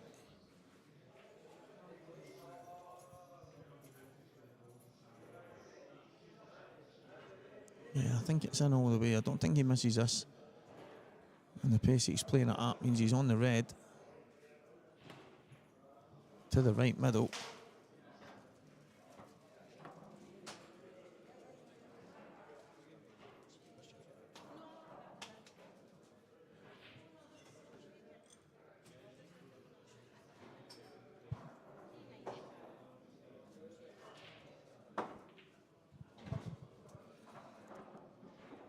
Yes, June, I mean, I kind of get what you're saying there, and obviously we can talk about Ronnie going and taking a 147 in however many minutes. But there's also shots in snooker that take 15 minutes just for one shot, and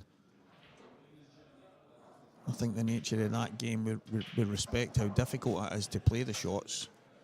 I think a lot of the time, even when they go and play the shot, it's the obvious shot. So as much as I get the sentiment, I don't think it's anything to do with how fast the game's played. Considering that is the most played cue sport in the UK, we just don't seem to be building up the viewership for some reason. But we're doing our best. We're doing our best, guys. I think we need to, my personal opinion, I think we should be pushing the team game more than anything. I think the atmosphere and the electric atmosphere you get at these events, you just imagine a UK Premier League type thing. All the big teams from up here, Glasgow, Edinburgh, Falkirk, Kilmarnock, yeah, whatever it is, all these different counties. Then you've got your Liverpools, your Manchesters, all the way down.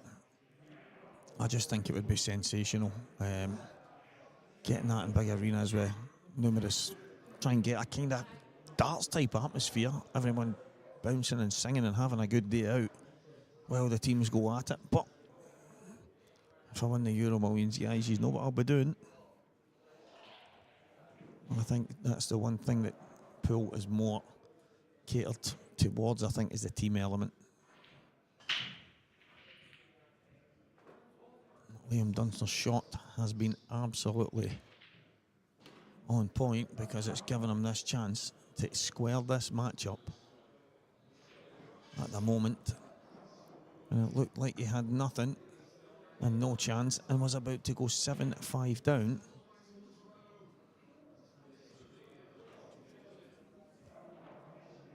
Ryan Hopkinson, RH coaching, what a guy.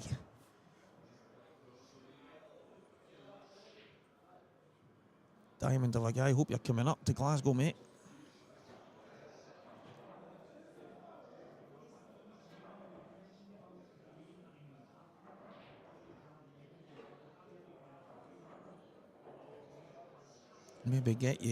Maybe sneak you out of the building, get you over to do a coaching session with my young kids.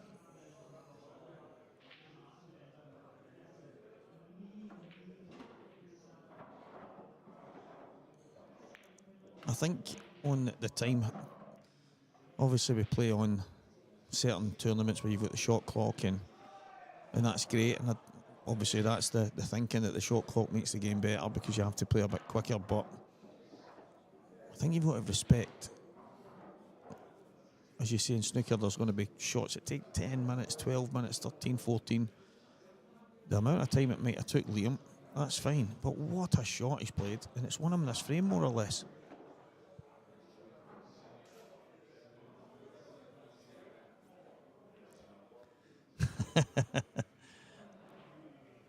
Yeah, there's a good chance I'd be starting the team tournament from the Maldives, mate. That's a fact.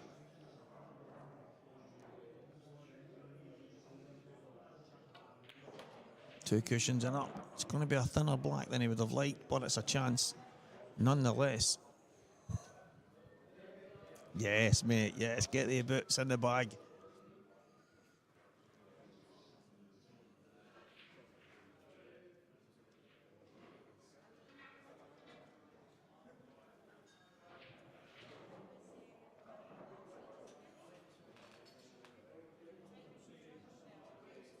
There's black to square the match up. And it is, and Mark Farnsworth will get to break in the next frame, but that shot Liam played, as long as it took, has turned out to be the frame winning shot, and it was a fantastic shot at that, just to hang in the frame at that point. So it is 6 frames all. And in the other semi-final, John McCallister 6, Gio Edgar 4.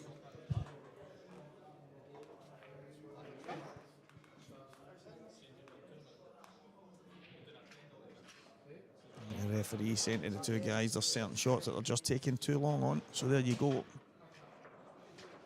There you go. They're listening to everything you guys are saying, but I will be back in a couple of moments, guys. Just quick comfort break.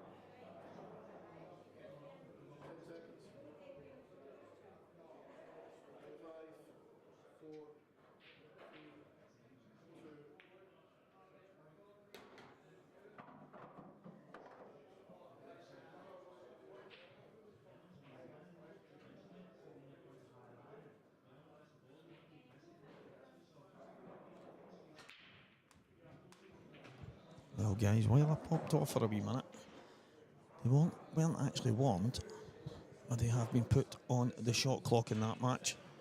So the 30-second shot clock is in play.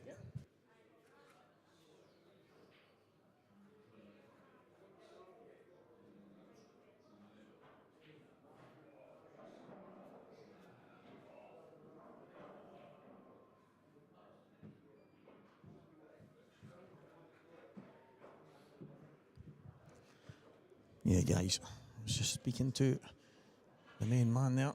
It is now on the shot clock. 30-second shot clock is in play. And although these guys play on it on a daily basis, the shot Liam played was world class, but it did take a bit long. And he's now on the shot clock. And we know how good Liam is on the shot clock. He does it on a daily basis at the IPA events.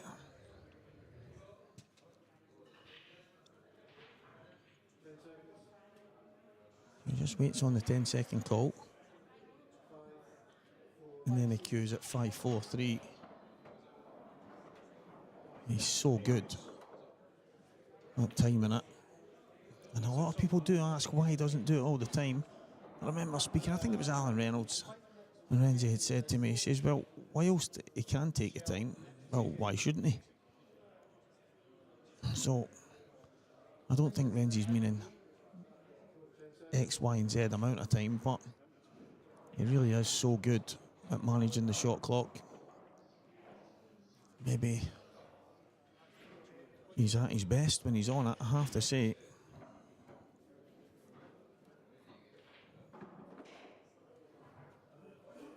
So he's absolutely plump on these two reds. And remember, this is from Mark's break, so Liam, will have a chance to break to win the match. Gio Edgar, I was looking at the other screen there, has just missed a yellow. He's just missed. He's just missed. It wasn't a yellow, it was a red he's missed into the bottom corner, but he's given John McCallister a chance on yellows. It's all going here just now.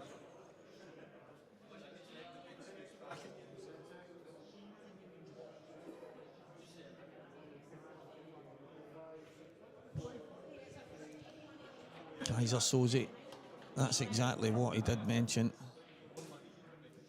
when he came over to mention that the shot clock had been in play. It wasn't based on speeding the match up, it's based on basically the time that was being taken between shots. This match was obviously started before the other one as well, so they do know that it's going to be finished first. But I think it's more a case of, for me, I think he could have just said, listen guys, can we maybe speed it up a bit? Maybe the shot clock didn't need to be technically in play, but I do understand why. And when you see Liam under the shot clock environment, he is one of the best at it. He manages the time so well. So the funny thing is, there's numerous people on talking about 4 minutes, 5 minutes, whatever it is, and how long he takes. And then the minute he is sped up, you then think, oh, why you do that? It's maybe a bit harsh, but I do understand why. I do also think the shot he played, even though it took 5-6 minutes, whatever it was absolute world class. So maybe there's a fine line, but the 30-second shot clock is in play now nonetheless. And Liam is 7-6 up with a chance to break to win this semi-final match.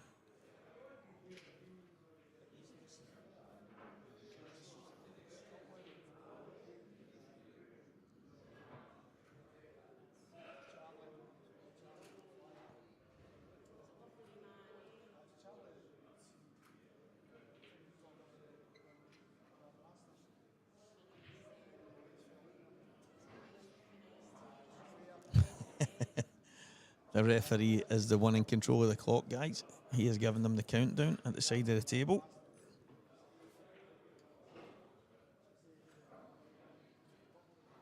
Well, I would imagine that with the shot clock in play here, it would then transfer to the final. It's not something that I can answer without the authorities behind me, but yeah, listen guys, I understand both sides. There's obviously some people probably sitting right now saying maybe I shouldn't have moaned about the time he was taking, but on the flip side, we get to see Liam at his very best, because when he's in full flow, he uses the time so well. And like I said, that shot that he took a bit of time on, Liam generally knew that he was going to play from the off, so it just goes to show sometimes. But he's gone in off. And it's the second time I think he's going in off in the corner back. So Mark, with the 30-second shot clock in play,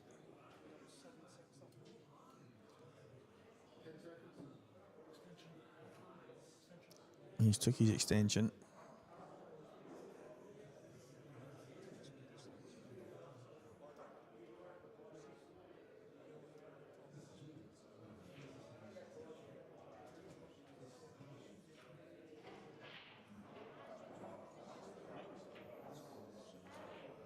He's going to go too far. Is he on it? I don't think he is.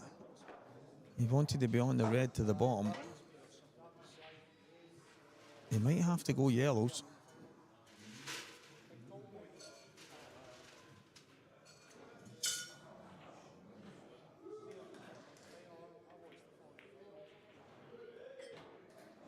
Yeah, good shot. Gives him options at the top side now.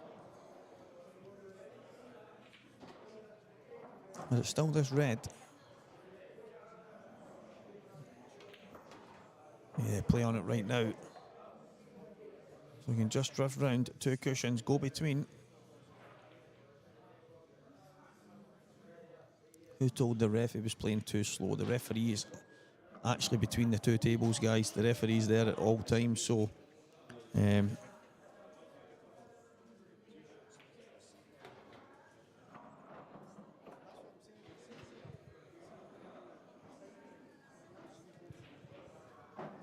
for me, the referee's there, and he's watched, and he's actually came up and alerted the tournament directors about the time and what his thoughts were on it. Now, I don't think he was meaning to go and put it on the shot clock. I think he was wanting it sped up, and I think rightly so. But Liam goes and takes a monster finish in the next frame. And I think the game between these two guys here has been unbelievable.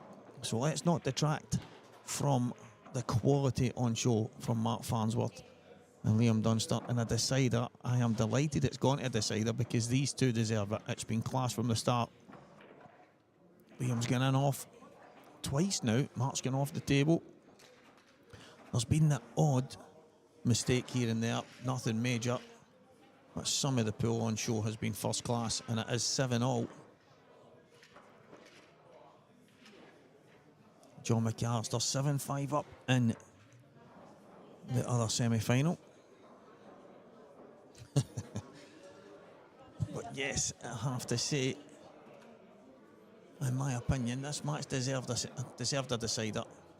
Both of them have played outstanding.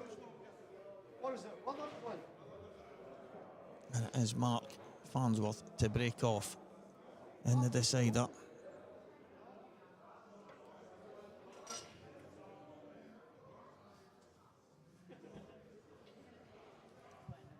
John McNulty watching from Cape Verde. That is absolutely fantastic. And I hope the island is nice and warm at this time of year. I think it's nice and warm every time of year, but hope you're having a good time there, whether you live there or just on holiday. But here is the moment.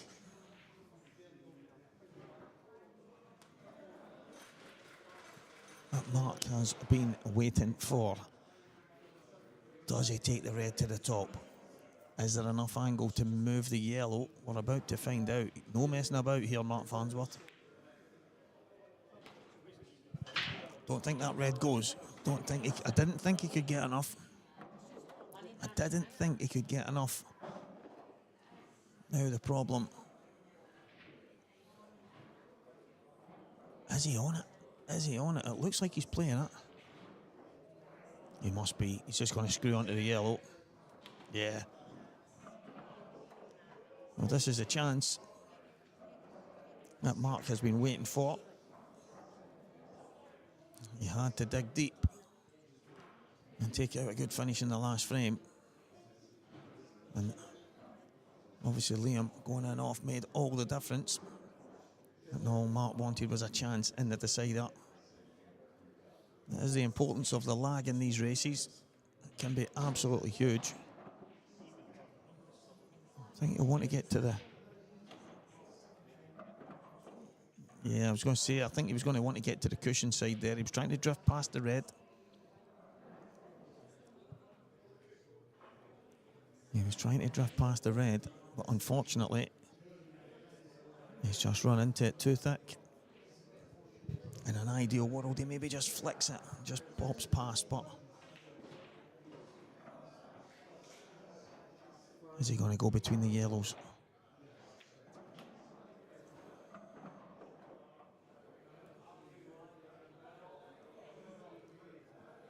I think he was trying to go between the yellows, off the cushion and back across. Now he's going to have to take the one in the top. Was he going to take the double? He is going to take the double. Double. He's got... Oh, I thought he had it.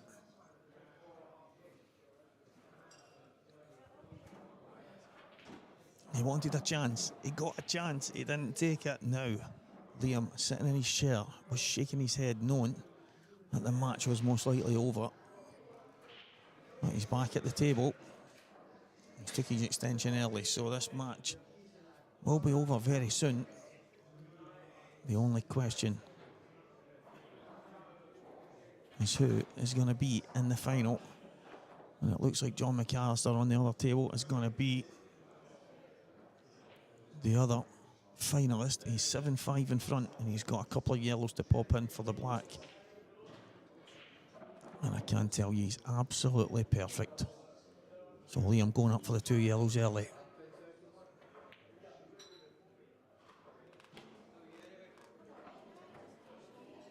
Yeah, just about perfect. Maybe another inch, he would have been in trouble, but the control on that shot meant that he's absolutely spot on.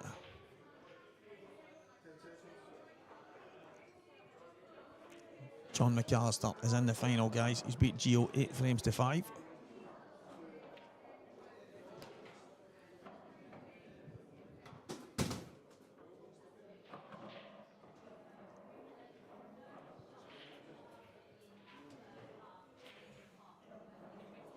So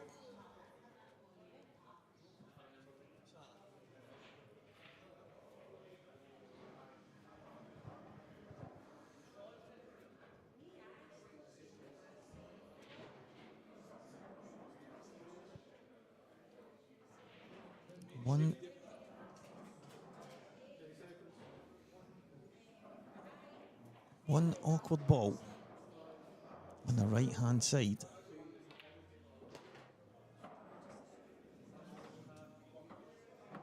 Does he double it? Does he drop on it? Does he kick it out? I don't think the guys at this level kick anything out unless they need to, or are absolutely certain to be on something else.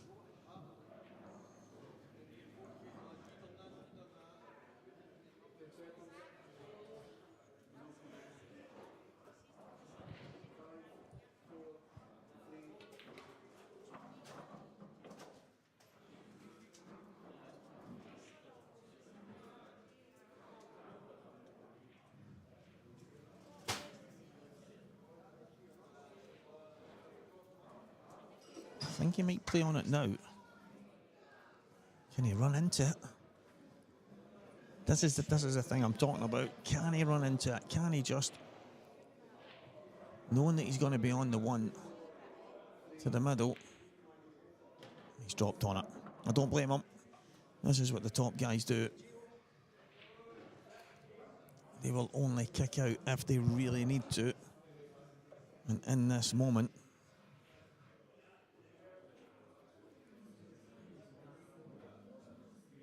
it looks to me like this is match ball.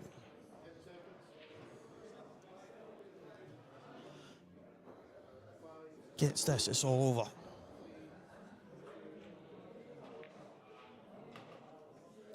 Mark taps the leg. It is now all over. Mark had his chance. But Liam Dunster is joining John McCallister in the final of event number 3 here at the Saltire Series.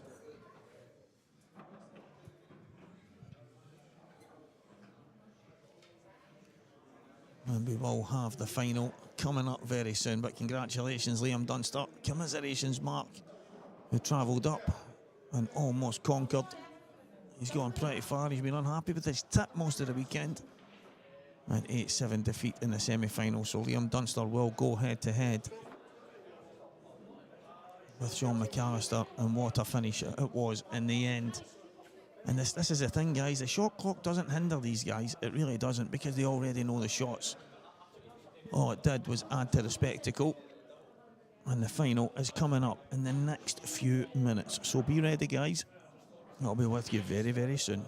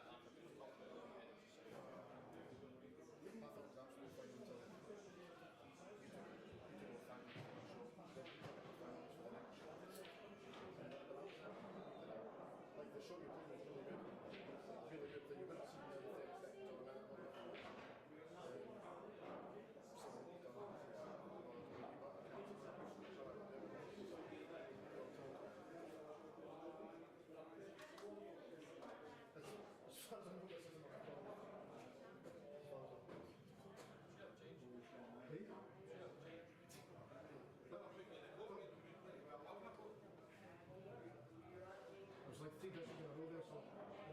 He can play perfectly fine that way. He takes the piss. 7 minutes you took the 6-5 shot. That's why. I'll talk about that. Don't just concentrate. I'm not getting it.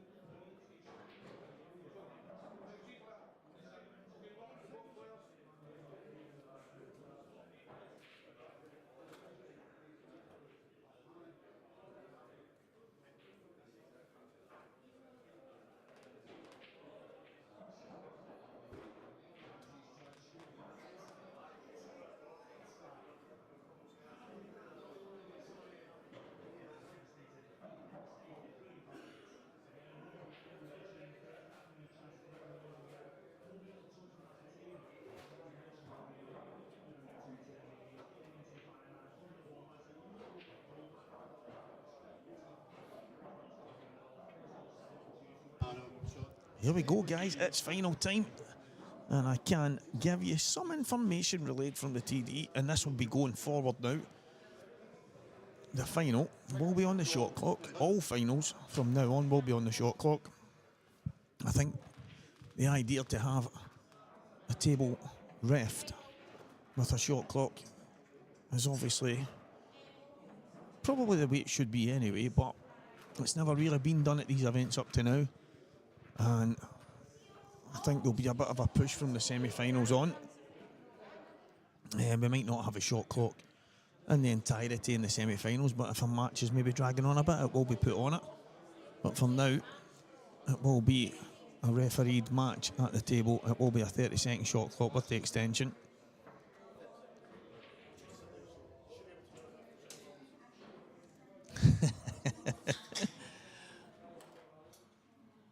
You get some Factor 50 on, mate. So it is the Saltire Series Event 3, brought to you by Belhaven Breweries. We're in the Falkirk Players Lounge. I was about to say Sky Sports. It's Scottish Cuesports streaming. If we're on Sky Sports, we're doing something right. It's Scottish Cuesports live streaming. Craig Anderson, the one-man band who has done so much to get the world of pool out there to everyone. It is absolutely fantastic. And me, Stevie Walker, or aka Walker the Talker, will keep you going through this final. So Liam Dunster is going to break off.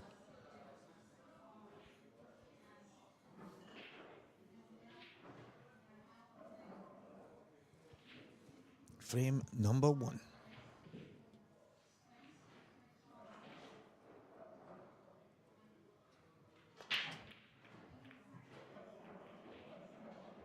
Didn't catch them properly.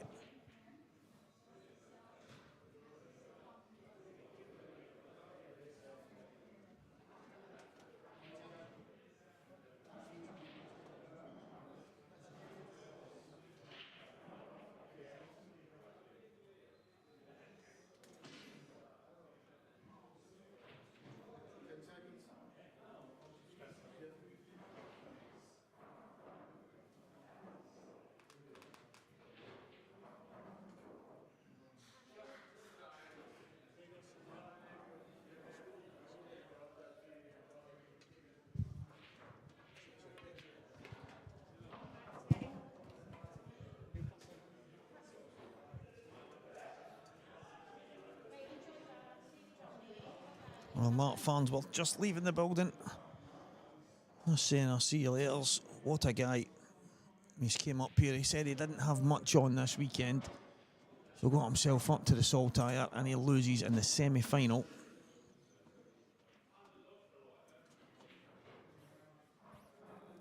Well, as it's been questioned about the setting up of the balls, I'm pretty sure Renzi, if he's watching, I'll let you know that you can. I think you can set the balls up yourself. I know that Renzi, in one of the matches, I can't mind exactly, it was in McGoldrick, and he was setting up, or someone was setting up and he was allowing.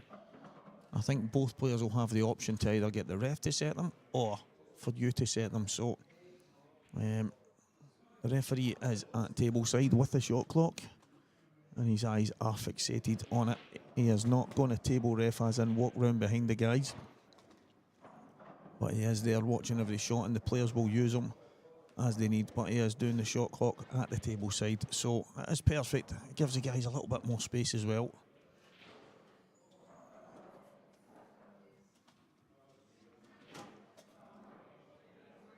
John McCallister, who for me hasn't had the best of Saltires since its inception, since he's been coming up here.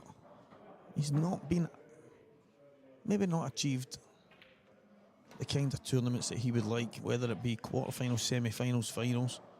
Well, he's in the final right now against Liam, and he's been fantastic, and some of the players he's beat has been sensational. So can he go all the way?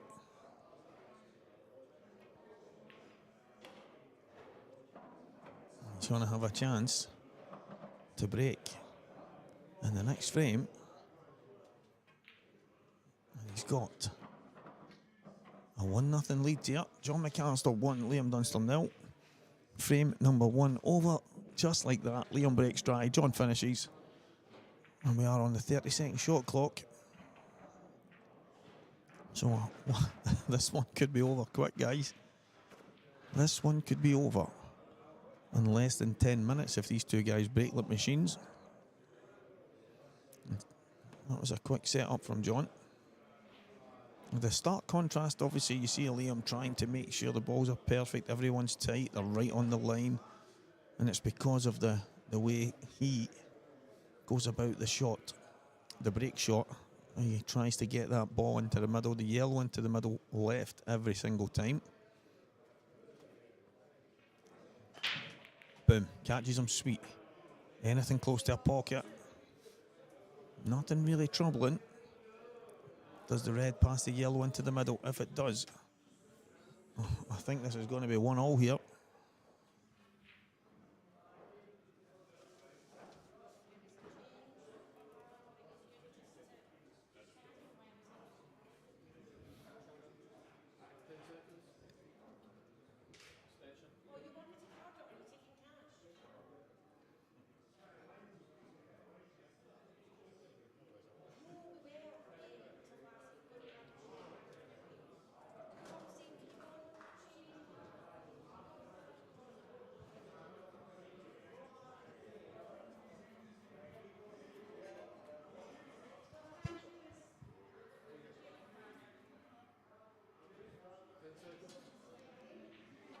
He's on the red, goes to the top cushion. He's playing position now. The red next to the black. I think he'll play on it right now. I don't think there's a better ball to get on it. You can get past the black clearly. Take the red to the bottom left. He might actually decide to just nudge it here. And again, I don't know why I said that, because in the previous match I said these guys do not kick out anything that goes. Just in that moment I'm thinking, he's got the angle. If he runs down, he's going to be on the one to the left middle. But why would you? Why would you move something that clearly goes and he's already in position to play on it? You can just see Renzi right now saying, Stevie, come on. Do you know what? I'm changing my mind. Changing my mind, guys. Should have kicked it. he should have kicked it out. He should have just nudged it just to make it easier. No, he was perfect. It's very unlike Liam. I think John can maybe pop this yellow in the top left and get one of the yellows out.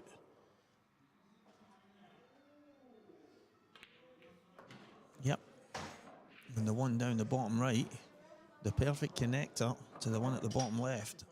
So all of a sudden, in a split second, this match is looking like a great start for John McCallister. But not just a great start, it's a good marker to put down. Pinch the first frame. Break dry in the second, but managed to get to the table and take that one down as well. So that is a great marker to set right away in this final.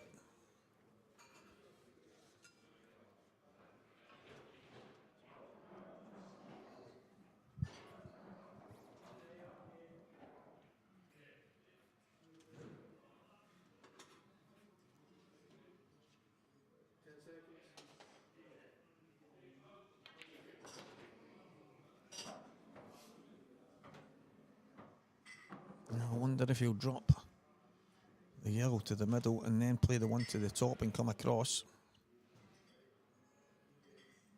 I think that makes connecting these yellows a whole lot easier.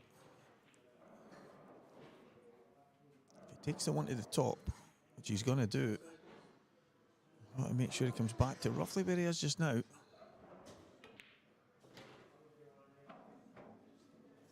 I think he's okay. I think he can play it into the bottom side of the pocket.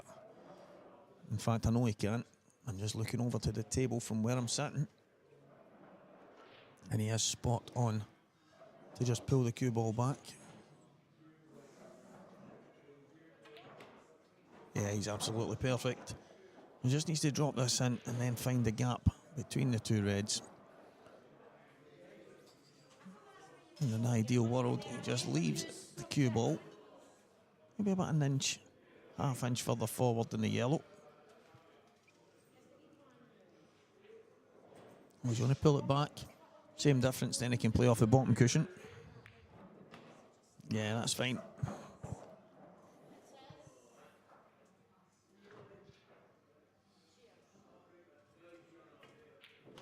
Yeah, off the bottom cushion and out. So, just as simple, just as straightforward. John McCallister. 2 frames in front here.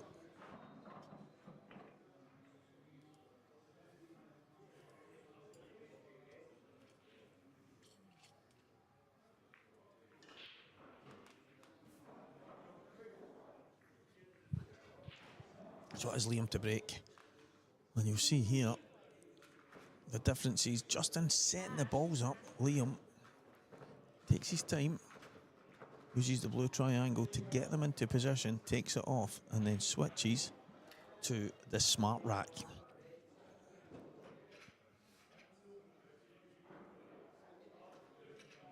That is amazing how different we all are when we set them up. I'll just put the smart rack against the bottom cushion. It is shaped to suit the bottom cushion, so it slides in just perfect, and then you just set the balls up, push them forward, and then the spot at the back, slot your last yellow into it. That is the genius of the smart rack, guys.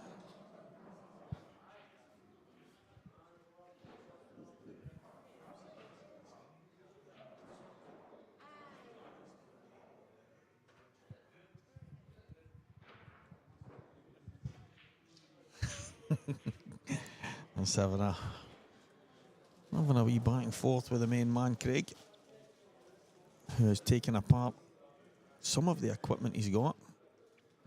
Doesn't even scratch the surface.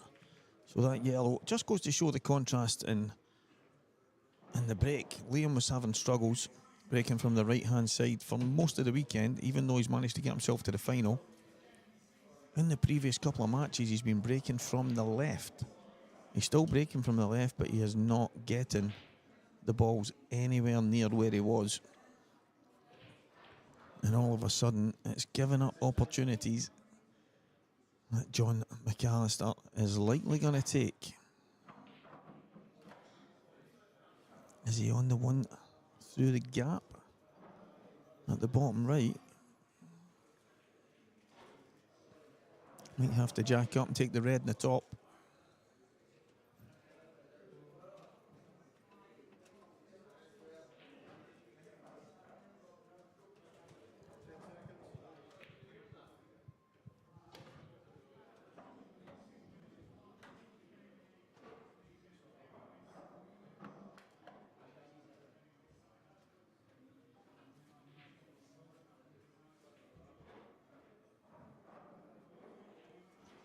Played a brilliant shot, I have to say. He's played a fantastic shot.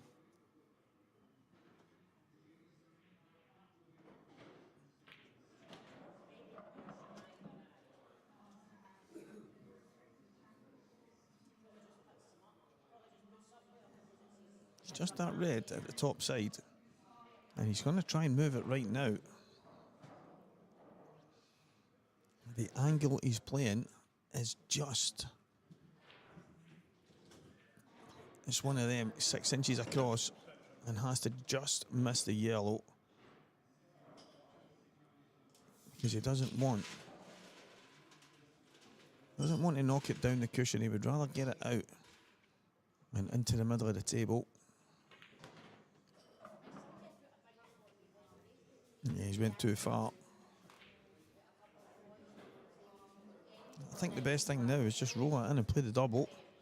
When play the double, you're going to be on the red to the bottom regardless.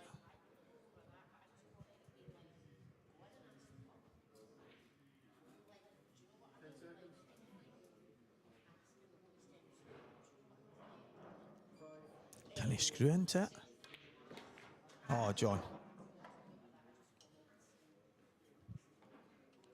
He's played it as good as he could. He He's had to control it. He's had to have the power to create the angle. Oh, he's done well.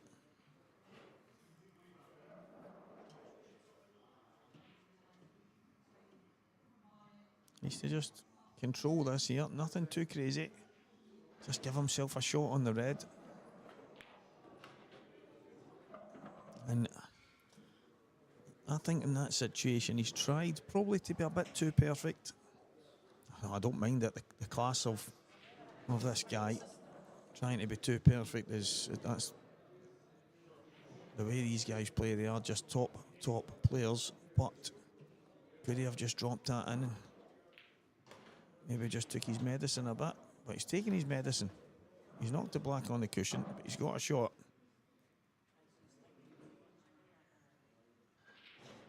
This for a 3-0 lead in the Saltire Series Event 3 final. Fantastic. Pot the ball like it's in the middle of the table. Pretend the cushion is about 20 feet back and just cut it down. And that is what John has done there. He has 3-0 in front and it's his break. A rest at 8. 3-0 advantage. It's not insurmountable. Liam Dunster won't go anywhere. He won't panic. He's been there, done it many, many times. But so far, it has been fantastic pull here from John McCallister.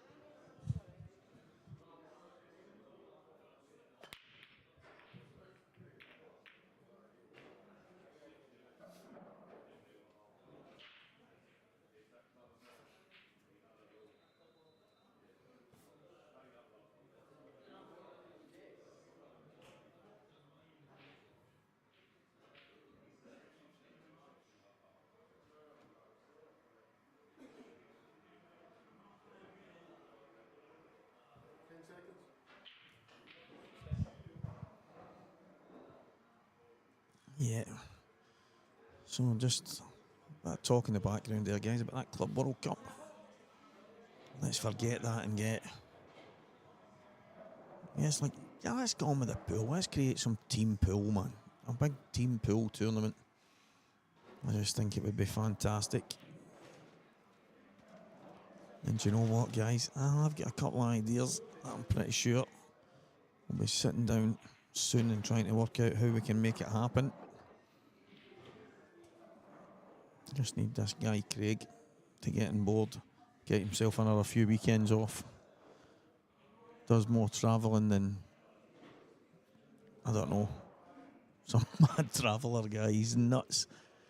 But he does some job, Scottish Cuesports streaming. I think just looking at the picture, guys, if it's the same picture that I've got here, this Ultra HD, whatever it is, 4K, it's incredible what he does and what he's achieved in a short period of time.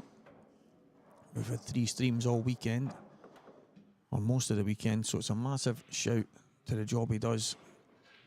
He deserves all the credit that he gets. He does deserve it. Kev Chalmers has been the referee for the weekend. I have to give Kev a shout as well. Doing his travelling up and down. He's usually got a bit of backup for that Renzi guy. He was away supporting young Junior on his snooker travels. I'm sure we'll see the guys again very, very soon. I know we will in the next couple of weeks as we go to the big event in the Normandy Hotel, so stay tuned for that. I'm slightly awkward here for Liam. I think he might have to just... Can he come high? Can he come between the black? He's just trying to start across. Yeah, there's a bit of work still to be done in this. A bit of work still to be done. He's going to have to go top cushion side cushion. And then he's going to have to leave the angle to get across. And remember, guys, he's on the 30-second shot clock here.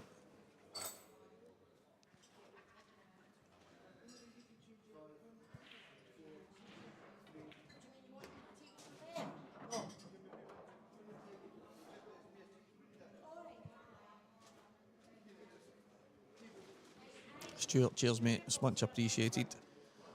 Obviously, it helps when you enjoy doing these kind of things. Now, I might be talking at a school. Craig might not be enjoying them. He might just be getting dragged from pillar to post. I don't know about dragged. They nearly knocked the TV screen right off the table there. But yeah, it is. I mean, to have 3 streams as good as they were all weekend was absolutely first class. And sitting here doing this, I must admit, guys, I do enjoy every moment of it. These weekends can be tough to get some help, although it doesn't really bother me. Me and Renzi have spoke about that. I'm quite happy to just sit and talk away, but a lot of the guys, when you play at these, you're either on a couple of quick fire games and then you're away, or you don't really get a lot of time. But at some of the bigger events, the IPA and stuff like that, you do get more guys joining us. But Liam, who's done loads and loads of commentary with us, has got himself back in this match. 3-1 now. Yeah, Mark Boyle joined me yesterday. McGiff joined me yesterday. And it is good to get some insight from some of the guys. As I say, at these events, you could be playing 2 matches, and then that's you through to the last 32 stage, because it gets redrawn when the 16 from the loser side come through. And then you're kind of back on, and it's tough to get someone that's got enough time to come in and maybe do a match. But what we can maybe look at, I was speaking about it yesterday, I'm going to maybe try and get a couple of the guys to maybe take even not a few frames, but maybe half a match or as much of a match as they can. And it does offer a bit of an insight to everyone watching what these guys would do.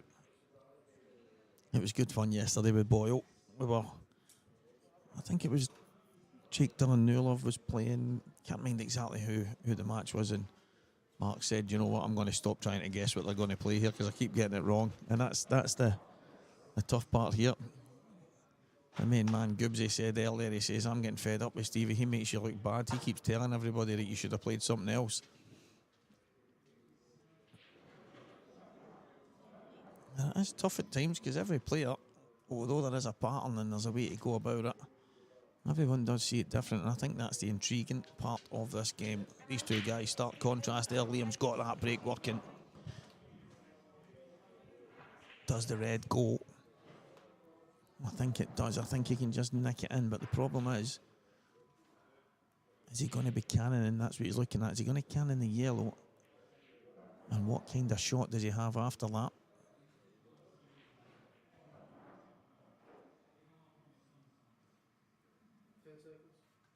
Can he get it full in the face and maybe have the red to the right middle possibly? Or can he get out? It looks to me, as I say, I've got a good visual of the table from where I'm sitting. It doesn't look like he can avoid the yellow in any way, so maybe catch it half ball. Have the yellow into the middle. Yeah, that's what he's played. On the flip side, guys, he's on the red to the bottom right. And the more I think about it, I think that's by design, because these two reds at the bottom connect perfect to each other from the high side. So I don't think there's any doubt here. Liam's going bottom right, working his way up.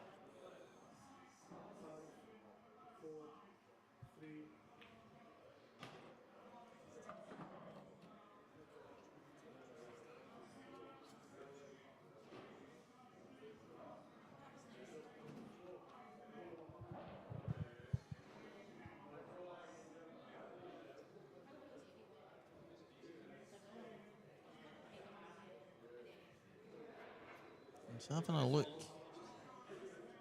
Maybe taking the one in the middle first, but I think coming downstairs is most definitely Way to go.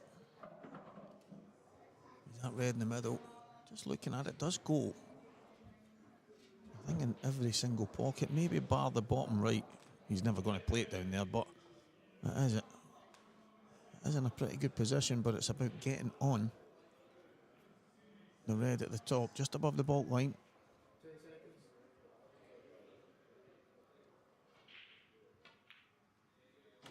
Looks like he's got a nice angle here. And I think at this level, it goes to show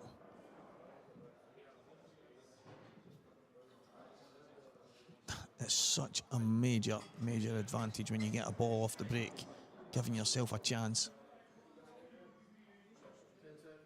I just think these guys at this level, although they make it look easy, it is not. Getting a ball, just to give themselves an opportunity, it just changes the game so much.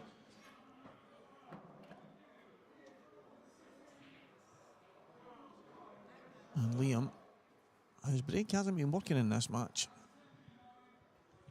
You can see here, just by getting a ball, the difference it makes. So chance to go 3-2. It will be John to break next, I'm sure. He will have a chance to try and create some daylight again. But as I said, at 3-0, Liam Dunster, he's been here before. He won't be going anywhere, no matter if the lead seems a bit too much. It never will be when he is in the match. Doesn't give up, doesn't go away, just keeps digging, and it is 3 frames to 2, John McCallister. But Liam Dunster, with a breaking run out there, keeping some pressure on. Yeah, Stevie Brown, I think it's something I've thought about for a number of years. I've always loved the team element of pool. I think maybe coming from football and stuff like that, being involved in teams has always been, it's just always been close to my heart, I suppose. But I just think we're missing a trick. I really do think we're missing a trick. Can you even imagine watching that on the TV? Even if it's a place that holds 500 or whatever city it was in, whether it was in Glasgow or Manchester, or I just think you go and fill an arena like that, maybe have 4 tables, 6 tables, 8 tables, whatever it needs to be, and 8 teams, 16 teams playing decent races over the course of a weekend. I just think you're creating an atmosphere that maybe we see it when we go play county, and I think a lot of them do down in England. I know they travel about and do it different to us, but I just think the team, I think we're missing a trick, guys. The team element for me is probably the most exciting thing about our game, and I think the Lola's pool party has added a bit of that kind of to the individual type thing. Obviously the 1 frame kind of thing, but yeah, I think that's something that I just think we're missing a trick. It's amazing watching these guys, Liam Dunster, John McCallister, 2 of the very best in the game, go out there. I think the individual game's always going to be there, and I think it's been there for a long time, and maybe we've probably got it as good and as big as we can to this point, but maybe bringing in some huge team type competition that runs throughout the year. I don't know how it would work logistically, but I think there's something in it. And the red at the top left hand corner, that's the one problem ball. Just trying to see the best option for Liam to get on it. Yeah, I don't think he can get there from that. The yellow's in the way. The one to the top right.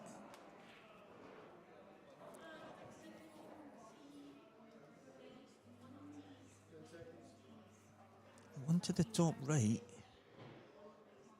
closest to the bag. You would really need to find the right angle. Now, does the one on the outside go? The way Liam's lining up, maybe it does. Maybe he pops that one in the top right and then plays into the left middle. Plays into the left middle, and he can maybe just control a little kick shot, leaving himself on the one to the bottom right. So he's going to have options.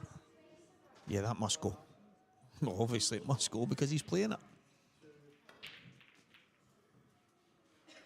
Well, that tells us it wasn't as clean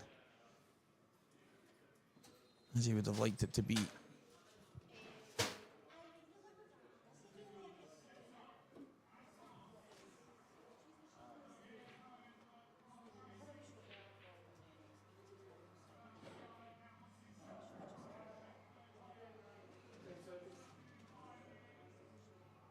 Yeah, I mean, could you imagine that up and down the country?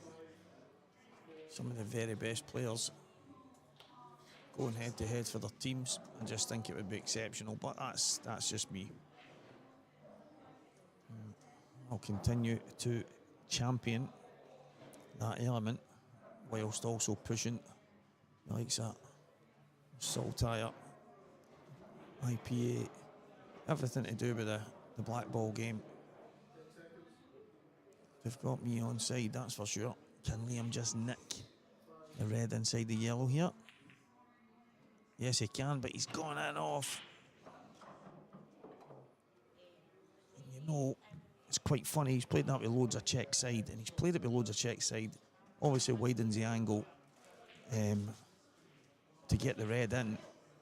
However, I think it's mad how often that it goes, probably from that distance, maybe 6-8 inches out. Seems to always track close to the middle pocket. I don't know why that is.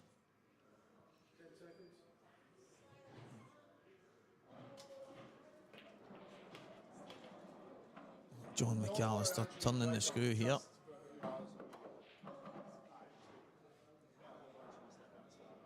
Yeah, that was unfortunate for Liam. He's managed to play a good shot, get the red inside, gain a bit of control at the top left corner. However,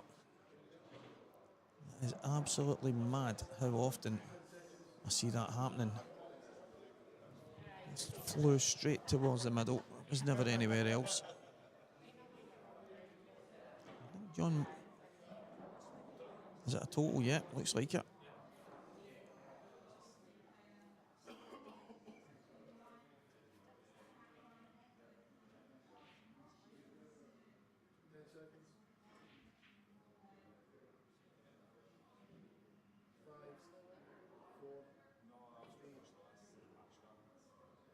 Yeah, it's a foul.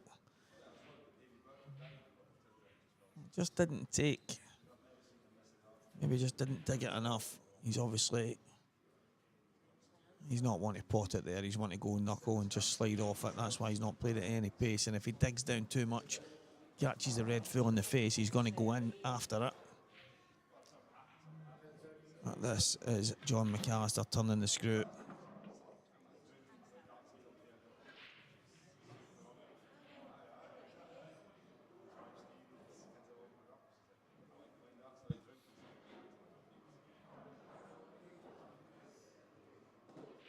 He's going to drop this in. He'll work his way up the table. I think the yellow next to the black ball. Just bounce that over the top bag. Just bring the cue ball towards the black.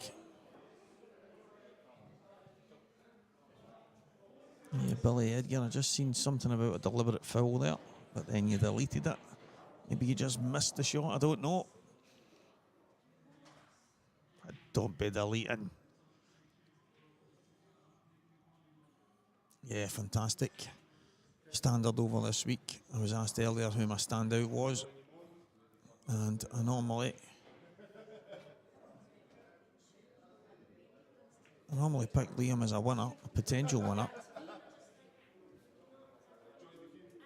I picked Mark Boyle this week.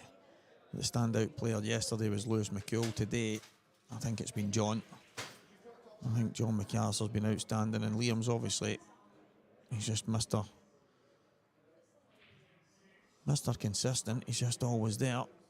Deliberately fouling is a coward's way out, is it? A coward's move, but it's not really deliberately fouling because it was a foul, and you get to play a free shot, and that is in all walks of life in the world of pool. So I don't think it's a deliberate foul unless it's in the middle of a frame, and obviously deliberate fouls are, well, loss of frame, unless it's the tactical foul. However, I'm thinking you're talking about the red that John potted in the bottom. That is most definitely part of the game. If you have your free shot, you have to use that free shot, most definitely, and John did that. I don't think he used his free shot too well in moving the red. But that is a far better shot now. That's where he wanted the red in the first place.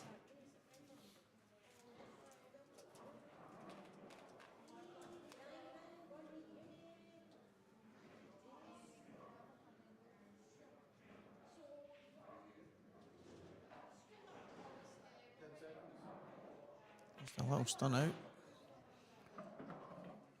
Looks like he's got just a nice angle. Maybe not enough. Would have preferred it. Maybe another inch to the side, to the right-hand side. It should be okay.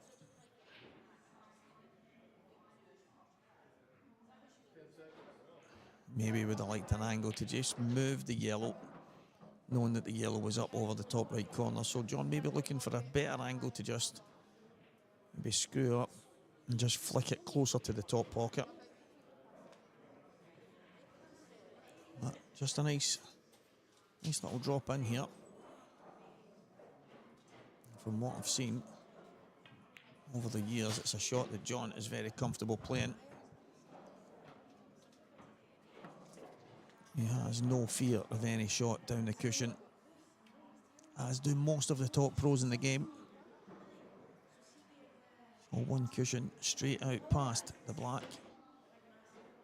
And both balls in the same pocket for a 2-frame lead once again in this race to 8 in the Belhaven Brewery Scottish Series event number 3. It is the Saltire. We're on Scottish Cuesports streaming. And it is 4 frames to 2. John McCallister, Liam Dunster to break.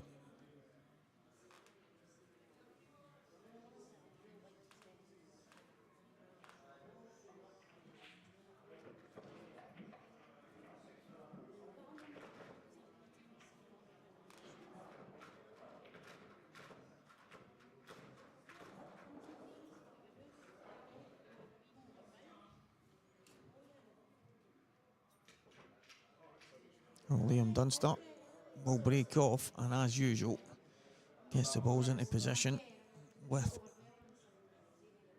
the blue triangle that's under the tables, but we do have the smart racks on these Supreme tables, and that smart rack, as I said, slots lovely under the cushions. Get the balls into position and just pull away and everything nice and tight.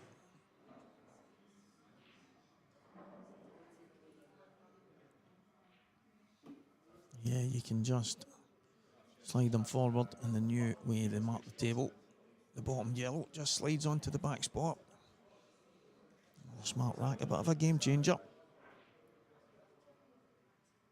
It's just mad to see how people use it. Like myself, I'll just set it up normally underneath the cushion and then slide them forward. Liam using a different triangle first, then using the smart rack to get them tighter.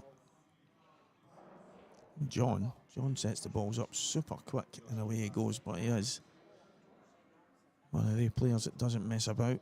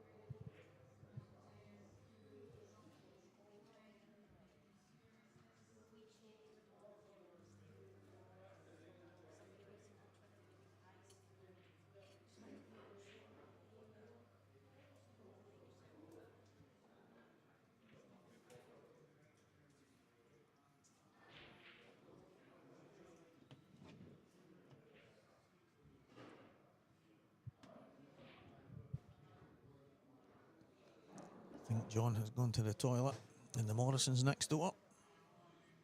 There he comes. He's getting himself ready to go. He's 4-2 in front. There's Liam to break here.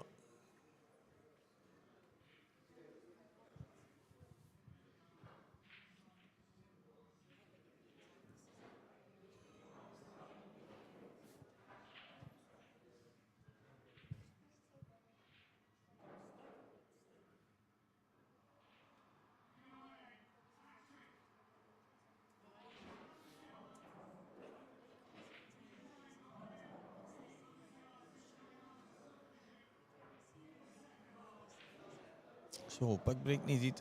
He's 4-2 down. Where will that yellow go that he makes contact with all the time? Is it heading towards the left middle?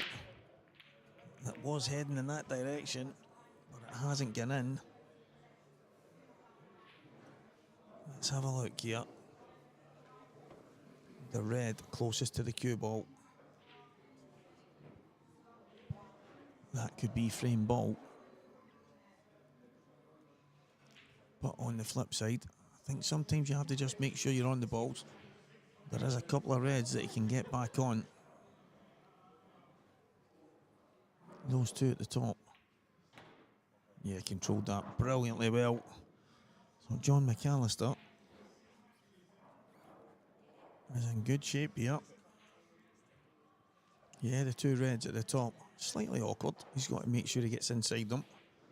But the red in the middle of the table should help to do that.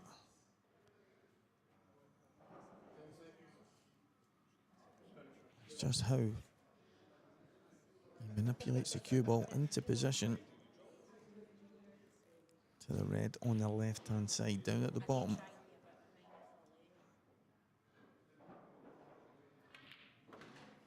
So maybe pulls this back, then plays the one into the middle, and then uses the one at the bottom left. He can maybe come behind the yellow on the left-hand side, or he can come 2 cushions and get himself to the high side at the top right. He has got a couple of options here. I think needs it to stop. So this is perfect for me. I think you just drop this in. Maybe go forward ever so slightly. And I think just screwing behind the yellow off the cushion just below the middle pocket is maybe the way. For me, I think it just minimises the dangers. If he does try and go 2 cushions, and I think that's what he's going to have to do now.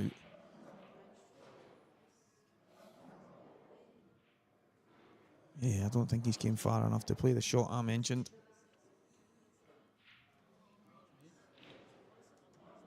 Or can he? 2 cushions it is. Needs to come out. Oh, that's perfect. That is absolutely perfect. John McCallister. Absolutely superb. What a shot. The stubborn side of me still says my shot was good, but he played that so well. It was in his mind early doors. I don't think he needs to worry here. He's not too pleased with the angle. He can just run it on and off the top cushion. Even this is good. Just screw on and off. Yeah, totally fine. Left himself slightly awkward, but I think he was always missing the black. And it's 5-2. Brilliant finish, but that shot from John seems to be berating himself a bit there, but he's played it well. He's taken a great finish, and that's the standards that he sets. He's taking a finish like that, and he's still not happy. But it's 5-2, John McCallister in this Saltire final. Is he going to go down the road with the title? He's had a number of tries, and he's not made it very far. But now he's in the final. Is he going to go all the way?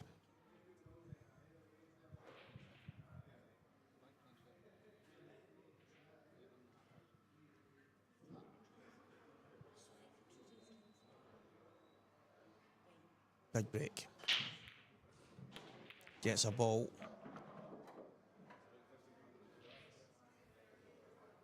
Well, he's got a chance to at least get good control of the frame. He's going to go reds. That stands out like a sore thumb to everyone watching. The red at the bottom, covering the black, gives him good control. So the one in the middle of the cushion.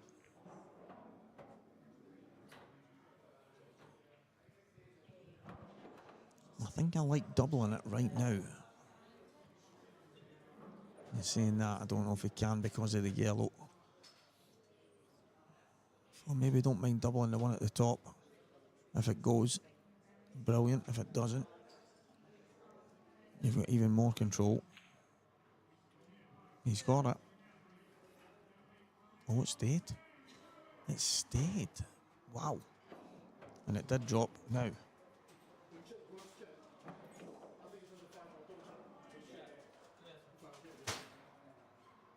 We're going to check it.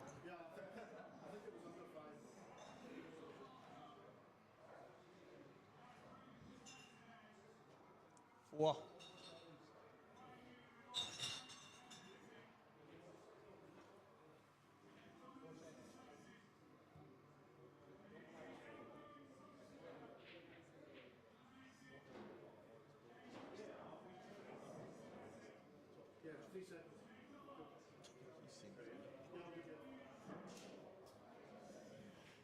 We said 4. Kev says 3. Either way, it's less than the requested or the required number that we need. So John back at the table. I think he was quite chuffed if it stayed over the bag. You can see from his facial expression. So he's run a bit further than he would have liked. But I think with the red over the bottom bag, yeah, Liam's more than capable of pulling something out of the hat. This is a key shot. Get this out. And it could be 6-2.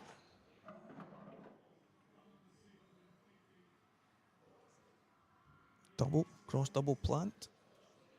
I think it's on, you know.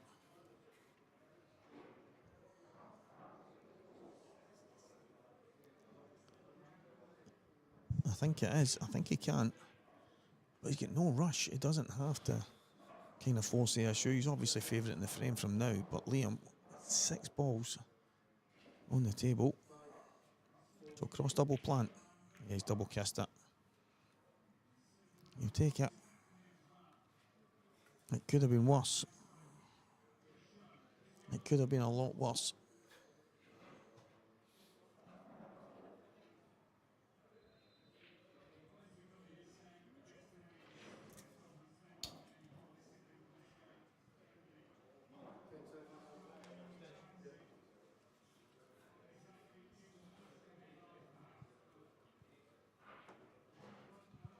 Now, can Liam play a Liam Dunster-esque shot and keep himself in this frame?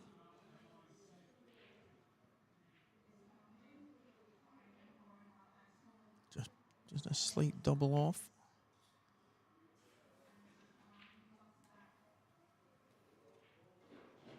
Yeah, that's a decent shot. I'm not convinced that the black goes now.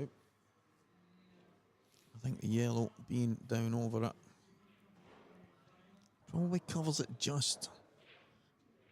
So it will stop any chance of getting on it.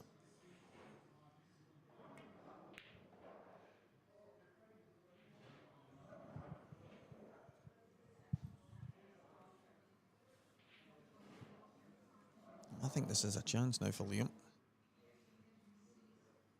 I think if he can get the cue ball into a position where he's got a chance to kick these out. He's going to just, yeah, he's just going to put the yellow inside the black.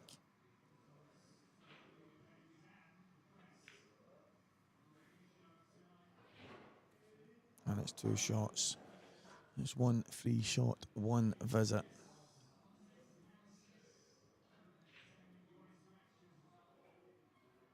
But it's not the worst. It really isn't.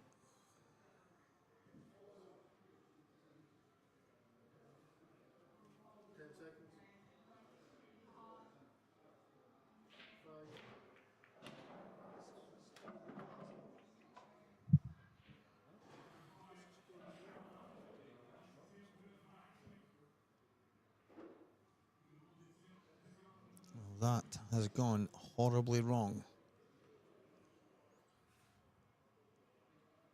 John tried to just put the yellow inside, flick the black out, and leave the 2 yellows on the left-hand cushion.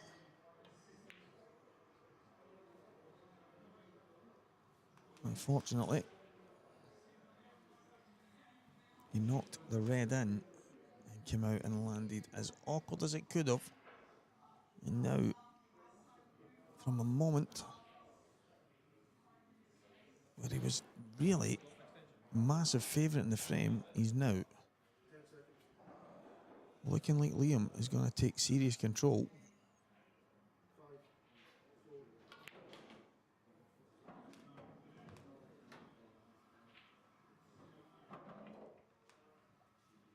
Now,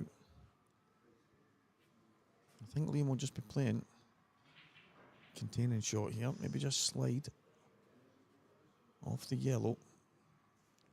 Let's get the cue ball in such a place that John is in all kinds of trouble. No, not so sure. He's definitely snookered him, but I think John might be able to get this here. The question is, does he pot it and does he give himself a shot to get on the black? Do you know what, guys? I think he does.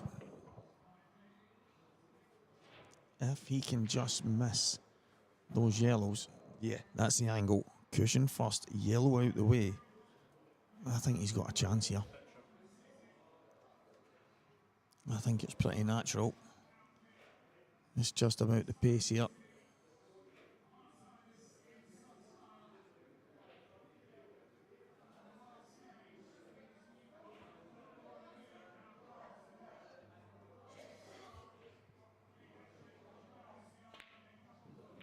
Oh, and he played it so well.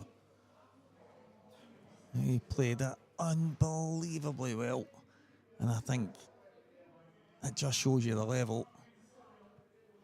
Anyone can make this mistake. I think John has concentrated so much on that kick shot that it's caused him to miss the pot. And it was an exceptional... The positional shot he's played was unbelievable.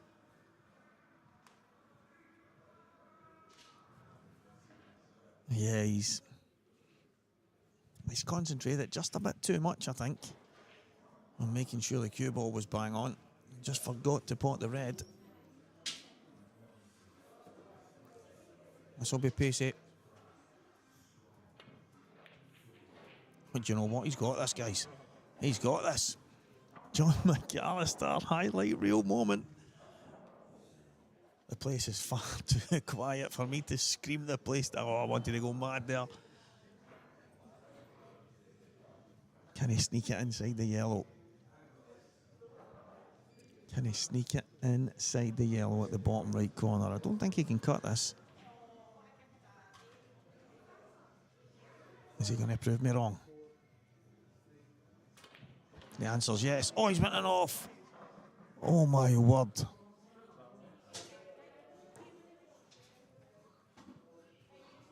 Wow.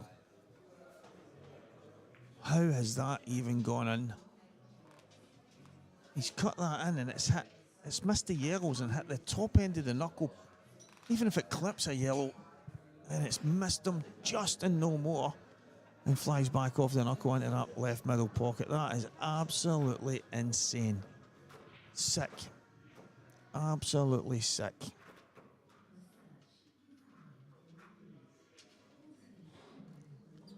He giveth, he taketh away. He comes off the 2 cushions and doubles the red in the middle. And then he goes in thin, cuts the black back. Cue ball flies past the yellows. How it's missed the yellows and then come back off that jaw is unbelievable. And it is 5-3 now. Liam's been given that frame out of nowhere, and he breaks with a chance to get back within 1. Unbelievable stuff.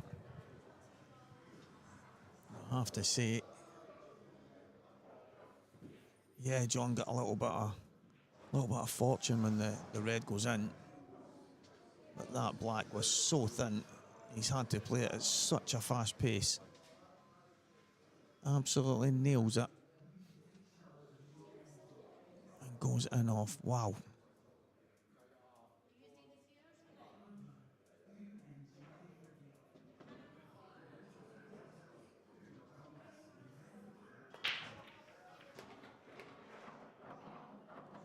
Gets the yellow this time. Now, is he touching?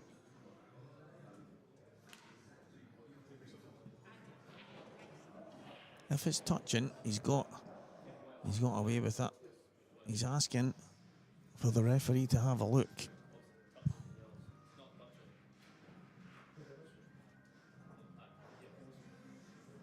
No, it's not touching, so he's going to play.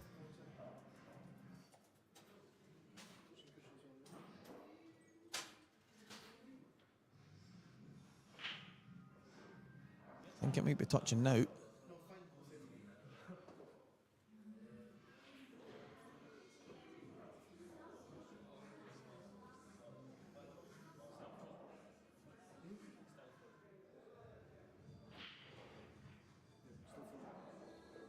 Yeah, I think it's touching.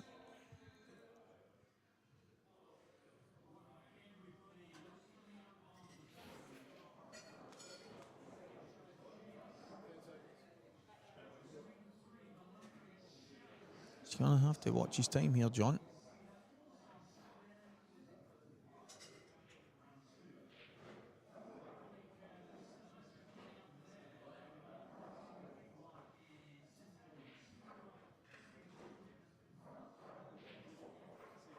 It tells you it's definitely not touching, so he's playing the long plant.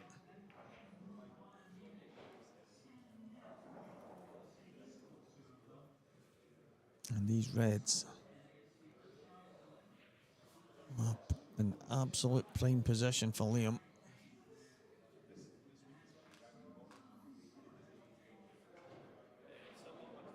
It looked as if the yellow and cue ball came back together after Liam slid off it. But John would have kept the cue ball in that corner if it did. So it must have been a tiny gap. It looked to me like he spoke to the referee and the referee gave him the nod like it was a touching ball, but John would never have played the long plant if it was. So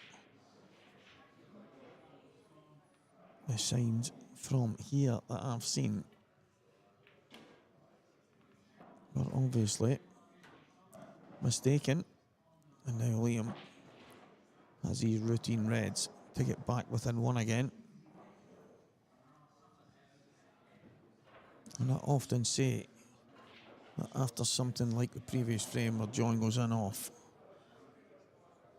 rather than being 6-2 in front, it's 5-3, and in a split second it could be 5-4.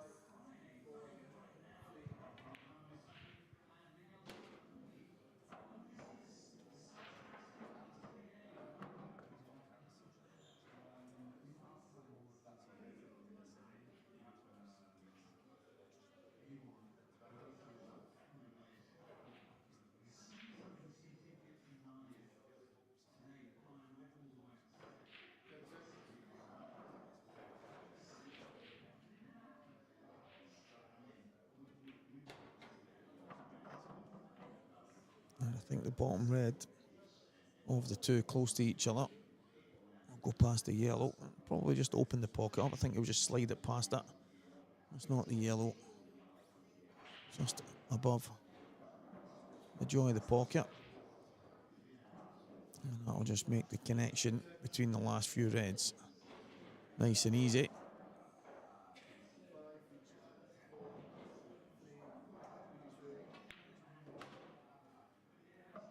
And that tells you that the top one goes as well.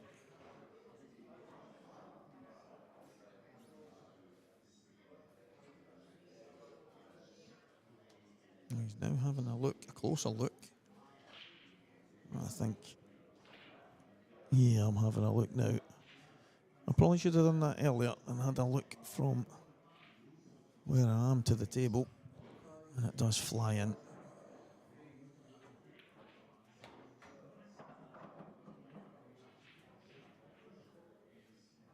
Now, will Liam just pull the cue ball back, take the red in the top.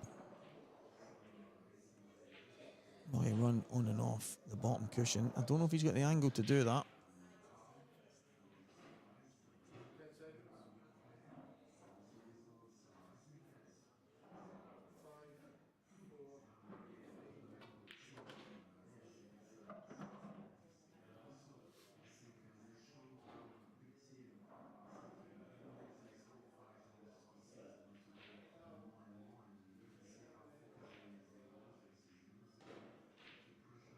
So he did go off the cushion.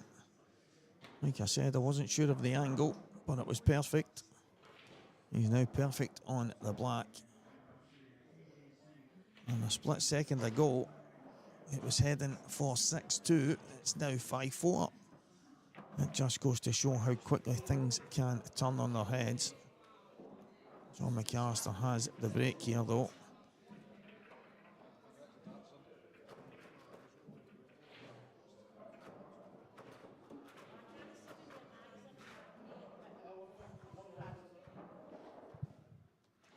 So, big break needed here from John. So far, the break's been pretty good.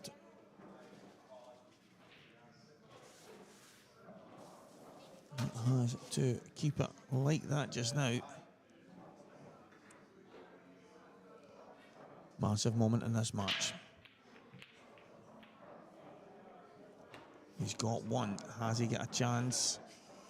Now does the yellow below the black go?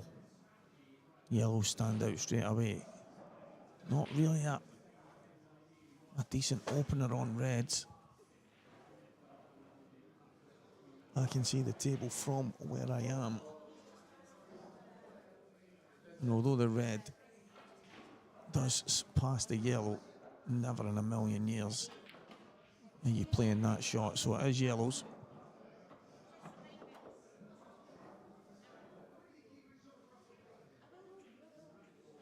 I'm looking at the reds now. If you had an option, you would never, ever be picking the yellows here.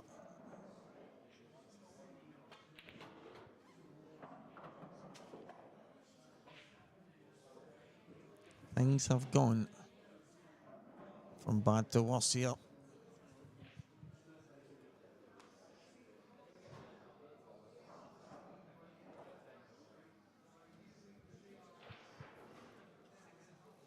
And it's all been from that moment. John McCallister cut a monster black in. Flies past a handful of yellows. How he managed to miss them and hit the knuckle and fly in the opposite middle bag is absolutely incredible. But now the match has turned on its head.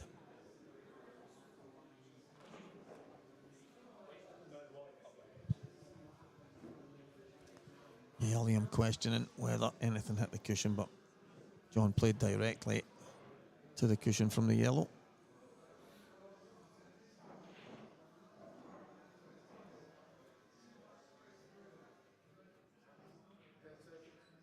I think Liam will just play these two reds out. One bouncing down, the other one going across.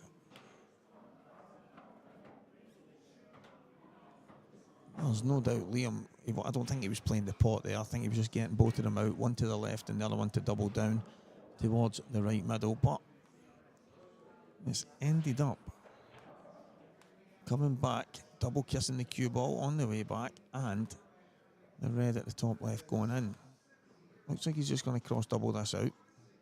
He's going to go top cushion and kick it down.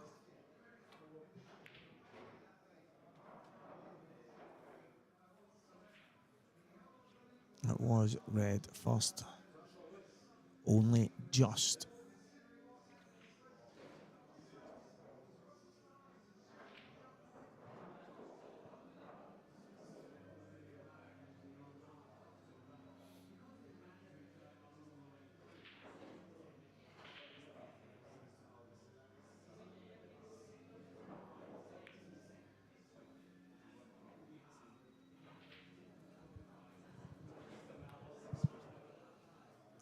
tight frame, the balls look pretty good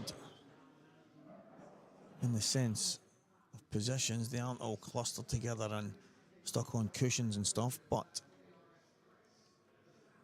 it's the one.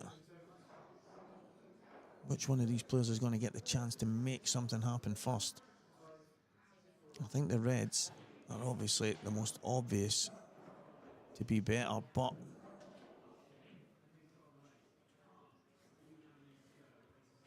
that shot from Liam, so clever.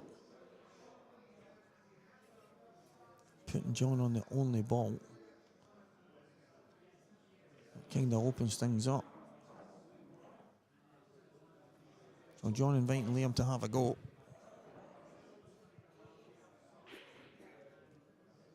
I think the writing's on the wall in this frame. I think the finish is here. If he can get through, if Liam can get round the back of these Reds, I think he's got a chance. Now, it's probably more likely that he just touches the red over the pocket, but in doing so, he's going to leave John the yellow, maybe to play the plant at the top. So will he maybe just shave it super thin, making sure it doesn't drop?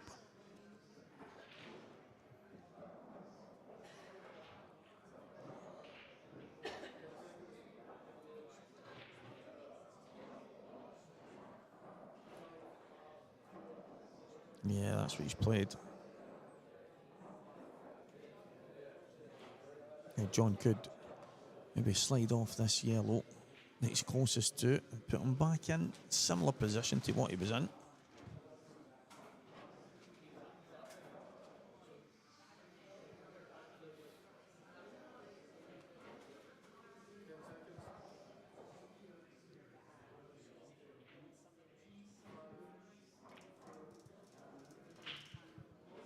So John opting for distance this time.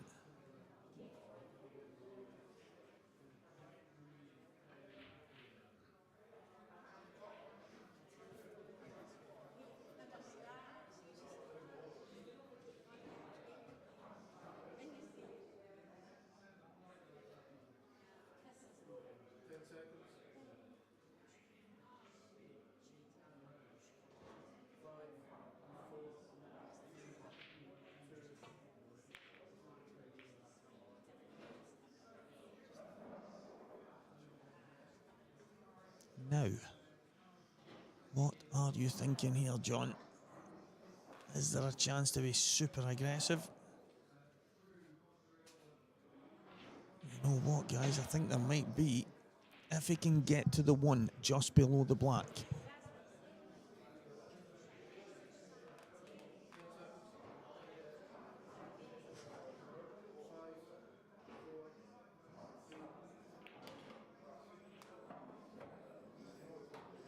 Well, that is what he was trying, but he's not managed to get on it.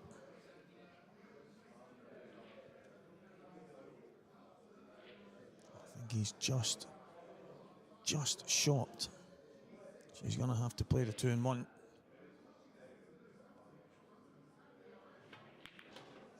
Yeah, skill shot time, John McCallister. What a moment this could be. Now, again, the options are middle. You take the middle one. Do you sacrifice a better position on the yellow below the black?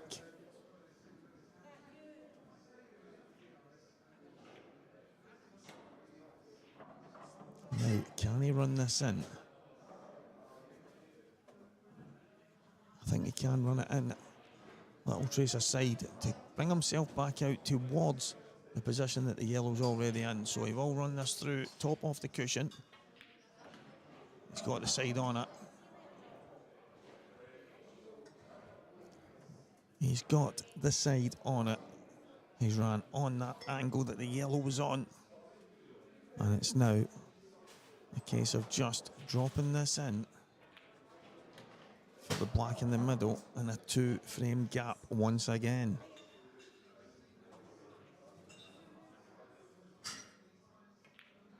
Brilliant, John McCallister. Fantastic finish. Throwing in a little skill shot just for good measure. And it is 6 frames to 4.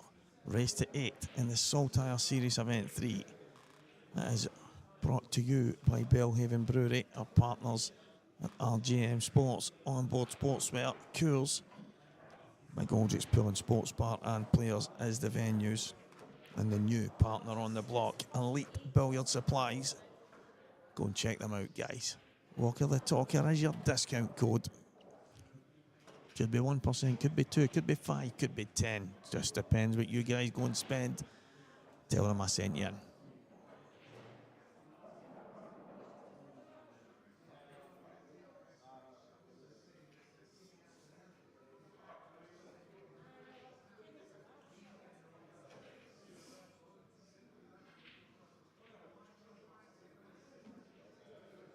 Meticulous as usual.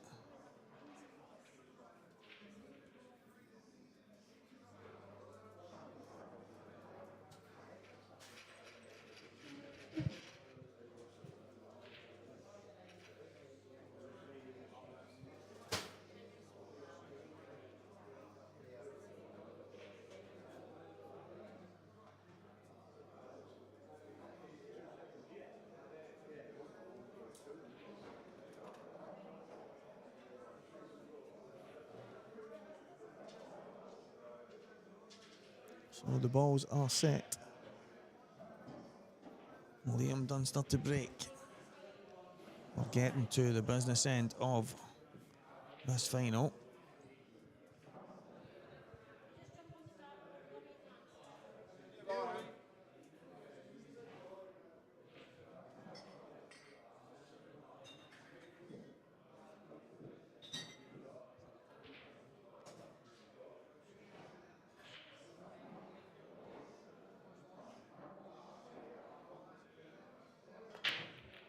Oh, the yellow was tracking. But that one, that's happened a couple of times now. That yellow has come round and went in the opposite corner. But yeah, there is many a player that likes to just calm themselves down here and there. Likes a little chiller. And there is nothing wrong with that.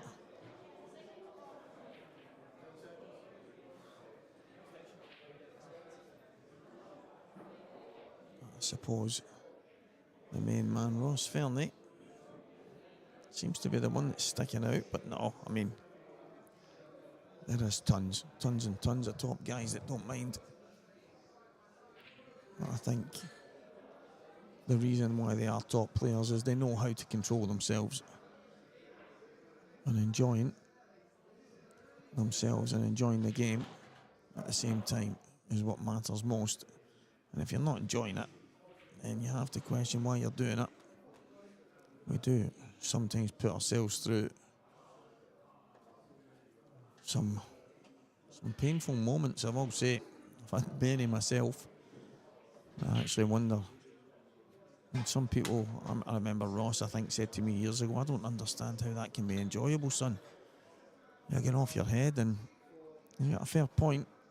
I think there's a fine line for a lot of people.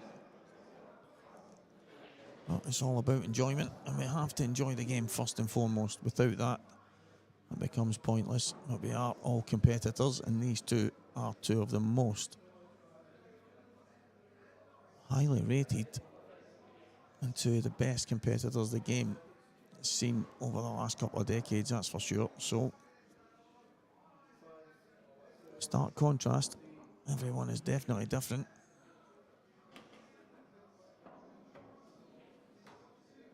So high side of the pocket there, just widening the angle. Will he decide to come upstairs just now, taking the one closest to the right middle and the bottom? Or will he take the one just about an inch lower? That's what he's going to do. I think he's going to leave. Yeah, that's okay. He's going to leave the one closest to the middle. I think the way he was looking a moment ago, is the one to the bottom left, was going to be last. But it seems like he might have to play it next. So if he gets the right angle, he can go one cushioning out and then take the red to the top right.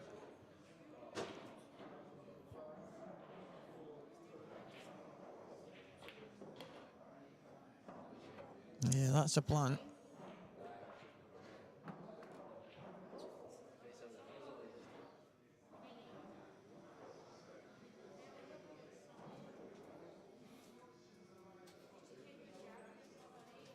He just has to make sure here. No mistake pull at this stage.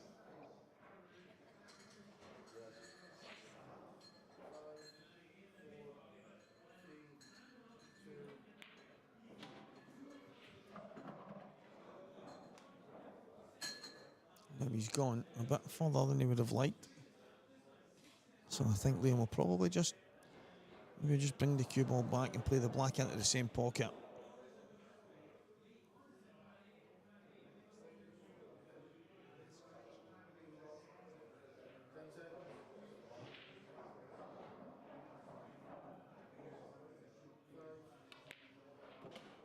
Yeah, he could come across it and take it in the middle. Good shot.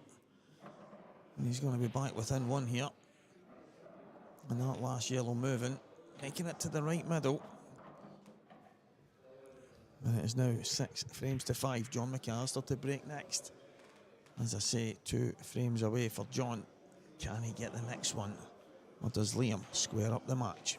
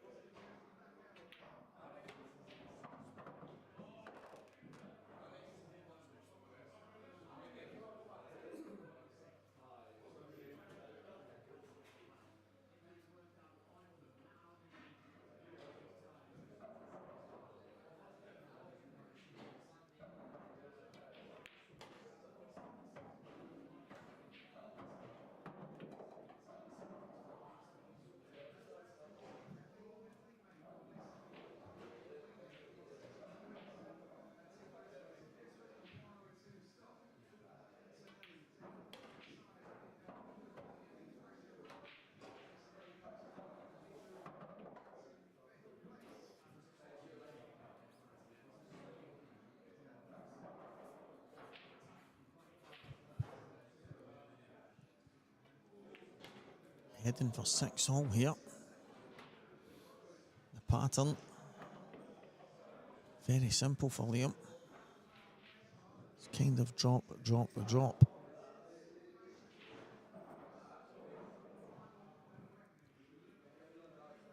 It's going to go all the way this match. There's definitely one pivotal moment that stands out. But will it be the moment that's remembered for all the wrong reasons for John? Or will it be a moment that he just tends to forget because he managed to get over the line?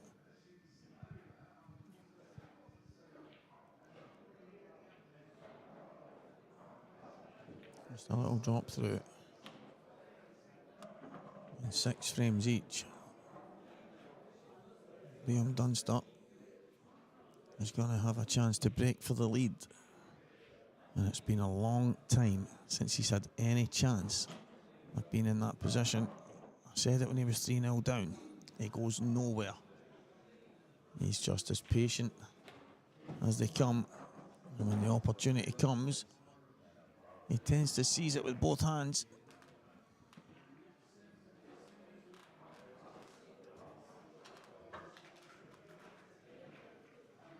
Six frames all here.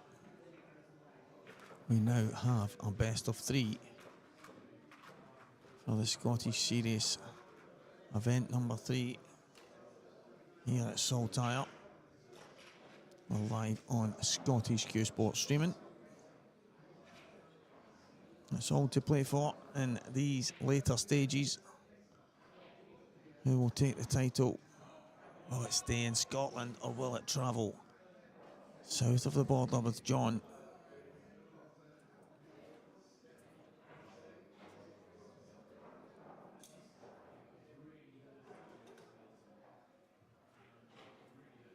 Well, time will tell. Liam has the advantage of the break.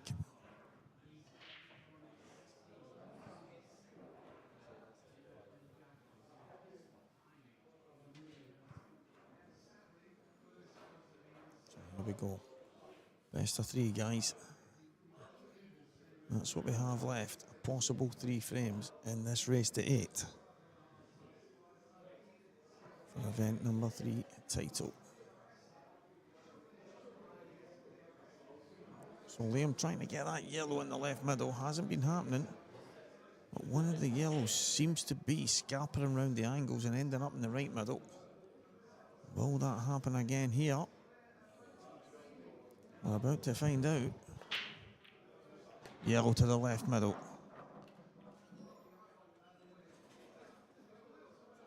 And I think that red possibly stops the yellow going in the bottom right corner, but to me, it looks like it maybe goes in the left middle. That's the options on yellows. There's also options on the reds here.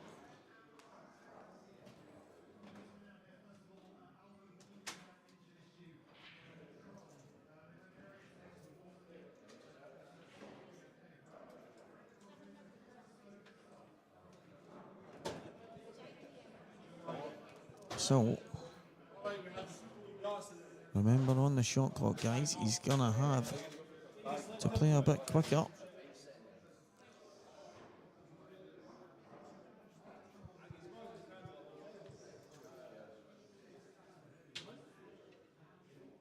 It's decision time. He's going to be running out of time very, very soon. So he is going to go reds, and I don't blame him for that. The yellows are awkward.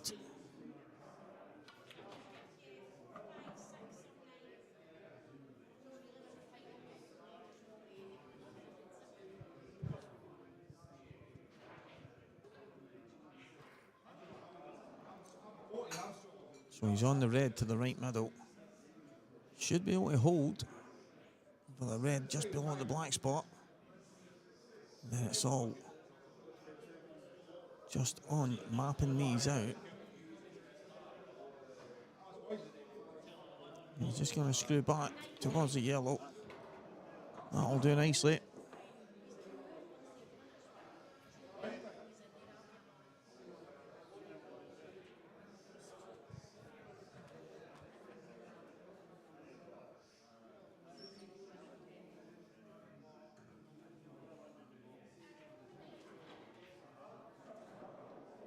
Yeah, he's just about perfect here, Liam. And this match is totally flipped. In that moment where John could have gone into a 6-2 lead, And all of a sudden, it's ended up 6-all and Liam at the table. You do have massive moments in all matches. That's just the way it goes. Some bigger than others. But these are two top players. Two of the guys at the very top. And right now, it looks like Liam is about to get the advantage. If he goes 7-6 up, even if John gets the next frame, he'll have nothing he can do until Liam breaks the balls in the decider. So, that is advantage Liam Dunster. Can he get over the line? He needs to get this one first.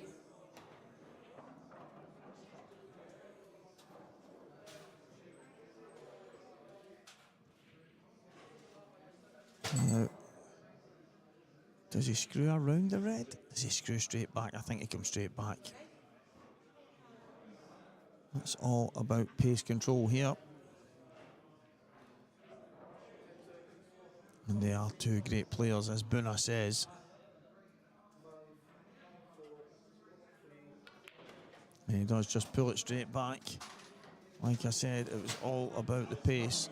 And he had the pace absolutely perfect. So it's just a case of a pretty tough red, although he can get the full cue past the black. I think, yeah, that's the way. Play it for the bottom right corner. You don't want to bring the middle bag into play. He's far too clever for that anyway, so he will just play across to the left-hand side. It's totally fine.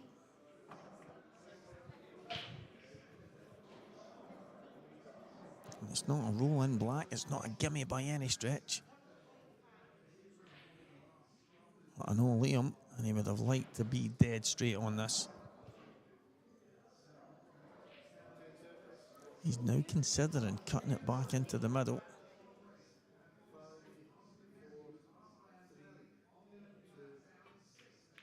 John McCallister to break. 7-6 down this match. Totally turned on its head.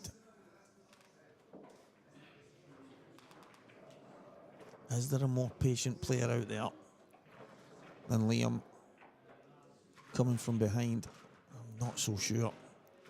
I know there's some phenomenal competitors. I know there's some players out there that just don't flinch in mega moments, but Liam, for me, you could be 8-0 up in a race to 9, 10-0, 15-0 in a race to 16, and he just won't flinch. He'll just keep plodding away.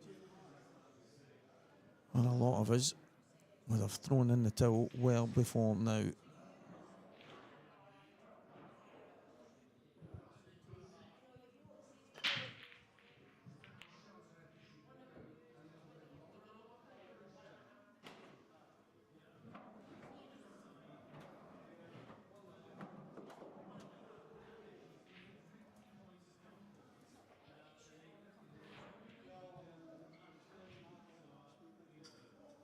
Now, can John send us to a decider? It will all boil down to the Liam Dunster break if he does.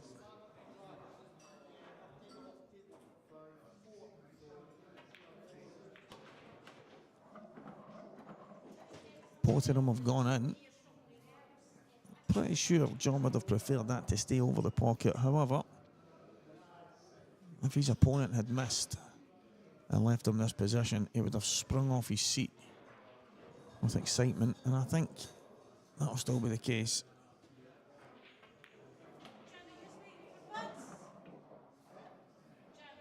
So,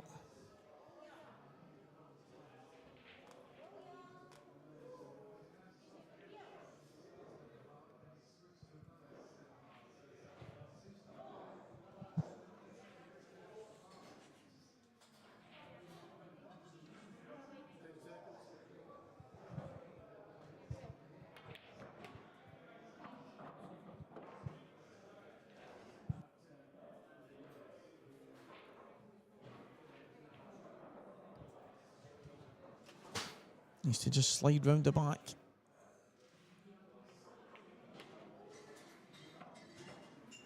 nicely controlled. And John McCallister almost done about all he can.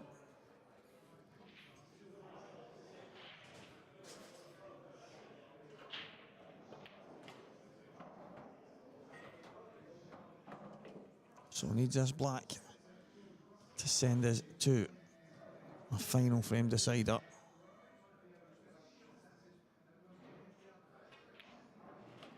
And he does indeed. It's going to be a decider here for the Saltire Scottish Series Event 3 final. Who is going to be the winner? Who's going to step up to the plate? Is Liam Dunster going to break and run out? Or is there another twist in the tail? It remains to be seen. But we're almost there. Probably deserved the decider.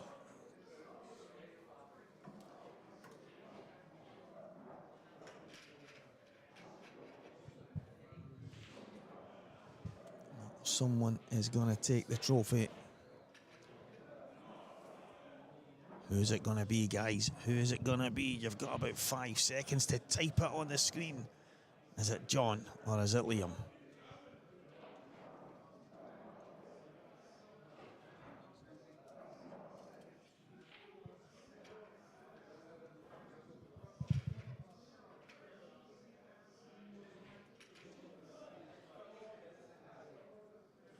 So ever precise Liam taking his time. Get these balls ready. First one up. Jim Bowie says Dunster.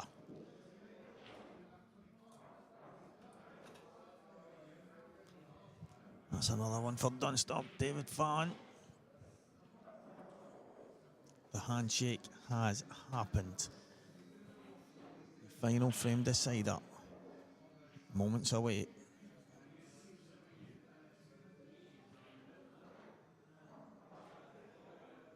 Now, what an important break this is going to be. Is it Liam? Is it John? We've had a couple of predictions.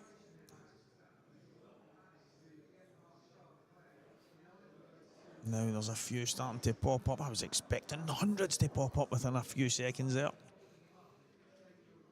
But here we go. Liam Dunster to break in the final frame decider. Live on Scottish Cuesports streaming. This is as big as you get. The Black Sun will go again.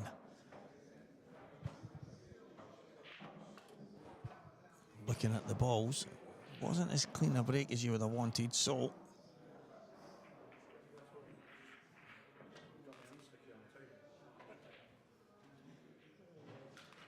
John going to the toilet. Liam Dunster, John McCallister. Who are you guys on? 540 tuning in. There's only about 6 predictors on there. Do you have an opinion? Or are you the quiet majority? Silent majority, isn't it? It's a silent majority.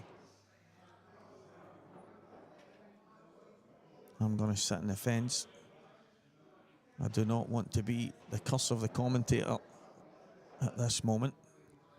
I think I already cursed Boyle when I said I fancied him to win it.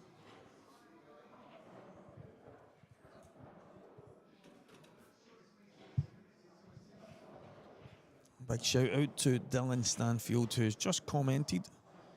What a weekend.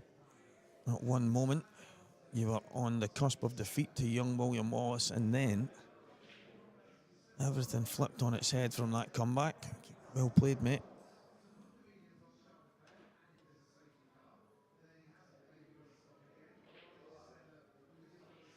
Here we go. Deciding frame, take 2. Liam Dunster steps up.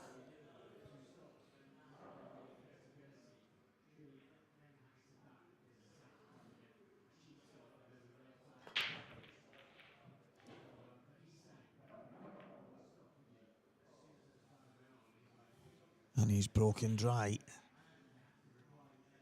I was following balls all over, looking to hear that sound of the drop. And it has broken. It's a dry break, but I'm looking to see what stands out here, can he take the yellow into the left middle to start him off? I think he can. And I think that, can he come down the table and play maybe the plant to the bottom left? That's the question.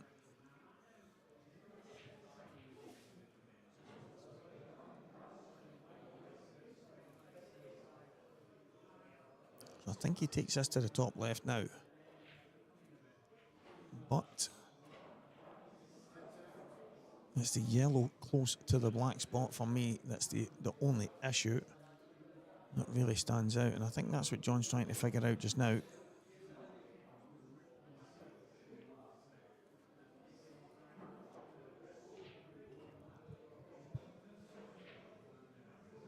Massive shot in the grand scheme of things here.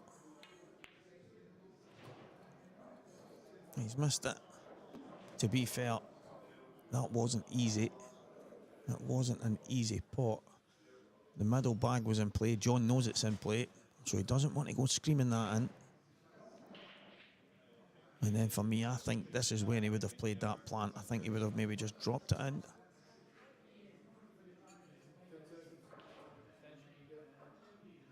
But that's not a bad miss. Total control of this frame. But as we've seen before over this weekend, and over the course of the last couple of matches, Liam has a way of finding the big shot just to keep him in the frames.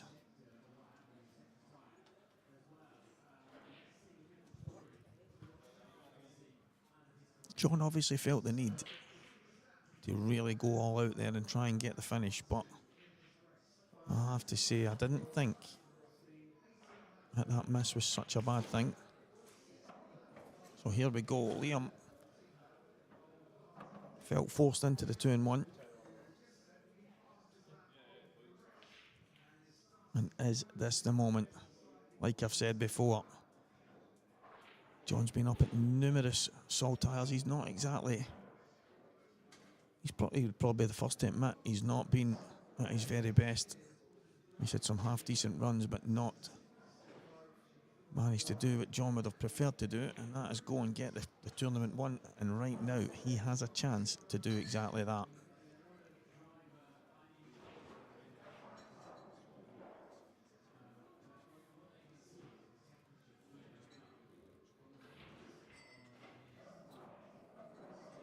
I'm pretty sure I can see Danielle on the chat. He's a good lady.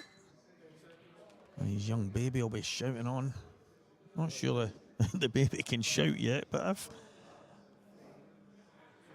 if we could scream from the rafters or the rooftops, I'm sure that would be happening.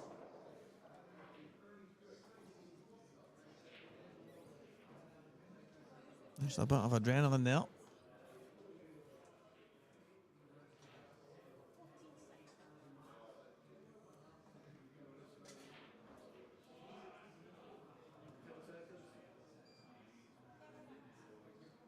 Needs to pull this back. He's under hit it. He's going to have to run towards the red now.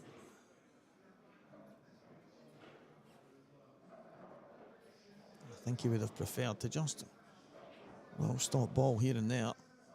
If he can catch the red full in the face.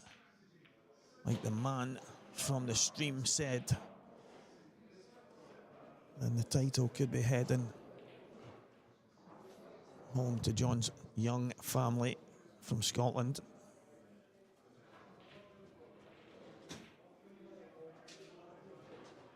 The standout player yesterday was Lewis McCool, and John beat Lewis. The standout for me today has been John. This yellow and the black away from victory here in the Saltire. Some of the very best players go head to head in these. He's overrun that. Just needs to calm himself. He's potted many of these in his sleep. And John McCallister is the Saltire Event 3 champion. massive congratulations, well deserved. He's been fantastic full weekend, but today in particular he's had some big wins, and he's beaten Liam Dunster 8 frames to 7 in a decider. What a weekend, guys. We've had some phenomenal pool, and as I say, that's probably one John wanted to get. He's been up at a few, and eventually he's got over the line. Congratulations, John. Commiserations, Liam Dunster. Massive thanks to Craig, Scottish Cuesports streaming. It's been fantastic all weekend. 3 streams keeping everyone going. But John McCallister is our champion. Congratulations, John, and we will see you all again very, very soon.